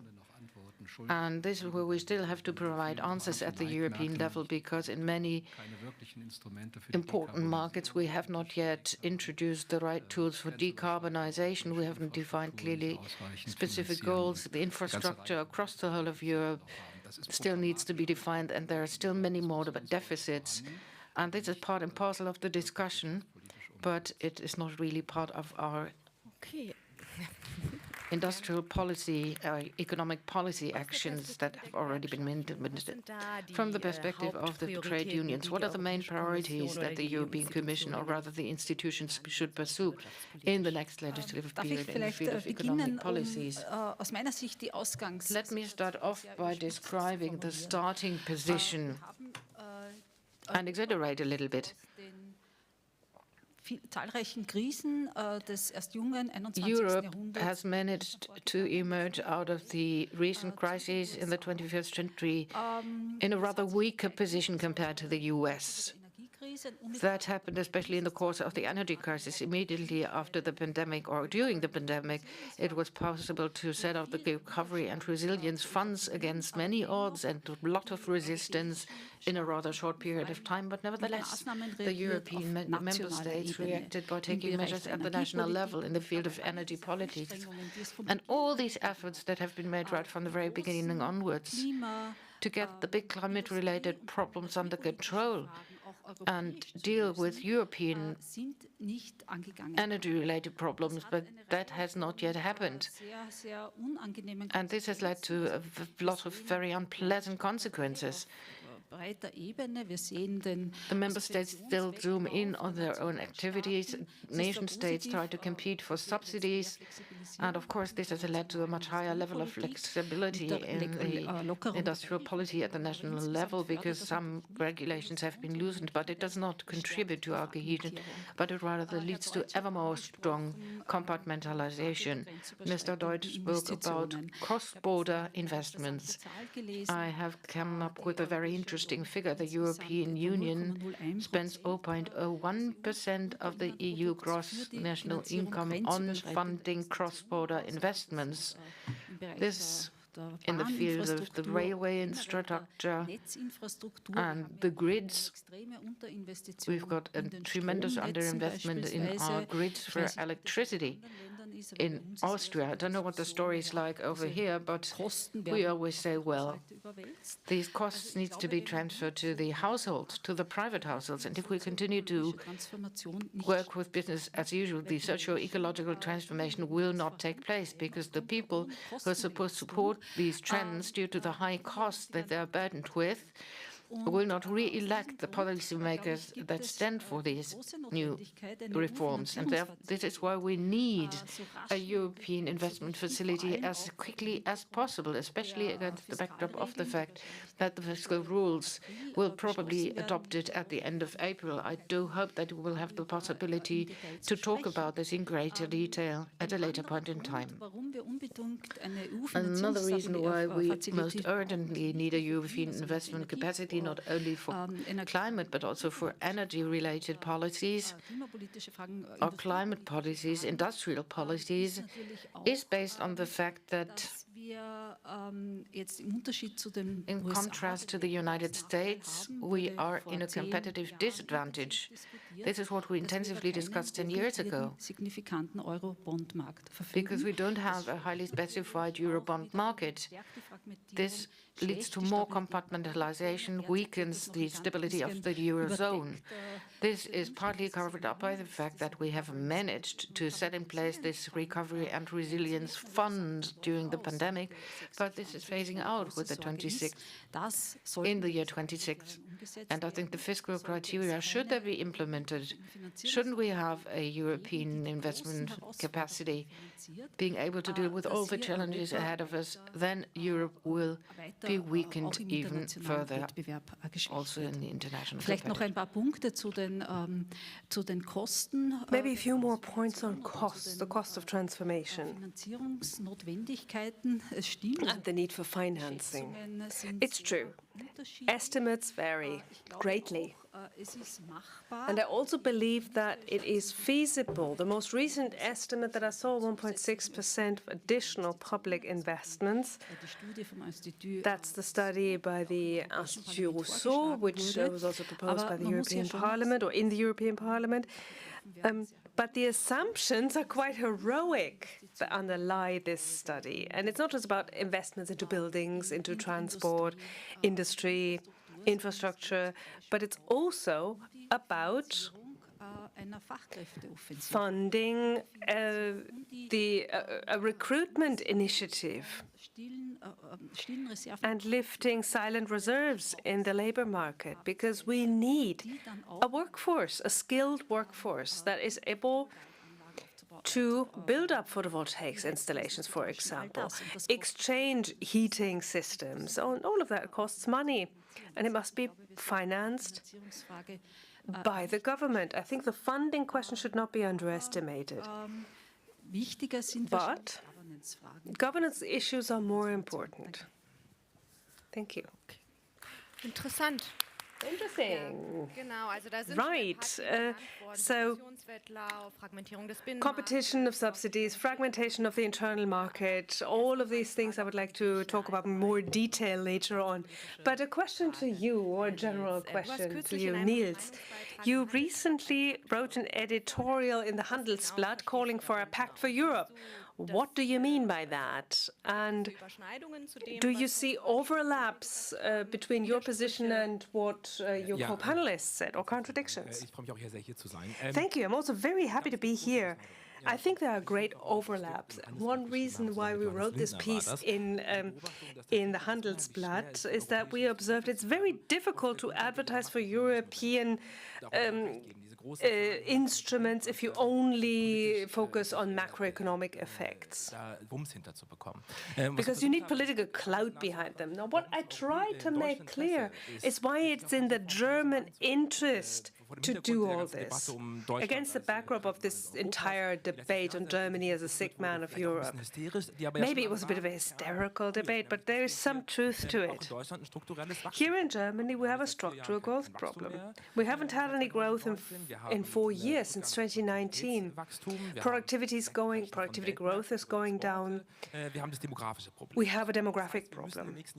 So in the years to come, we have to work on the basics of our growth model. And at the same time, the German debate very strongly looks towards national solutions. Electricity price, dismantling bureaucracy. And Germany is sort of revolving around itself. And even as our economy is going down, we keep revolving around ourselves.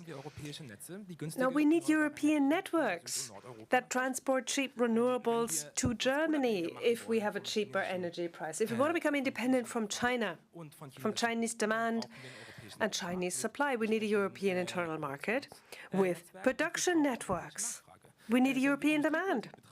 If we want to do industrial policy that's competitive at a global level, we need the scale effects of the internal market. We need the depth of the internal market. And I mean, I could go on and on and on. Many of the solutions for German problems are found at the European level, but still we stay in the 2010s. We're sort of hovering above the European level. We have to look after ourselves. This is no longer true. We have a vested interest in a new European governance and investment guidelines. This is relevant for Germany. And we will actually be the beneficiaries of this. Okay, bevor wir jetzt noch mehr auf Finanzierungsinstrumente auf europäischer Ebene eingehen und wie more about funding instruments at the European level and what they should look like and what they should do, let's take a step back. Also wenn wir den Green Deal finanzieren wollen, if we want to finance the Green Deal, sondern auch die nationale, we need to look at both the national and the European levels. Member states can also do more in terms of investments into the future than has previously been the case. Verhandelt, nämlich die Reform der sogenannten EU-Fiskal. And at the European level, they're currently discussing a reform of the fiscal rules, which is monumental because the EU actually has strict rules concerning public debt in the member states in order to safeguard the stability of the common currency. These rules are being revised, and this will lay down how much room for maneuver member states will have for investments and how much savings they will have to make. Niels, there's a compromise being discussed in the European trialogue. What do you think of this compromise between Council and Parliament? Will this strengthen member state initiatives? Or will we be forced to to make savings because the European level asks us to. Let's take a step back. If we look at the compromise, we also need to say, first of all, it's important for there to be a decision and an agreement. It's not the big deal that we wanted, and that was clear from the beginning.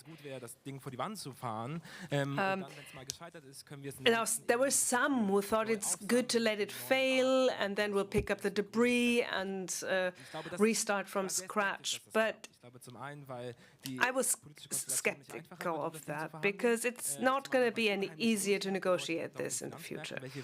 We have insecurities and uncertainties on the financial markets, what rules are applicable, and also if these negotiations had failed, it would have been very difficult to come up with more investment capacities and even to talk about this at the European level because trust would have been compromised. So I think it's better than what we had before in some places. But there are two key weaknesses that I'm concerned about. Number one, we really don't have enough incentives for investments, a bit more than was previously the case. There's a bit more room for maneuver when it comes to investments. This helps a bit, but it's not enough of an incentive to say that European budgets will not change fundamentally because we have so much room for maneuver now to do investments.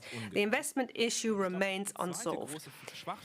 The second crucial weakness is that you kind of defer the problem. That's often the case with political compromise. A lot of salvation clauses were formulated that creates some space for some member countries like Italy and France. That was important to get this political compromise, but there will be demands on these countries to make savings in 2027 at the same time that when the investment system that has been agreed upon will be phased out again. So this will be a problem. And then the question arises, what are we going to do then? Three scenarios. Number one, we go back to business as usual in the past, and the Commission will find ways not to use these rules or the rules that it actually has. This has been done in the past. And everybody will say it's fraud, especially in Germany. These voices will be heard. Second possibility, we sit down again and resume negotiations and try to come up with different rules. A lot of work. And number three is we catch up on what we've missed out on before, and we really get better or permanent, lasting, better regulations for public investments. This would actually be my preferred way, but I have no idea whether it'll actually will actually end up there. And big questions remain unanswered, even with these new rules. At the ETUC, we also discussed these results of the trialogue very intensely, and I know that Helene has a very clear opinion. What do you say? Well, I'm not one of those who said let it fail, but I do want to go into this direction a little bit. These fiscal rules, if they will be adopted in the way that they're currently on the table, especially in the preventative arm, it is a historically bad decision. These fiscal rules actually should or will change our fiscal policies. We don't really see a lot of public debate on this, however. I believe that this is a path that will lead to a crucial weakening of the European welfare state, because you always have to draw a distinction between the rhetoric and the facts. People always say, well, there's room for maneuver for investments. Yes, that is true. There is some incentive, as you said, for investments. If you do invest, that will pay off in the long run. It'll be possible to reduce the adaptation period, so the annual consolidation need is reduced. That's true. That's one incentive. But at the same time, you have to consolidate. Consolidating means savings in the non-investive expenses, and these are mainly welfare expenses, pensions, welfare, etc. I mean, there's already thought, or already people discussing in Austria how to do this, how to make these cuts. The rules are incredibly complex. It's a technocratic feat, really. If I had an hour, I would not be able to explain all the details, especially with all of the exemption clauses and exceptions. But let me say one thing. Number one, something that's clear from the beginning.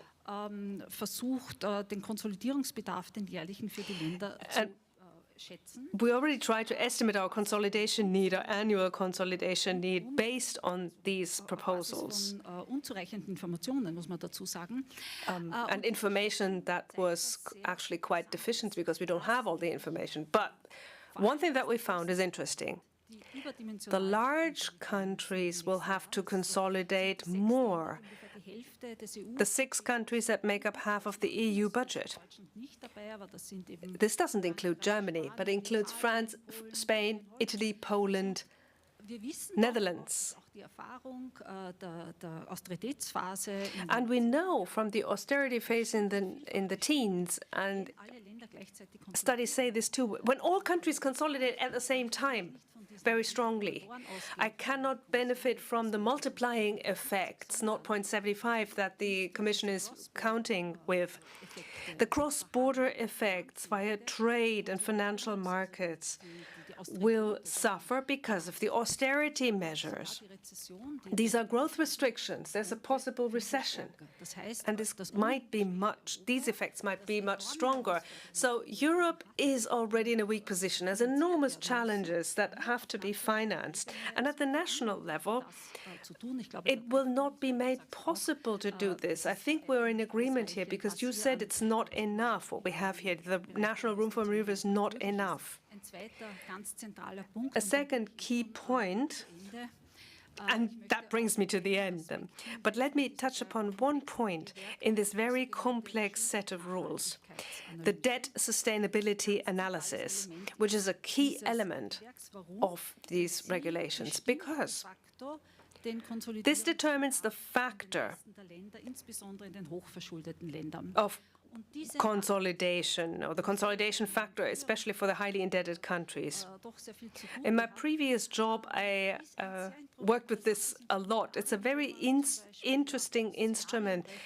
You can calculate lots of scenarios. You can look at how the debt ratio evolves, if the interest growth differential will change, if the aging costs increase. This is a highly interesting tool. And it's best not to publish it, because people can react quite sensitively. But this kind of debt sustainability analysis, using this in order to make a binding consolidation path and determine a binding consolidation path, this is a courageous endeavor, I would say. And on top of this, the method that the Commission wants to use is unknown. It will only become known in the next weeks. So the methods and the data to be published in the so-called Debt Sustainability Monitor 2024 in April. These will apply ECOFIN December, Econ Parliament in March. They were asked to make decisions without knowing the method, without knowing the need for consolidation in the countries. And I think also when it comes to democracy issues, I think this is quite unique and remarkable, I would say. Thank you very much, Helene. Okay, dann Lassen Sie uns jetzt wirklich über genuin europäische Finanzierungsinstrumente Let's talk reden. about genuinely Ich habe European gerade hier ganz financing aufmerksam zugehört, Herr instruments. I Deutsch, als just Sie listened very die temporäre Lockerung des Beihilferahmens attentively when you spoke about loosening the allowance frameworks and the internal market, where member states pursue different industrial policies and support their business communities in various different ways and means with the help of subsidies. That's quite interesting because Germany benefits a lot from the status quo of the current policy. ThyssenKrupp receives billions from the Federation and the federal states in order to produce clean steel, and double-digit millions will also be made available in order to have the federal states agree on climate protection agreements. But you were saying that although the German industry benefits so much from the loosened conditions, we need a European investment capacity. Is that what you meant to say? Well, if this wasn't clear what I said, I'd like to emphasize once again. We were very much in favor of making this temporary allowance framework more flexible, and providing national measures for decarbonization is definitely required because we want to meet our climate goals. Of course, with hindsight, you can say this is not the best possible way. It would have been better to have common European capacities and positions accessible to all the member states of the European Union. And sometimes you should tap yourself on the shoulder. Not myself, but Germans always look at themselves with a critical eye. The climate agreements in the G7 and the G20 is a rather progressive step into the right direction, and nobody else dared to embark upon such a path so far.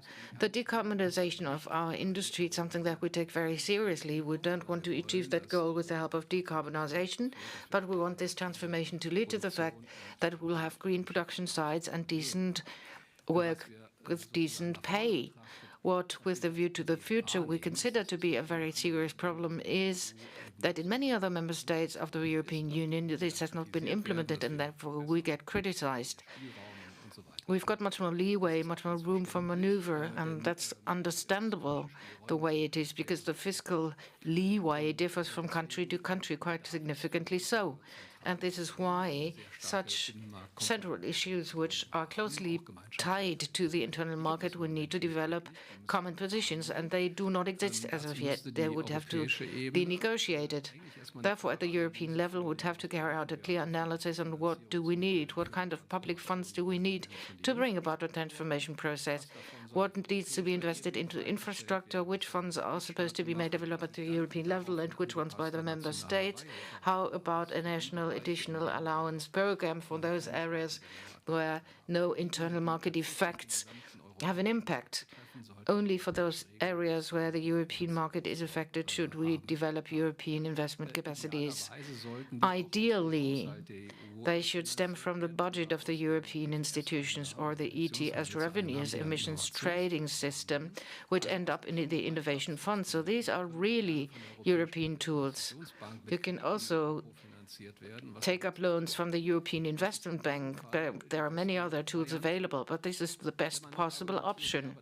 If you only say that, well, it takes too long before such thing can be established, yes, in the traditional period, probably also loans have to be taken up. This is not the wrong tool. With regards to Next Gen, we have gained the experience that after a lot of hustle and bustle in the beginning, we remembered that the Commission, for quite some time now, has taken up bonds or issued bonds to the member states for them to fulfill particular goals, and this is what happened. Next Gen turned out to be a major success because it offers the leeway for national public investment that are needed for digitization and public investments in infrastructure. This is finite. It will end in 2032, and the question is what will happen afterwards. I'm pretty sure that Mario Draghi and Enrico Letta will come up with proposals in April and June on this very particular topic, because it's quite obvious that we can continue with business as usual. One word about the connection with the national fiscal rules. For 27 years, I've been suffering from the discussion under the fiscal rules. I do that in my professional life all the time because they could be much better. The implementation isn't really okay, and we are always criticizing them because they don't fit anyway. And the load-bearing capacity of member states in relation to the economic growth rate, there are some guardrails which keep the possibilities for these member states low, and on the path towards consolidation, their possibilities are limited. This cannot be denied. Without the rules, the countries would have problems with getting finances on the capital market anyway, so there is no way around it. But this is not at all consistent because the member states or the EU need to be further analyzed. Then we have to define what kind of investments are needed. We can cover some of them by increasing the European budget. If we did that at the national level, then the fine rules and regulations would have had to be calibrated in a different fashion in the financial rules. But we always focus on a consolidated budget as a situation which can be taken as given. But then in the next 20 or 30 years, when we try to fulfill our targets with regards to climate change, that's a bit adventurous because we know that it can't work out. Or at a volume of 1.5 or 2%, in the consumptive part of the budget, we'd have to cut down costs, where age-related costs will go up by 1 or 2%. But these distortions happen in Europe every time because the ministers of finance don't talk to each other, and the ministers of economics don't either, and the ministers of the environment go in a completely different direction. And this is the point of criticism that we expressed very clearly in the BDI. The consensus with regards to industrial policies do not really exist, but if we have overarching goals, we also need to make sure that the fiscal rules and the financial policies of the member states make it possible for us to accomplish these goals. 2 more short questions before I pass the floor to you in the audience. Mr. Deutsch, in a nutshell, please, be brief. In order to be a bit more specific, we need European investment capacities. And where exactly does the European Union have to take further action? You spoke about strategic goals, where the EU needs to support us. But we've got problems in the field of infrastructure, energy, infrastructure, local public transport, common provisions, common public services. What does the EU have to do in order to bring about improvements and come to terms with the rather difficult framework conditions? Where do you think should the European Union take further action? And please be brief. When you speak about climate policies, we most definitely need that for the tools which apply to the industry and the energy sector, especially with regards to infrastructure. Whether the buildings have to be refurbished with funds from the European level remains to be seen. It doesn't necessarily have to be so. We can also leave responsibility to the member states. Mobility-related issues are also cross-border issues, no matter whether you talk about charging stations for electric vehicles or the railway systems for freight and passenger transportation. Here, of course, it would be recommendable to use European funds. When you talk about resilience, with regards to raw materials, clean tech and semiconductors, there is kind of a mix. You've got European framework conditions for 11 billion were used for chips from the European budget for net zero and raw materials. There are no funds at all which are available. So here we'd have to start off to make funds available and first notice in order to get going. Of course, there are some other financial programs in place, but they're under resourced, so much more would have to be done in order to reach our goals. Okay, this makes it much more specific. Helene, over to you. Mr. Deutsch said that it would be best to have a European investment capacity funded with the budget or emissions trading. That, of course, is a rather difficult theory that can hardly be put into practice at the European level. Everything's difficult. We have discussed our own funds and the increase of our own funds for many years, but we don't really get there. And the European Union has come up with an innovative investment capacity with the Next Generation EU program, which was set up and expanded with regards to the level of indebtedness. European bonds. Is this a very good idea of furthering this investment capacity in order to fund the Green Deal? Yesterday, we were all of the same opinion. We all said that it makes sense to reform the debt brake in order to make investments for the future. Is it the same at the European level, or is the situation slightly different here because you might be afraid of moral hazards, especially given the current interest rate levels? Interest rates have been on the rise in recent years. Is it still worth it to make investments for the future at the European level with European funds, or has this become too difficult, and do we have to try to find additional funding? The old fiscal rule still applies that you have to generate tax revenues in order to fund investments that are made based on loans for the future. But I would like to refer to another topic, and that's the interest rates. The interest rate situation that we're in. It's quite clear, and many warned us against the fact that the fiscal policy of the European Central Bank makes it more difficult to make investments into the future, and that is exactly what we are observing right now. The fiscal policy and monetary policy of the ECB is a less targeted tool where we were less shock-driven, where the inflation rate was less shock-driven. But I would like to add in this context that the ECB was under tremendous pressure, which was also exerted by the general public. It was put under pressure to increase interest rates because I had to observe that also in the media or in the public reports, in the press, no informative data was provided to us. I said that swarms of money were responsible for the inflation, although even the ECB study, which was recently published, denied that this was the case. So we'll have to discuss this and talk about the reforms of the task or the mandate of the ECB, because now the ECB has a lot of leeway in interpreting its own priorities. That is interest rates and price stability. So the monetary environment is really unfavorable. But on the other hand, if you want to create such a European investment capacity, then you will be given the possibility to get fixed interest loans in order to absorb these fiscal policy shocks at least to a certain extent. At the national level, we have gathered a lot of experience with these instruments. So doing this at the European level is most definitely meaningful. I forgot to mention one point beforehand, but it's very important. We need social conditions for lending, for the transfers of loans to corporations, if we want to have such a European investment facility.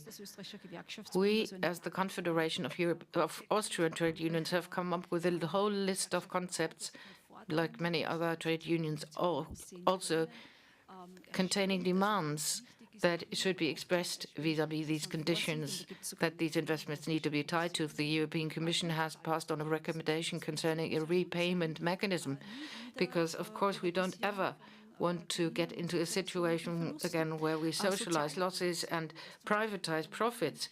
We need to increase and improve social conditions.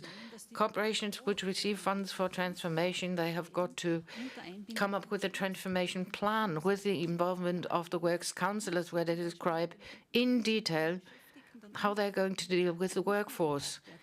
If some jobs are going to be made redundant, how can the workforce be trained and requalified? So we came up with a whole list of proposals, and this is of the essence.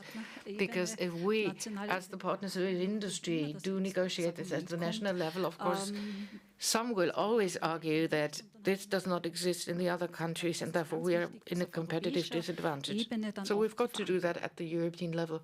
There is no doubt about it. Are there any questions, comments? Because I'd be happy to throw the floor open during this last phase of the discussion. And we do have a roving mic, so please feel free to ask for the floor. Yeah. Ja, guten Tag, David Shah. Hello, David Shah. I have a question. I mean, we have a relatively broad coalition here and also on the panel concerning the question and a clear statement that Europe has to be able to do some funding when it comes to community tasks. What's missing for Germany to be on board? Because we have not always been supporters of this idea, also in the European Council. What are the political arguments that need to be countered in order to be able to achieve this? Nils gut darauf antworten? Bitte. Okay, das ist natürlich die zentrale Frage. Well, of course, this is a key question. If I knew the answer, I would probably be a lot further in the European think tank landscape. But some things are important. One argument that is very strong at the moment, well, the money hasn't been called. That is true. There is a lot of money still in the funds that hasn't been called. And the first reaction that I get when I ask for new instruments at the European level, well, why don't you spend what's already there? Now, this is a question that will answer itself because 2026 is on the horizon, and this argumentation will dissolve itself because some of the instruments will no longer exist. The other argument is, and I think this is a lesson from the pandemic that we've learned, I think we need to take charge of the priorities of the discussion. Number one, what do we need money for? Or what do we want money for? And then you have to do the maths, and then you have to put a price tag on it. This is what we want. These are the European expenses that we have and that we want to be incurred. Then what can we do using our current budget? Or the next budget, even if we prioritize. We probably also need to look at the cohesion fund and other funds. And then what can be financed? What can we pay for? Then there will be a gap because we see how much money we need. We know how much money we need. And we know that we need a lot. Then the question is, do we increase member fees, membership fees? Member states will probably not want that. Then what about debt? But I think we really need to start from the question, what do we want? Because if we start by saying, well, we need a new instrument, then everybody climbs their political trees and erects the political fences, and that's it then for that discussion. Thank you. Are there any further questions? In the back?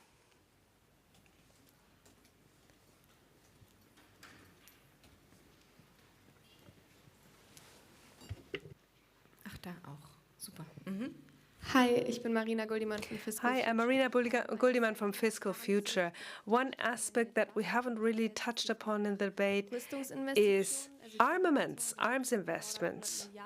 100 billion European investments in the armament industry that was being called for. And something I wonder is, to what extent do we risk the entire European investments that have been addressed being used by the political, because by the armaments industry, because the political momentum is on their side. There is a political will, but we would need this political will and determination for more areas than just armament. So how does this come together, and how are the priorities being discussed at the moment? There's another question in the back. Ja, ich weiß nicht, ob die Frage ein bisschen naiv ist, aber it may be a bit naive, but perhaps to Mr. Deutsch, a European industrial policy or investment capacity that mainly looks at countries that would be for the benefit of exporting countries or countries with a negative trade balance. When would it be too much from the situation, from the point of view of the BDI? Because it wouldn't be fair to our European neighboring countries. Volumen dann... Because if we look at certain volumes, there will be contradictions when it comes to investment capacities. Ja, Herr Deutsch, wollen Sie... Mr. Deutsch, do you want to come in right now? Kann gerne beides.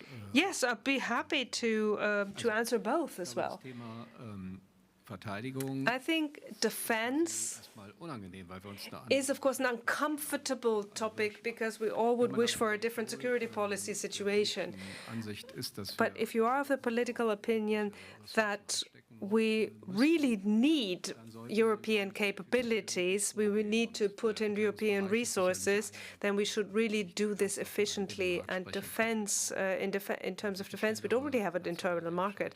We need national decisions for procurement, faster national decisions. We need Europeanization in larger systems. We need faster and more efficient and larger scale production of what we need. That's not really an industry problem. It's a problem of national procurement systems that will have to change and that will have to adapt. So I think the attempt of the European level to say this has to be Europeanized as much as possible, that's good. I mean, there's massive resistance, but not so much from the companies, because I think they would like it, because large volume commissions, that's much nicer than working with 20 national procurement offices.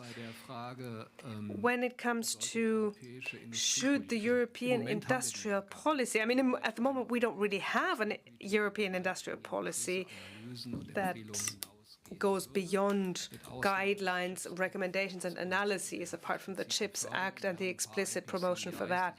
We have a few IP CPIs, a bit of a hybrid construction with which we fund batteries, but that's more of a collection tin, really. Und wenn man das macht, dann sollte man sie nicht. But if you do this, it shouldn't be conditioned upon trade balances, but it should be purpose-oriented. Decarbonization, resilience, and infrastructure. When it comes to distribution effects there, I can't really tell you what they will be. We have 16 countries where steel is being produced, probably 27 where cement is produced, chemical industry in many countries. So ex ante, you can't really say that. You'd have to write programs that have a strong effect on CO2 reduction, like we do it in climate protection agreements, and then launch programs or advertise programs, and companies can then apply. But we don't know what the situation is going to be like, who's going to apply for what. But we shouldn't couple it from the start. We as Germans always have export surpluses. This has something to do with a very long-standing development that has led to this. It's not healthy when it comes to the overall economy, because but my concern isn't really that we don't find the money to lower our trade balance sheet. It just has to be done. It's not about the money. It's about the will to do it. But it shouldn't be coupled like this. Thank you. Are there any further questions? Helene, would you like to come in? Yes, since we talked about the trade balance surplus or deficit, this is also true for the euro area and the European Union. The savings are there. The question is, how can these savings be translated into investments into the future? And one point that we haven't really discussed is that the past crises went hand in hand with a huge redistribution of wealth from the bottom to the top. I just put it like this. There are various facets to this that I can't really go into detail on, but in the light of this gigantic task and challenge that we have to finance and invest, there's so much that we have to do. There's a care crisis. There is the fact that we have so many silent reserves in the labor market. Defense spending. Now, we do have certain rules But all of the funding instruments at the moment are being, all of this at the moment goes to the detriment of the poorest households, of those that have the least. So a tax on assets, a progressive inheritance tax, a wealth tax would be something we'd have to think of. For example, looking at the surplus gains tax, or the gains on the tax on surplus gains when on the energy market, minimum tax rates on gains, excessive gains in the energy sector. I mean, this tax was minimal, something like this, but something like this would have to be discussed also when it comes to wealth and a wealth tax, because there is so much that we have to pay for if we also want to save the welfare state. I'm really in favor of a wealth-related tax at the national level, because this really is something that will make things more understandable for the population. This will pay for example, for the care homes for your elderly parents. This would be important. And then one last point. We have a situation where redistribution is happening unnoticed from the state sector to the banks. The banks are incurring historical gains in many countries. So an excessive gains tax or profit tax would also be advisable here. So in order to involve them into into paying the bill, really. Do you agree, Mr. Deutsch? Would you say yes? That's something we could do? Okay, wir haben 40 Sekunden. Well, I have 40 seconds. No, I think every country needs to check whether this makes sense. I share the basic diagnosis. The recent crises have led to a redistribution, because the distribution of wealth has become less equitable, and this also fuels populism, which is a great concern. So all the states have to look, what do we do in this transfer system, in our tax system, in order to counterbalance this? If you look at Germany, I would say OECD comparison, we put a large tax on capital and labor. Belgium and Italy are highest. Capital too. We do not levy much of a tax on external environmental effects. So the question is, what is practically feasible? And I would actually say, looking forward successively, we need to tax environmental externalities.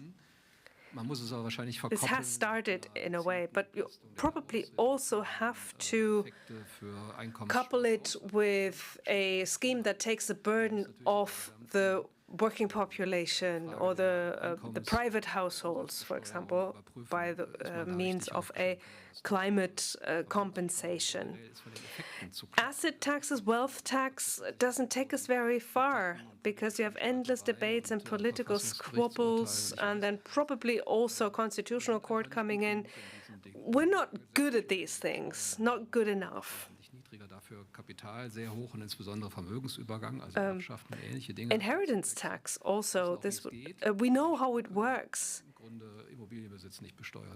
But we can't tax real estate, so we don't do it, unfortunately. Right. Are there any further questions from the plenary? We're already gone above our time. I would accept one more question. Please.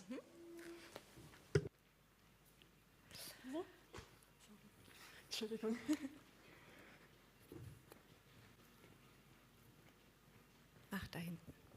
Ich hätte nur ganz kurz eine Frage, eine kleine Frage. I have a very short question. In this context, how do you evaluate the agricultural subsidies, which are not really in favor of the climate, but rather lead to more damage to the climate? It accounts for 25% of the subsidies, 60 billion every year. What's your take on that? if more money is going to be pumped into the system, how about the vested interest? You can see it when you look at the reactions to France, where the subsidies go up even further. What's your take on that? Because these are funds too which are not being used for investments or transformation processes. Niels, I think this is a large sum of the EU budget which is not being used for future investments. Can we set new priorities in this context? What's your take on that? I'm not an expert in agricultural policies and agricultural subsidies, but of course right now the EU budget consists of 1/3 for cohesion, 1/3 for agriculture, and the remainder is not really much. So the agricultural subsidies need to be looked at much more closely. For historical reasons, it's hard to bring about reforms, but it is going to be easy in the next negotiation period because of enlargement. And we want to come up with a budget in such a way that it will be possible for the EU to get enlarged by the countries of Ukraine and Balkan. Then the subsidies for agriculture cannot be upheld any longer. So this is a topic that needs to be addressed anyway, and subsidies might have to be diverted. So I think there is a lot of leeway. One of the great dangers is that when we discuss it at European level or delete it, the question is where else does the money come from? The political economy of this subsidy will not be that the farmers say, well, fair enough, then we don't have this money available any longer. But the nation state will have to compensate for that, especially in recent months. We have seen that in this system, small amounts simply have to be deleted in order to cause a lot of upheaval. What we really need in the next budget is a discussion about the subsidies being reshuffled. And on the other hand, we also need a very basic reform of our agricultural sector, which makes it possible for the farmers not to depend completely on subsidies, because subsidies will most definitely be cut in the next few years to come. How can that be achieved? It's definitely going to be difficult, but it's one of those tasks because here we need to modernize the EU budget. Thank you so much. We're through with this panel. Thanks very much for this lively debate. My take-home message is that the question of funding continues to be very lively. It affects a lot of different topics and areas that we discussed. It relates to the interest rate policies of the ECB. It has a lot to do with the modernization of the existing EU budget. It conjures up the question of how our tax systems need to be reformed in the future in order to come up with a fair distribution mechanism. I think we have spoken about a whole plethora of different topics. Thanks very much for the panelists who were willing to have an in-depth discussion with us about the topic. And now I'd kindly invite you to have a short or a bit longer coffee break, and then we'll continue with our plenary discussion. Thank you so much.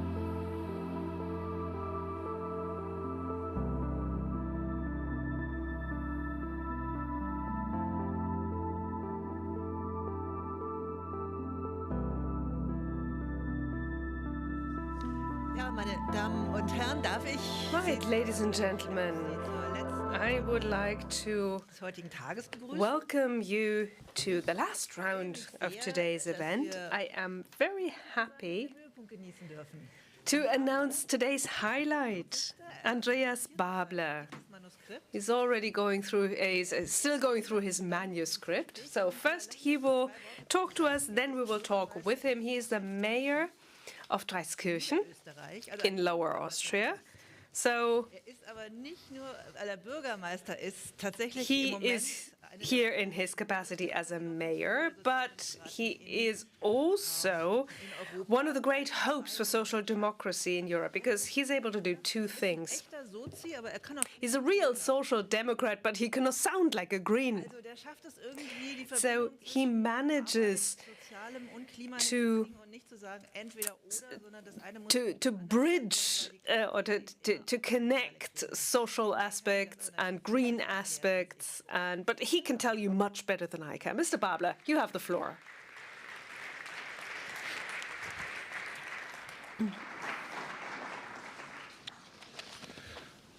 Vielen Dank für die Thank you sehr wertschätzende Kurzvorstellung meiner Person. Ist alles this very appreciative introduction of my person. I think everything's been said by this.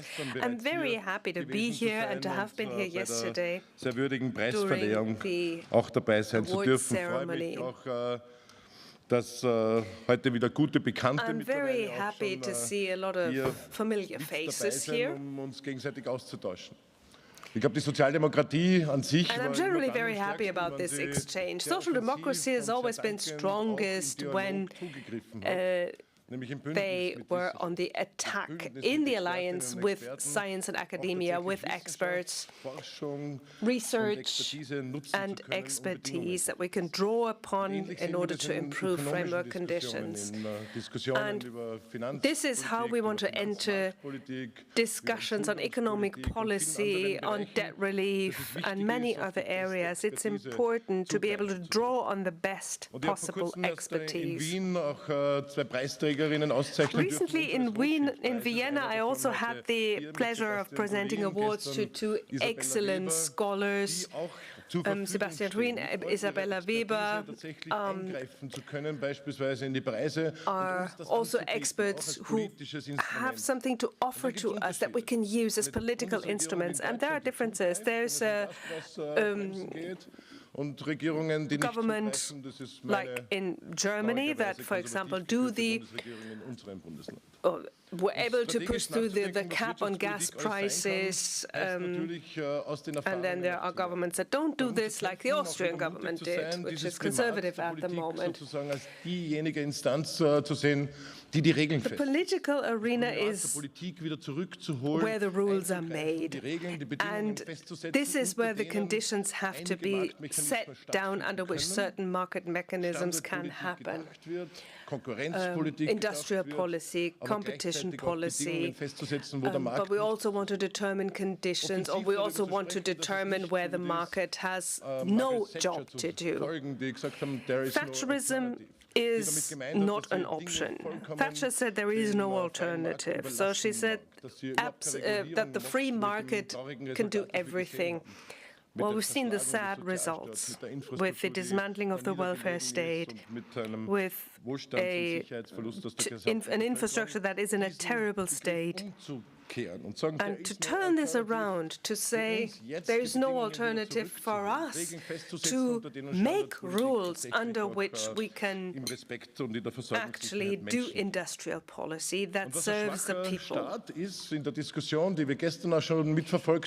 Yesterday we already had a discussion about the strength and the weakness of the state. To what extent can we do industrial policy? To what extent does it make sense? Now, I am a mayor of a city, Dreiskirchen, beautiful city, by the way. We've gained some tragic experiences. We've seen what a weak state can do. And what, I mean, we had a big tire manufacturer that went down, and this was disastrous for people, for families living there. If the state is weak, it doesn't have the ability to act. We were basically sold out. Subsidies were paid, and then in the end, Continental, the German mother, basically closed down the plants. Despite the fact that they were profitable. Schamlos auch Mutterkonzerne, und dieses Wort muss man immer hinterfragen, keine Mutter würde so schamlos. I mean, we call these parent companies in German, we call them mother companies, and really no mother would do this to a child. It was shameless what they did with us. Playing off sides against each other, saying if you don't make the cuts, then you will be cut down first, or we'll close down Hanover and then Gislaberg, and if they don't make the quota and they don't make any more savings, we close down whoever doesn't agree to our requests for wage cuts. That's basically what they did. And a weak state has nothing with which to counter this. Semperit was not the only case. Everything was left up to the markets, closing down plants, closing down locations, and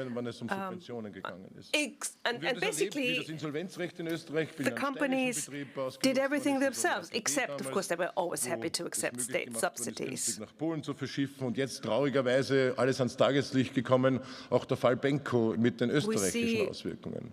Wo wir gesehen haben, was the Benko case, for example, which had disastrous consequences in Austria.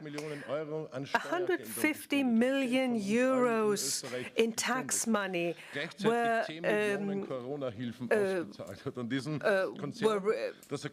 basically cancelled for this company.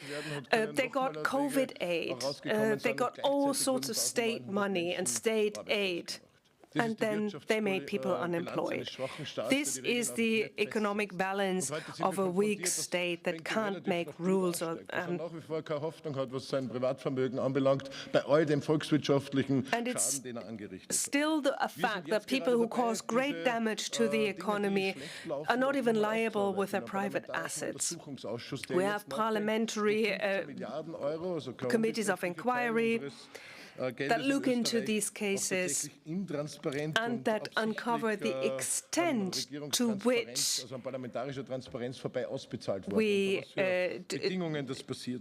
these systems have been abused without any transparencies. And this is what happens if we have a weak state. There have been situations where we paid out exorbitant subsidies to companies that profited during the crisis. We reduced the profit tax to 23%, a gift to companies. We weren't even as clever as Germany to offset this against short-time work or working shorter hours. Austria paid about twice the amount Germany paid, intransparently, without any rules. And then we're surprised that people are fed up with a policy that de facto is intransparent when it comes to subsidies and state aids and not asking for anything in return. So thinking along new lines, formulating rules in such a way that we do not repeat the mistakes of the past but learn from our past mistakes. Have the courage to think about how we can re-regulate the so-called free markets, define what the free markets can do and shouldn't do, like healthcare, like education, like basic energy supply. The free market has no place there. This is not something for speculation. And we have to find rules. We have to think about strategic industrial production. Strategic industrial production has something to do with security of supply. We can't complain about our competitors all the time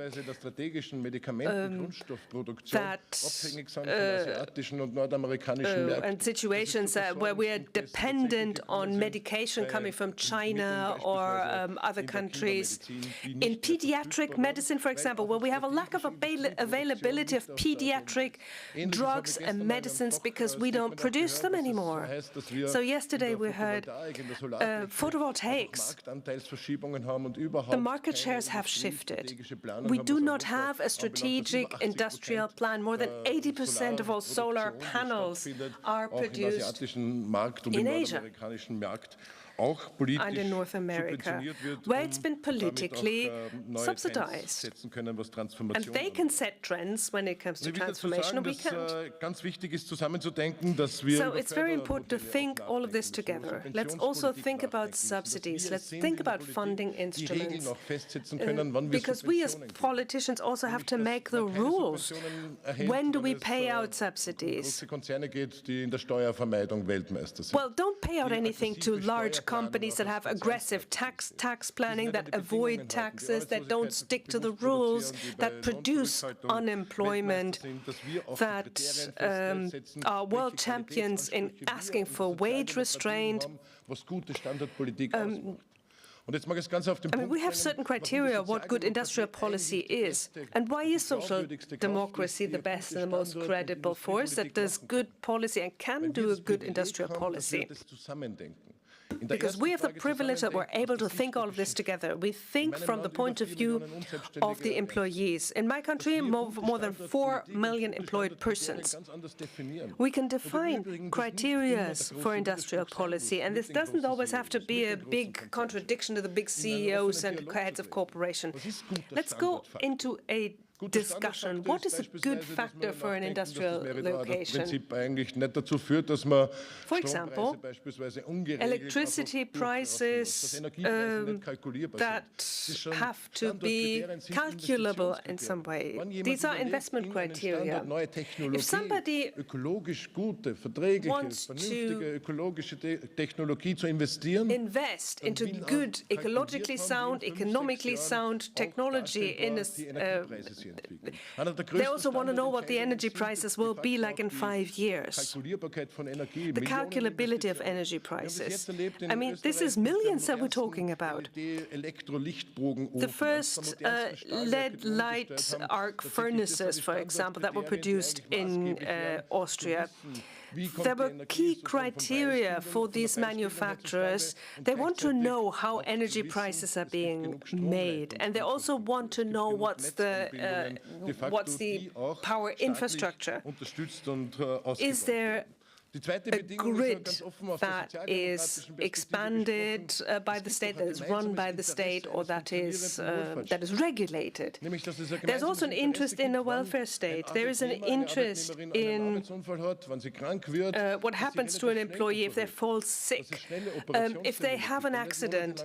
An employer is also interested in them having surgery as quickly as possible, rehabilitation as quickly as possible, so that they can return to work. So thinking all of this together from a social democratic point of view, we need high-level educational facilities, also when it comes to pedagogical quality, because we need highly qualified workers. And employers need this too. This also means that they need to receive good training and schooling in the public educational facilities.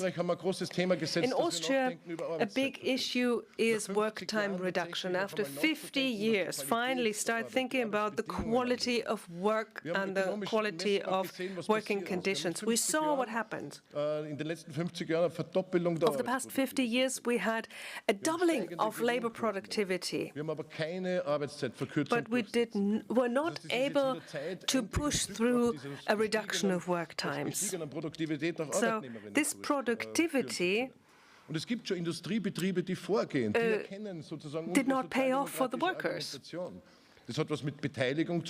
Participation is one of our key issues as social democrats. Letting people participate in the increasing profits. And productivity will also increase if we shorten working times. People will not fall ill so often. The working climate, the climate at the workplace will improve. Many companies actually do offer work time reduction with full compensation. really want to start where work is hardest. Let's think about what we've seen in the past 50 years. Speed has accelerated or intensified. Work has intensified. We have the internet. We have smartphones. Everybody can be reached at all times. The speed with which you have to move at work. It's a marathon, but you can't run a marathon at sprint velocities. If the speed is this high, you have to shorten the distance so that you can achieve it. This has something to do with the respect for people. And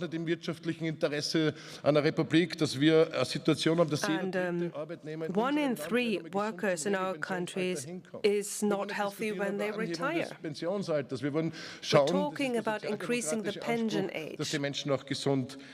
We want people to be healthy when they retire. But let's come back to transformation and industrial policy. This is embedded into a social ecological transformation. We have 2 possibilities. Negate what science says and what we all feel, and that is that we are in the situation that the climate is warming up and we are arriving at tilting points. We need to transform socially and ecologically. These are political decisions that make us fit because we will arrive at the tilting point. Tilting point means that it is irreversible. The glaciers will melt. Our drinking water supply will become scarcer because there's less precipitation. Tilting points means that some wild animals will disappear. It means fatalities because of heat. It means migration. And if in 2040 or 2050 a government finally recognizes that they have to do everything in order to introduce the transformation at rocket speed, it's not going to come back because we've passed the tilting point. Tilting point, it's really dramatic. And this is why we have to transform. In Austria, we have a plan, and we will propose that we will have a transformation fund. TRAFO, we call it for short. It has to have 20 billion as a political initiative and a declaration of intent. What can modern industrial policy do? Das sind 4% unserer gesamten Wirtschaftsleistung. Eine große Geschichte, die wir vorgeben wollen, wo wir rauskommen wollen aus der russigen Industriegeschichte, umstellen wollen die Landwirtschaftsproduktion, die Industrieproduktion in all den Branchen, wo wir nachdenken, wie Österreich sie verändern wird, was 15-Minuten-Städte anbelangt. Unsere Städte werden nicht mehr wiedererkennbar sein, was Caring Cities anbelangt, nach Barcelona Vorbild und vielen anderen. Wir werden nachdenken müssen in der Grundregel, was künstliche Intelligenz anbelangt. We will have to rethink our approach to artificial intelligence. Again, politics has missed out on so many opportunities already. We want to avoid what happened, compared to in the past in the social media, where we always try to somehow get a foot in the door now. But, we need to recognize that artificial intelligence is a very important question. Who is the owner? What kind of interests are being served? And what kind of democratic and transparent mechanisms can we use for artificial intelligence dazu genutzt werden? Will artificial intelligence be used for reducing the number of jobs or the amount of work? That is the kind of track setting that we as social democrats need to actively, shape. And that also is true for the climate change debate, and I am proposing a major promotional program for this. Is that change by chaos? It's a change of design versus change by chaos when it comes to the regulatory mechanisms and as a directive for our policies. We've got a very concrete plan, starting with the infrastructure for telecommunications up to, subsidies and how to fund the transformation, how we think about that. And let me mention a social democratic aspect that is arising in you, or that should be woken up again. When talking about the 20 billion that we are making available for larger industries for adapting to new and modern approaches, and also in the question of decarbonization and the avoidance of emissions, that we will also have a share. That is, a share in the companies. Because what I never understood is that we should only ever share the losses, you know? We always had to cover the losses of these companies. I want to rethink these things in progressive terms, so the transformation fund should also be used for actively buying shares in these companies, and, you know, based on their profits, we can refinance our funds in order to make further progress in the program of transformation. That is social democratic and environmentally friendly industrial policies. And I can just invite everyone to follow along these lines, and we will have to make clear that transformation is very high up on the list of priorities. We, as social democrats, know what transformation means. You know, when in my country, for example, out of a monarchy, past in the monarchy, we managed to erect a welfare state. No one would have thought that it's impossible. And we now can have an economic policy that is funding the welfare state, a strong welfare state that we erected and set up in Austria, and that needs to be asserted via the industries and capital, and make sure that the political primacy is also asserted. And in spite of all the discussions about whether the state is allowed to even do that, well, I'm saying the state needs to be radical in this discussion when it comes to these positions of industrial policies and environmental protection. Thank you very much.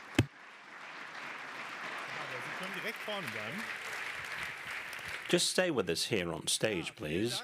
Thank you very much, Mr. Babler, indeed, for this powerful kickoff for the afternoon. It was a very optimistic, hands-on signal, change by design instead of change by chaos. Many ideas that we will now try to inject into our discussion.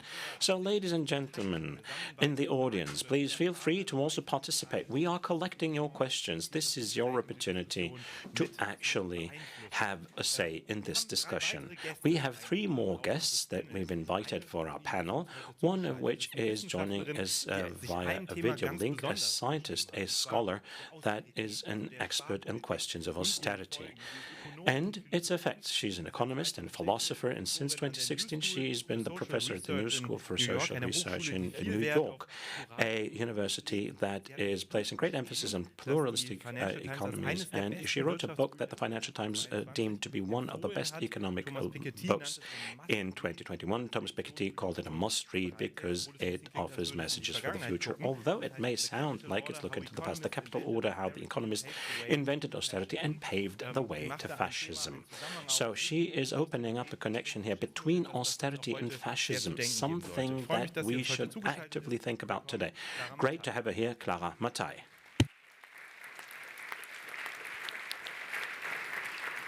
Wonderful. Thank you so much for. Thank you. Welcome. I hope you can hear me. Ja, wir können Sie gut hören. Wunderbar. Eine Frage direkt zum Now, one question right off the bat. You are just saying that many politicians are trying to get around the word austerity, trying to make up new names for it. Where do you currently see that? Where do we find austerity, although it's not called that? Thank you. Well, I would say that austerity is really a permanent feature of contemporary society, both in the north and in the south of the globe. And it's invisible because it's so normalized. So austerity needs to be understood not just as cuts in the budget and increases in taxes, but has to be understood in class terms. Where is it, first of all, that the state is spending, and who is the state taxing? So in this sense, we understand that the issue is not, if we look at the aggregate, we might not see any austerity right now in the United States, in Italy, or in Germany, because the state is actively spending a lot of money subsidizing private investors, for example, in the green energy sector, or most prominently also in the military-industrial complex at the moment, while it is structurally diminishing the social resources for schooling, for health, for unemployment, for housing. This is the norm. So it goes with taxes. It's not that the state just taxes more. It taxes more the people, the working people, usually increasing consumption taxes, for example, while we very well know, as the babbler just told us a minute ago, taxes on the rich and on the wealth is constantly structurally diminished. This is one aspect of fiscal austerity, but fiscal austerity is only one of an element of three. This is why I call it the austerity trinity. And this is how we need to start understanding austerity much more precisely about fiscal austerity, again, who the state is taxing and where is the state spending, not just the aggregate. Two, monetary austerity, of course, the fact that around the globe we very well know today is the news that the Fed is not going to stop, is not going to diminish the interest rate. So increasing interest rate is not a neutral measure to fight inflation, as we know, because it hits working people once more, not just because it's more difficult to get debt, but it's because, of course, it is going to create less job opportunities and layoffs. So once more, the burden on the people, while those who can invest capital right now get a lot of return on their capital. And then there's industrial austerity, which is about labor relations. It's the state actively privatizing and deregulating the labor market and ultimately operating to repress wages. So we see that fiscal and monetary relations are directly connected with labor relations. And this is fundamental to see. And I would end by just saying that it's not by chance that we see austerity. Austerity, unfortunately, and this is a very big point in the research I've done in the Capital Order, is that austerity is not just, unfortunately, a policy mistake. So we need to get over the naive Keynesian understanding of austerity as just irrational policymaking deriving from bad economic theory. Unfortunately, austerity is structural to capitalism because it plays the fundamental role of preserving the conditions for capital accumulation, namely wage relations and weak workers, and at the same time incentivizing the private investors. So we see that there's nothing spontaneous of our capitalist economic system. It has to be actively preserved, and austerity plays a big game in foreclosing alternatives to capitalism. This is true now. It was true a century ago, as I explain in my book that looks at what happened after the First World War. Thank you. Vielen Dank, Clara Mattei, für diesen ersten Impuls.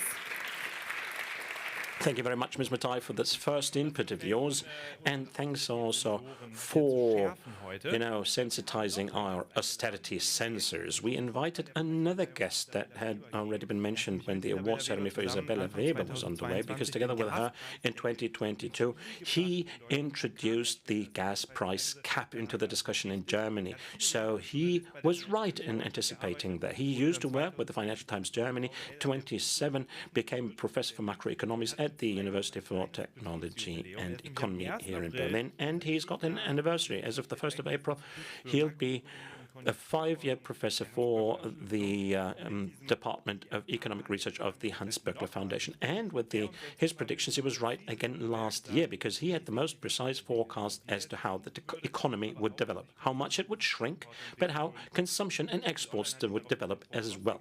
So Spiegel Online called him the forecaster of the year, and this year he's here with us. Great to have you, Sebastian Dolin. Mr. Dolin, I mean, there is one question that instantly pops up after you were so precise in your forecast last year. So what about the situation, the economic situation this year? How bad will it be? Well, first of all, economic forecasts is a craft, and the team that's doing those forecasts, they did a great job, which is why we were so accurate. But that does not mean that what we have been forecasting until today will actually come about in the exact same way. But you asked me about how bad things will be. Well, we always hear that the mood is probably worse than the current situation on the ground. That may be true, but, the mood is catastrophic and the situation is just bad. But for this year, we are anticipating a further shrinking of the gross domestic product by 0.0%, just as much as last year. So it's kind of a lateral movement that we've experienced since 2019. We're not much above that. And we also see a very slow recovery until the next year, where we will have a positive development of 0.8%. So it's all not catastrophic. We don't have mass unemployment. We don't see that. We don't anticipate that. We see a slight increase in unemployment, nothing too dramatic, but it's definitely not a good situation either. So, shrinkage, minor shrinkage. Okay, we have another guest who wrote an article at the beginning of the year that said, well, we could already be growing economically, and you may know him already if you were present during the award ceremony for the Hans Matthöfer Award. He got this award for his book, Shock Times, How Germany Can Avoid the Economic Downturn. It is actively naming problems, trying to think into the future, but it's not his first book, or the only book that he wrote. He also wrote a different kind of introduction to economy for kids. So he's probably not just a good explainer, but also a very patient one. He's got 4 children himself, and he's been working with the Süddeutsche Zeitung for many years. He was a correspondent in Berlin and in Brussels. He set up the financial part of the newspaper, and he's now the leading editor for economic issues. And he looked into the strikes in this country, that is the struggles for redistribution in our country. And it's great to have him here back again today. Alexander Hagelüken, welcome. Mr. Hagelüken, to just put this in contrast against what we heard from Mr. Dolin, who said that there will probably a slight downturn. What would be your recipe for, economic growth? How can we get out of that? Well, there are different instruments that could lead to growth. Well, first of all, you saw that many of these forecasting institutes corrected their forecasts downwards, which is because of the decision of the Federal Constitutional Court. And then suddenly there was a financial funding gap of 60 billion for the federal government. But if the government were to agree that we should invest more and should have some exemptions for the debt cap, as it's called, that would help us grow. Another important factor would be that the European Central Bank would perceive that the inflation tendency is now no longer ongoing, and that it should lower the interest rates as the latest in May. I think it would have a positive effect for the construction industries, for example. Perhaps not to the full extent this year, but relatively soon over next year. And then there are structural things that we just need to tackle. There are many companies that complain about the lack of skilled labor, and at the same time we are affording ourselves major stumbling blocks. There are these mini jobs, then there are women who don't get childcare for their children, then we've got a taxation system that actually benefits married couples more, and then we've also had a rather skeptical discussion about why people should even come to Germany. And, well, we haven't been talking about recipes here, but we are actually an international panel, so I'd like to zoom out and look at the international situation. You also talked about shocks, but if we take a look at the global stage and what we could expect, what kind of risks are there, or do you anticipate in terms of shocks or other massive influences, massive risks that we need to think about if we want to talk about the right policy approaches? Well, of course, there is always that danger that you destroy people's psychological state, if you say, well, this year, we had the pandemic, then we have the war in Ukraine, then there was the inflationary shock, then there will be another shock this year, and then people would just clamp their purses shut. But, I think you will have to probably offer people not just the news, but also, the sticker with the likelihood or unlikelihood. Of course, it's possible that the Ukrainian war escalates to a higher level, or, the war in Israel and Gaza, that it could turn into, a huge conflict that covers the whole region, and we've seen attacked on trade routes, for example, where shipping routes have been attacked by rebels from Yemen, and then there were these dramatic problems in the real estate market in China that could have a major impact on the world economy as well. But all of these things, I think, could as of right now, be labeled as something that I don't think, will have a major negative impact this year.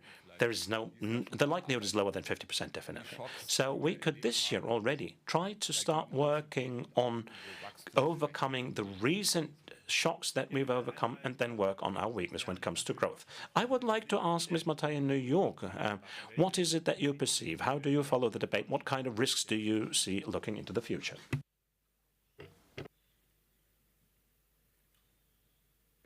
Oh, wir hören Sie gerade nicht. Sorry. Yes, I was muting. Apologies. Yes. Well, I think it is timelier than ever to finally adopt a more courageous, critical lens to understand our economy. It is clear that the economy we live in is not the only and best possible economy ever. It's a very specific economy that works on the suffering of the majority, right? Right now we are seeing, there was just a release of actually a new report on well-being, and what you see is that actually in the United States, in countries also in Europe, young adults under 30 are all very, very unhappy. In the meantime, we know that we are witnessing a tragedy in Gaza, a tragedy in Sudan, a tragedy in Haiti, just to mention some. So we are in a moment in which clearly the revelation of the fact that our economic system is not meant for people, but actually works through people for objectives that are structurally detached from the well-being of the majority, needs to be said out loud. We need to be courageous, because the only way in which we can actually push for non-austerity policies, for redistribution, for all of what also Babler was pointing to, is if we understand that this needs to go against the logic and the tendency of our economic system. It needs political courage, because it is only through conscious political transformation that we can actually collectively change the world we're in.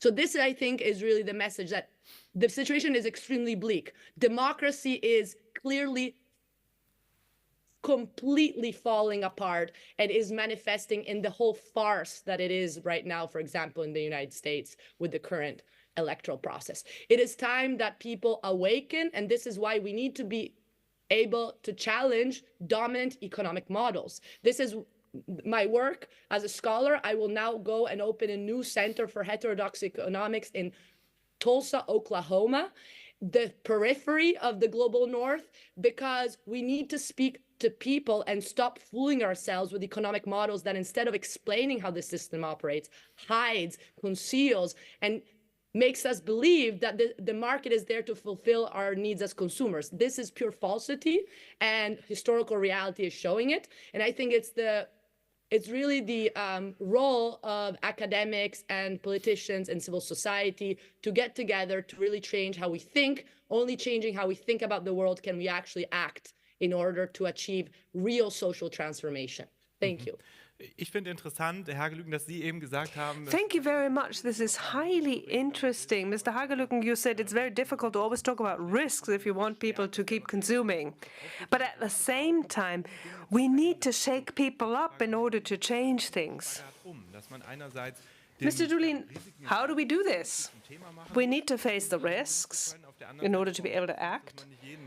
But we also don't want to stifle every positive impulse that there is. Also, das haben Sie gerade schon sehr schön gesagt. Oh, you put the dilemma very nicely. Yes, it's necessary to detect risks in order to prepare for them. In the past, this often hasn't happened. If you look at the big economic crises of the past 25 years, the problem has always been that we didn't look at the risks. Just the forecasts. Some risks were basically ignored. The financial crisis would not have happened if people had at least looked for the risks and tried to act preventatively when it comes to banking regulation. The euro crisis, the problems in the architecture of the euro area, they've been known for a long time, but everybody just ignored it.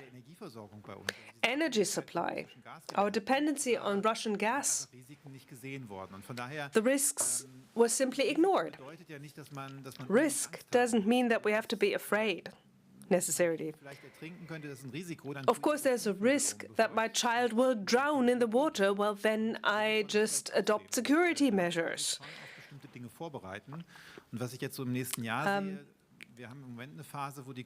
And at the moment, we're having a phase with extrinsic risk. COVID, for example, was not an economic risk. It was a pandemic. It was a virus. The war on Ukraine, it's not an economic factor per se, it's a war that has ripple effects and repercussions. Now, I believe there are really two risks that I see, two major risks that I see in the near future. Number one, something happening to our energy supply again. Pipelines to Russia are broken. Now, what if something happens to the pipeline to Norway? That would be a big problem for Germany.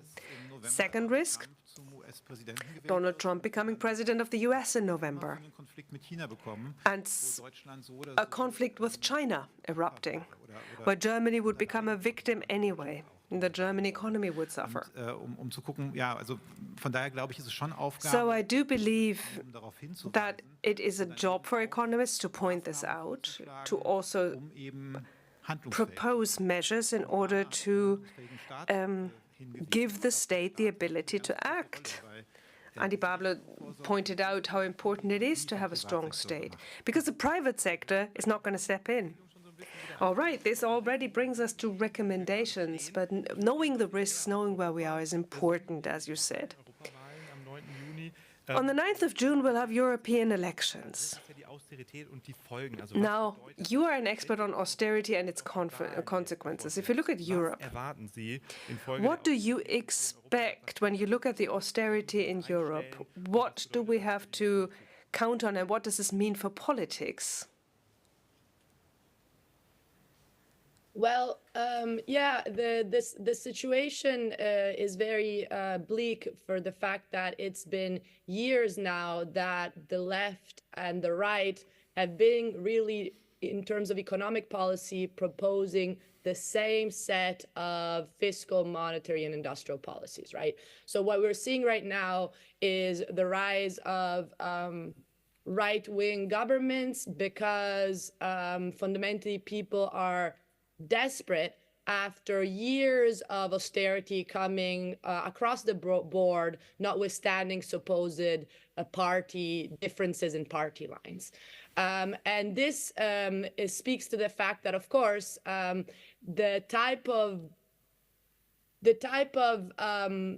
public discourse is a public discourse that once more ultimately tries to deceive people, because it tries to really eliminate any form of class awareness and consciousness of solidarity amongst working people, right? And this is why, of course, when people suffer, they do take it on people who are even weaker than them. But this is, again, not the fault of the individuals who vote right-wing. It's actually the expression of a very important political pattern of our economic system, in which indeed high rates of unemployment and economic precarity for the system are ultimately not problems but solutions. So in a way, the fact that people are so desperate right now to vote right-wing does not assure them anything, because what we know, and my country is a very good example, Italy, is a country where people voted for Giorgia Meloni with an understanding that she would go against the usual austerity policies imposed from the Troika. And the reality is that she's been doing austerity with even harsher degrees than her predecessors, from Monti to Draghi and others. And what you see, for example, is that she even took away the citizenship income, which was a fundamental subsidy for very, very low-income families that are now literally destitute. So what we see here is this risk is that, in a way, the situation is escalating because deception is very high. So people do see right-wing governments as the solution to the suffering caused by austerity, once more coming both from the left and from the right. So this is why I think there needs to be a very courageous voice from the part of the left that is truly pacifist, that is truly anti-austerity. Unfortunately, in my country, in Italy, I know they will not bring very much of that at the European level. They asked me actually to participate in elections, and I do think that right now there needs to be a lot of groundwork to be done in order really to change the discourse. And once more, in order to change the discourse, we need to change the economic models. We cannot anymore believe in the models that tell us that the source of value in the economy is the saver investor, the moral virtuosity of the individual who saves the rest, while workers are ultimately lazy and deserve their conditions. We need to go back to classical political economy that tells us that actually there's no harmony, there's no individuals, their classes, their conflict, and workers are the center of value. And this has to be something that is empowering for people to recognize so that we can confront the climate crisis, the inequality crisis, really democratically and not be fooled by fake options like the right is proposing. Wir haben hier eine couragierte Stimme auf dem panel. We have one courageous voice on the panel, Andreas Babler. So we need brave voices. We need a question of model. What does that mean for Europe? Vor allem auch einmal den Gefahrenaufriss nochmal näher zu bringen. Well, just going back to the risks. We do have right-wing extremists that obtain a considerable share of the vote, and that endangers our system internally. The welfare state and economic policy, they don't bring this together. They even radically question some democratic key tenets. This is the new radicalness of the discourse, which is dangerous also for industrial and economic locations. The European Union has some fundamental values. And if we think that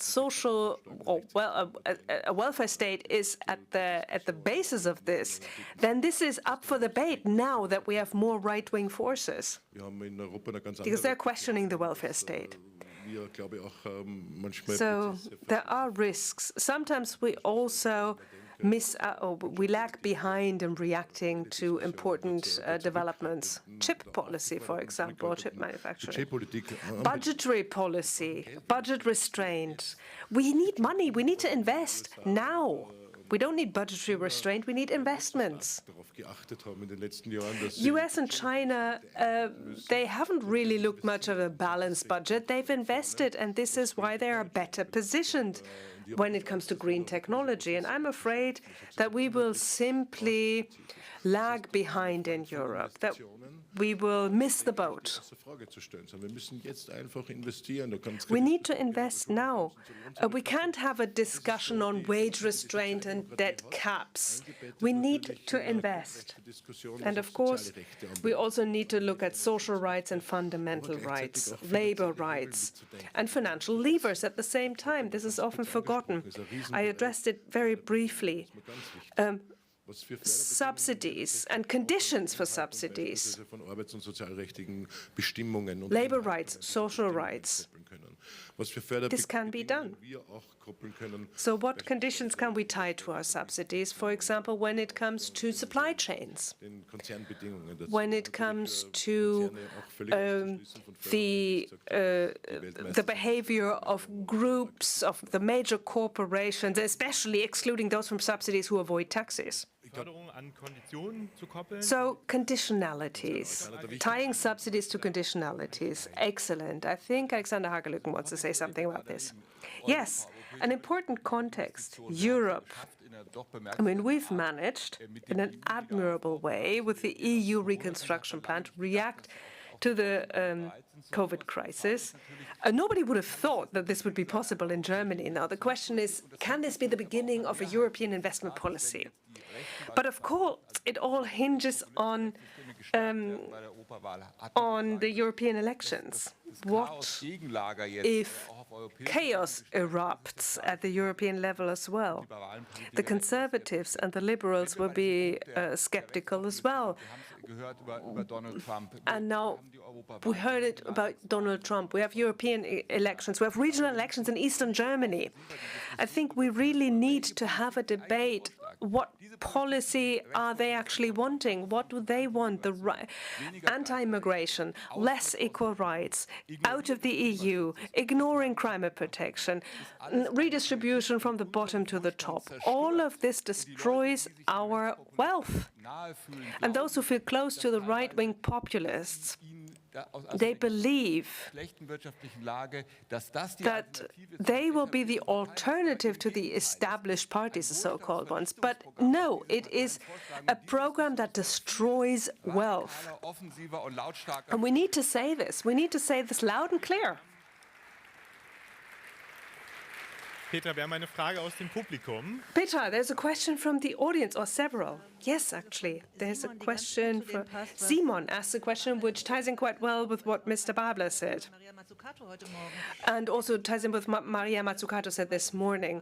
How can the public administration be made fit for the future? Because if we invest, we need administrations that can do this. In Italy, for example, there are problems in handling the European Fund for Reconstruction. And in Germany, we also have problems because there's a shortage of workers in the public offices. Well, yes, but it's often miscommunicated. This is not about bureaucracy. For example, Supply Chain Act. The biggest argument against it was bureaucracy. But why do we want to regulate the supply chain? I mean, abolishing child labor. I mean, it just can't be that we say, oh no, this is too much work. I mean, I have to make an additional signature? But I mean, what is at stake here? Child labor is at stake, hundreds of thousands of children.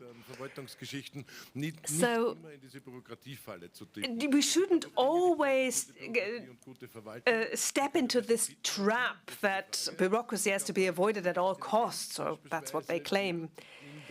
Progressive use of artificial intelligence can also lead to more efficient administration. Research work, licensing, authorizations, etc. But of course, we still have to think about what we want. And this is interesting for Germany as well. Licensing and authorization for renewable energies. Of course, citizens will have to be involved, but we'll also need fast tracks and accelerated procedures.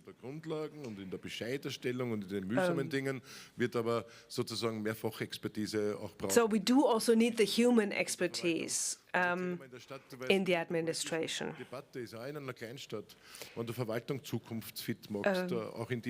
And this goes for small and larger cities alike. I think this was one of my most difficult political endeavors. I live in a town that has a large refugee camp. And it was really difficult to convert the administration to handle this. I mean, our administration, they can do road construction and all that, but they also need we needed a paradigm change, strategic spatial planning, energy transfer, microclimate initiatives. And for this, we also need people. We need younger people with an academic education, more women, for example. So, and yes, procedures, administrative procedures, we need to think along completely new lines because we still have a lot of old traditions that actually can go. Communication as well. We need to communicate what we do. It's often difficult, but we need to do this in urban planning as well. There's the 15-minute city vision. Short distances, short commutes, childcare that has to be available within walking distance, mobility clusters. So it's a paradigm change, really. And the caring cities as well. Some of our cities have changed fundamentally, and that's a good thing, and it goes back to social democracy. Well, but you're not yet using artificial intelligence in your administration? No, not yet. Well, perhaps I may just intervene here and tell the audience that this is your last opportunity for giving us your questions. And in many authorities in Germany, by the way, people don't no longer work in public authorities because it's no longer appealing and the pay is too low. Isn't that the same in Austria? Well, in my areas, wherever I have responsibility, I try to improve the conditions. To just give you an example, of course, I've got the federal level, I've got my own regional government, and then I've got my own responsibilities. But I was not allowed in my contracts for our municipalities to actually give a higher salary for preschool teachers. But I did that through additional qualification measures, so I tried to circumvent it. It's one of the most important jobs in our republic, and it's dismally badly paid. And I thought that, we can try and use and find new ways to also show our appreciation. It's a very important job, people who take care of the small kids. That is just so much more important than the job of some stockbrokers who don't even know what the effects of their decisions are. Mr. Babler, you just said that what it needs is money. I think we can all agree on that. But Mr. What would you say, where could the money come from? What are the levers we need to use in order to fund this transformation, especially in a time of the so-called debt cap in Germany, and it's not foreseeable that it will be done away with or being reformed? Now, of course, I'll give you two different answers. I could either say, I accept the political framework conditions and the red lines, so no tax increases, no reform of the tax cap, no exceptions to the tax cap. So if I accept that, I will have to at one point say, okay, that was it. I just can't do it because I don't have the possibilities. And for many things that need to be done, you also need money. There is no way around it. And you just have to be honest, and we have to talk about that. And sometimes you may have to talk about a few facts that otherwise are being ignored in the discussion. That, for example, that without any problems, we could have an increased public debt by up to 1.5% of our GDP, so up to 60 billion euros. We could, borrow those without changing the debt quota. That is quite a statement, right? And then, of course, we could talk about certain individual taxes. Large wealth, for example, is not really being properly taxed. And for people who have a lot of money, who are really very wealthy, inheritance taxes are nothing but a joke. For people who don't have anything, of course, they don't say anything. And people who are in the middle, they pay quite a substantial amount. But if you're super rich, you don't pay, not even peanuts. We could also talk about a wealth tax. We could have a one-time levy on wealth. If the state, for example, carries out transformation measures, then the people with the highest level of wealth will benefit most. If you, for example, say, okay, you will get subsidies for energetic renovation of real estate. But who is the owner of real estate? It's pretty much concentrated in Germany. I think 5 million households in Germany are landlords. 5 million out of the whole population. But that also means that 35 million households are not landlords. So the question is, are we ready and willing to, for example, increase the top tax bracket and, and the solidarity surcharge that we have? There are always proposals to do away with that, but we might still need it. So money is not everything. But without money, there is quite a bit that you can't do. So within the existing set of rules, it would be great to be able to mobilize these 60 billion or to just think about, no, not within the system with the debt cap. But if we really want to deal with the public debt in a sensible way, and if we want to avoid a higher public debt quota, then we could do that. But the debt cap itself is not a meaningful way of dealing with this question. I think there is a broad consensus about that here on the stage. But Mr. Hagemann, what should we do with the money? Where would it be best spent? We just heard that, for example, promotion or subsidies should be linked to conditions, and that, in the case of subsidies, social criteria, labor criteria, environmental criteria should play a role. And how do we really distribute the money well and meaningful in Germany? Well, first of all, you need to have the money. That's the central question. And then over the next years, there's the real danger that whatever we are trying to do in terms of the energy transformation and the transformation for an environmentally friendly industry, that all the investments that need to be done are being really slowed down because of the budget restrictions at the federal level, but also at the level of municipalities. Many municipalities are heavily in debt. When Olaf Scholz was a financial minister, I think he proposed regulation so as to just, cut those old debts and abandon them, and give them a debt relief. But then, there's also the question of whether, when, and if we give subsidies to companies, for example, it should be rather more strictly linked to the question of labor rights, for example, just as Joe Biden is doing that in the United States. But of course, they are starting from a lower level of regulation. But, we should not only, in the United States, they don't say, okay, you have to pay according to collective bargaining agreements because most people are not covered by those. But they have something called good wage agreements or similar things. And we need to have that. We need a legislation on that. How could it be that the state is actually still commissioning work or, doing their procurement with companies that are not paying collective bargaining agreement wages? And then it should be linked. These kinds of things, subsidies should be linked to conditions like further education offers, maintaining jobs, and, living wages. I think we could go a step further, And then there are other challenges, in our education system, for example. If we really take a look at the needs there, then we would really know where to spend our money in a meaningful way. Now, a question to Clara Mattei. You just pointed out that austerity does not only mean that people try to save money, but it's also an expression of how money is being distributed. Hearing these proposals, do you think it's enough to have these kinds of conditions, criteria that subsidies are being coupled to, as is being done with the IRA in the United States, or is it still a form of austerity and you would propose entirely different things? Now, perhaps I can also add a question to Clara Mattei, a question by Johannes Bartel. He also wants to get back to Mazzucato's criticism of financial capitalism, and Ms. Mattei also argues along similar lines. The question that arises is, don't we need tougher measures, a global transparency register controlling international cash flows and money flows? Should we not really question the basic rules of capitalism much more and change them?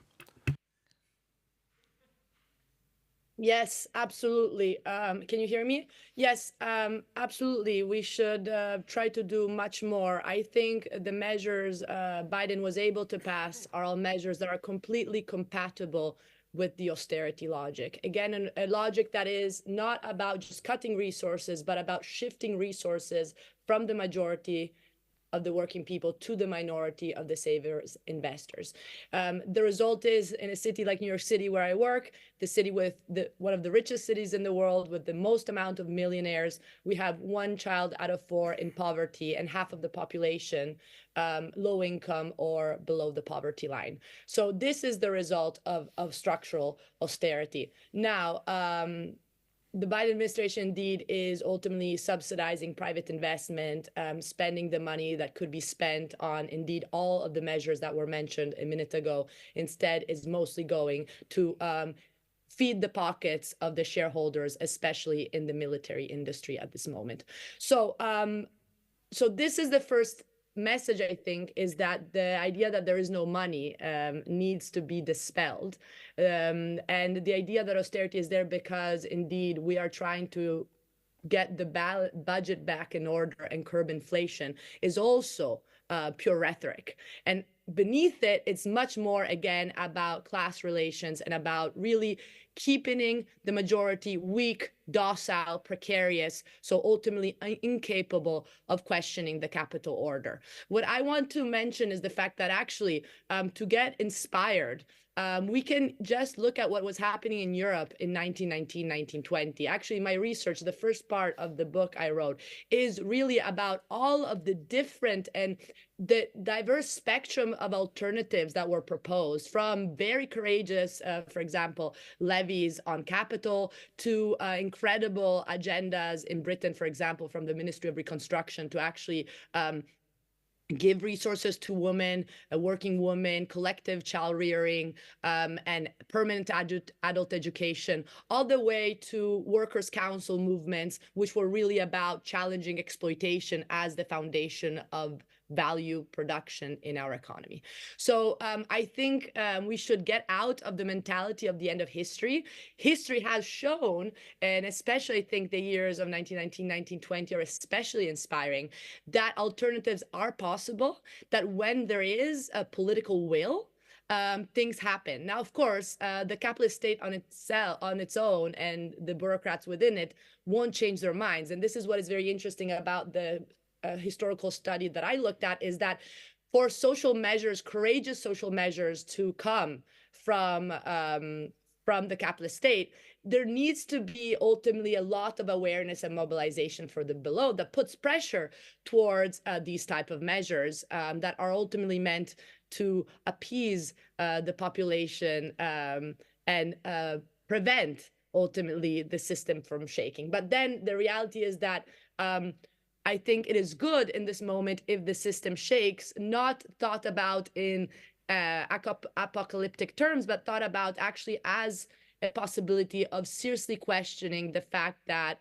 8 men in the world own more than the bottom 50%, and clearly questioning who is winning and who is losing from our economic system, and thus really, really going to the core of the problem. Vielen Dank, Clara Mattei. Petra, wir haben noch Fragen. Thank you very much, Ms. Mattei. We have a few more questions. Yes, but we are getting closer to the finishing line, and we have a few more minutes left. And we have questions from the audience. And we also thought that we might ask the question that was raised this morning. Or should we invest our time in optimism? Well, there is a follow-up question, I think, to Mr. Babler, concerning all the things that we discussed. If we want to really push these through, you need political majorities. You are looking for those majorities, but who are your allies? Well, I am assuming that I will find these political majorities, but quite seriously, of course, the question always is who is willing to go for radical changes? And we just heard that there are ongoing discussions also in Austria about, for example, a wealth tax. And there, I also proposed a very concrete model for how to use this as funding for more justice. So this is a political discussion. The question always is, who do you want to have as a partner in the implementation? It is just a minor contribution to more justice. But, in our country, it is really a bit more extreme than in Germany. We are always at the rear end of the tables of the OECD. And in Austria, we have the least just taxation of wealth. It's one of the worst performances in that respect. Now, we proposed a model to think about these things progressively. Why is it so natural, where, publicly listed top groups and companies in Austria have record profits, even banks, and even during times of crisis, they've got record profits. And yet, we hear it's from 34 to 25 to 24% profit taxes without a need, in a time where they have record profits anyway, have record bonus payments, have record dividends for the shareholders in all of those areas. And at the same time, we try to create more, justice. And if you look at the concentration of wealth, it's dramatic. It's getting even worse. And there are still huge funding demands for, long-term care, old people's care, child care, and so forth. But if we look in a progressive way on a wealth tax and an inheritance tax, then the question that arises, of course, is who your allies might be. But I would like to reject that question. Whenever we want something for our people, that is a term that people use in Austria, for all people, children's rights. We want to have better education institutions, better wages, there's equality for men and women, health care, and so forth, that we can go to a doctor when we're sick, just by picking up the phone, not waiting for weeks or months, or having to show your credit card. And when, then people ask us, how do you want to fund that? And then we're saying, this is how we want to fund it. We want to have a wealth tax, a fair one, so that 97% of people would benefit from it.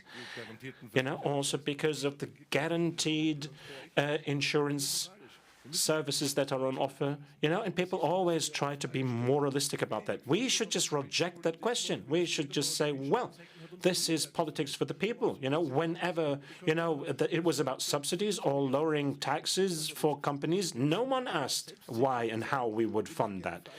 We just have to be a bit more self-confident, and that is also a question that should be reformulated in coalition agreements.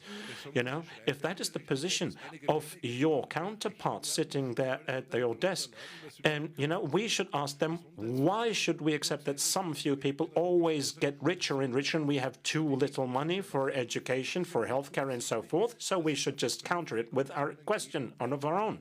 So I am confident that there will be a better development that serves greater justice. But, with a self-confidence, and it's also part of, a democratic philosophy. These concentration processes are not good for democracy in society either. We're not just talking about the personal wealth of some super rich people, and let me also be very open. The models that we're proposing, if you take a look at the very few hundred people in Austria, that they have, I don't know, they increased their wealth from 200 billion to 212 billion in a single year without really working. But that's a very passive form of criticism. We're not even taking away their wealth. We're just limiting the growth of their wealth. They will still have a few more billions next year. But we don't even ask the right questions as social democrats. We are not asking, where does your wealth come from? We have to talk about workers' rights. We have to talk about collective bargaining agreement. We have to talk about industrial fight. And these are the right social democratic questions. So if we offer them to tax their wealth, that is a compromise already in itself.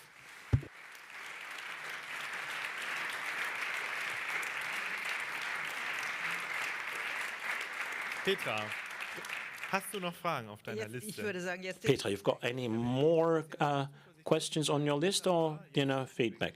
The tweetback survey. Okay, so please feel free to participate in our online survey. Are you rather more optimistic or rather more optimistic after our days of progressive economic policies? So we can't yet see the results of the survey, which is why we'll wait for a few more moments. Now let me just ask our participants, Mr. Dulin, Mr. Hagemuth, where do you find your optimism in these times? Well, there is, the saying that says that there is nothing better than an idea whose time has come. And I'm trying not to, put my head in the sand. I have to champion for a change. I have to speak up for a change. And I also want to, do something against those that always are anti-everything, who say, no, everything is bad. I can't write an economic article in the newspaper without people commenting and saying, well, it's all Mr. Robert Habeck's fault, and, he's a children's book author and he doesn't know anything about economics. So people just air their resentments and, they just have this anti-feeling and hatred. But you also have to speak up for the good concepts that democratic parties have to offer. That is that's what we should use as a source of optimism. Mr. Dulin. Now, if you choose a longer perspective, you can see that things are changing for the better in the debate. When the debt cap was first introduced, it was a minority no one was ever listening to who said that this was not a good idea, it was a crap idea. Today, the debt cap would not have a simple majority in the Bundestag, the federal parliament. And even the, in the tendency rather more conservative economists would no longer vote for the debt cap in a majority. They want to reform it, they want to change it, they want to do away with that, instead of just keeping it the way it is. And that is a source of optimism for me. Of course, it is way too slow, this development, and, things break. People live in poverty. We are losing our share in world industries, but not everything is lost. And then again, Ms. Matai from New York, where do you find your sense of optimism in these times? Thank you. I'm very optimistic. I think people are receptive to novel understandings of what's happening. The optimism comes not from idealizing our economy, but from truly understanding it, and thus understanding that there's nothing objective and natural to it, but it is all about collective actions, historical collective action. This means that we can have actions that are truly transformative.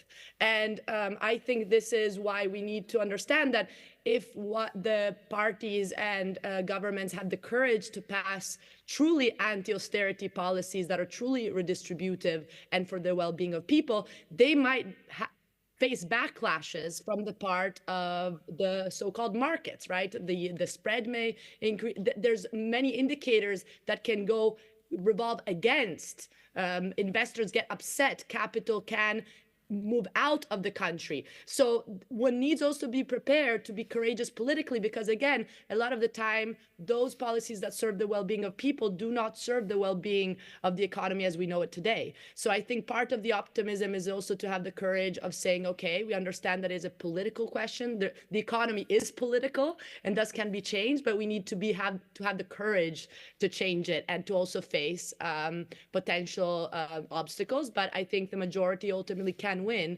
if the majority is provided with also tools to fully participate and gain back agency in the construction of our economic system. Petra, wir haben ein Ergebnis der Umfrage. Now, Petra, we have a result of our survey. Yeah, perhaps we could show it up there. And we didn't fake it. So maybe Mr. Babler and his tour de force influenced this a little bit, but perhaps it was also the discussion of the day. So we're significantly more optimistic than we were this morning. This morning we had roughly a third, and another third. We still do have a third of people with mixed feelings, but we will manage to convince you to and turn you into optimists. Thank you very much, everybody, for discussing with us. Thank you to New York, and thank you, everybody, for being here today, yesterday, and yeah, thank you for discussing with us. Thank you to all of you. Thank you to the Friedrich Ebert Stiftung and the team. Vera Gola, to name just one, who was one of the key organizers. Where is she?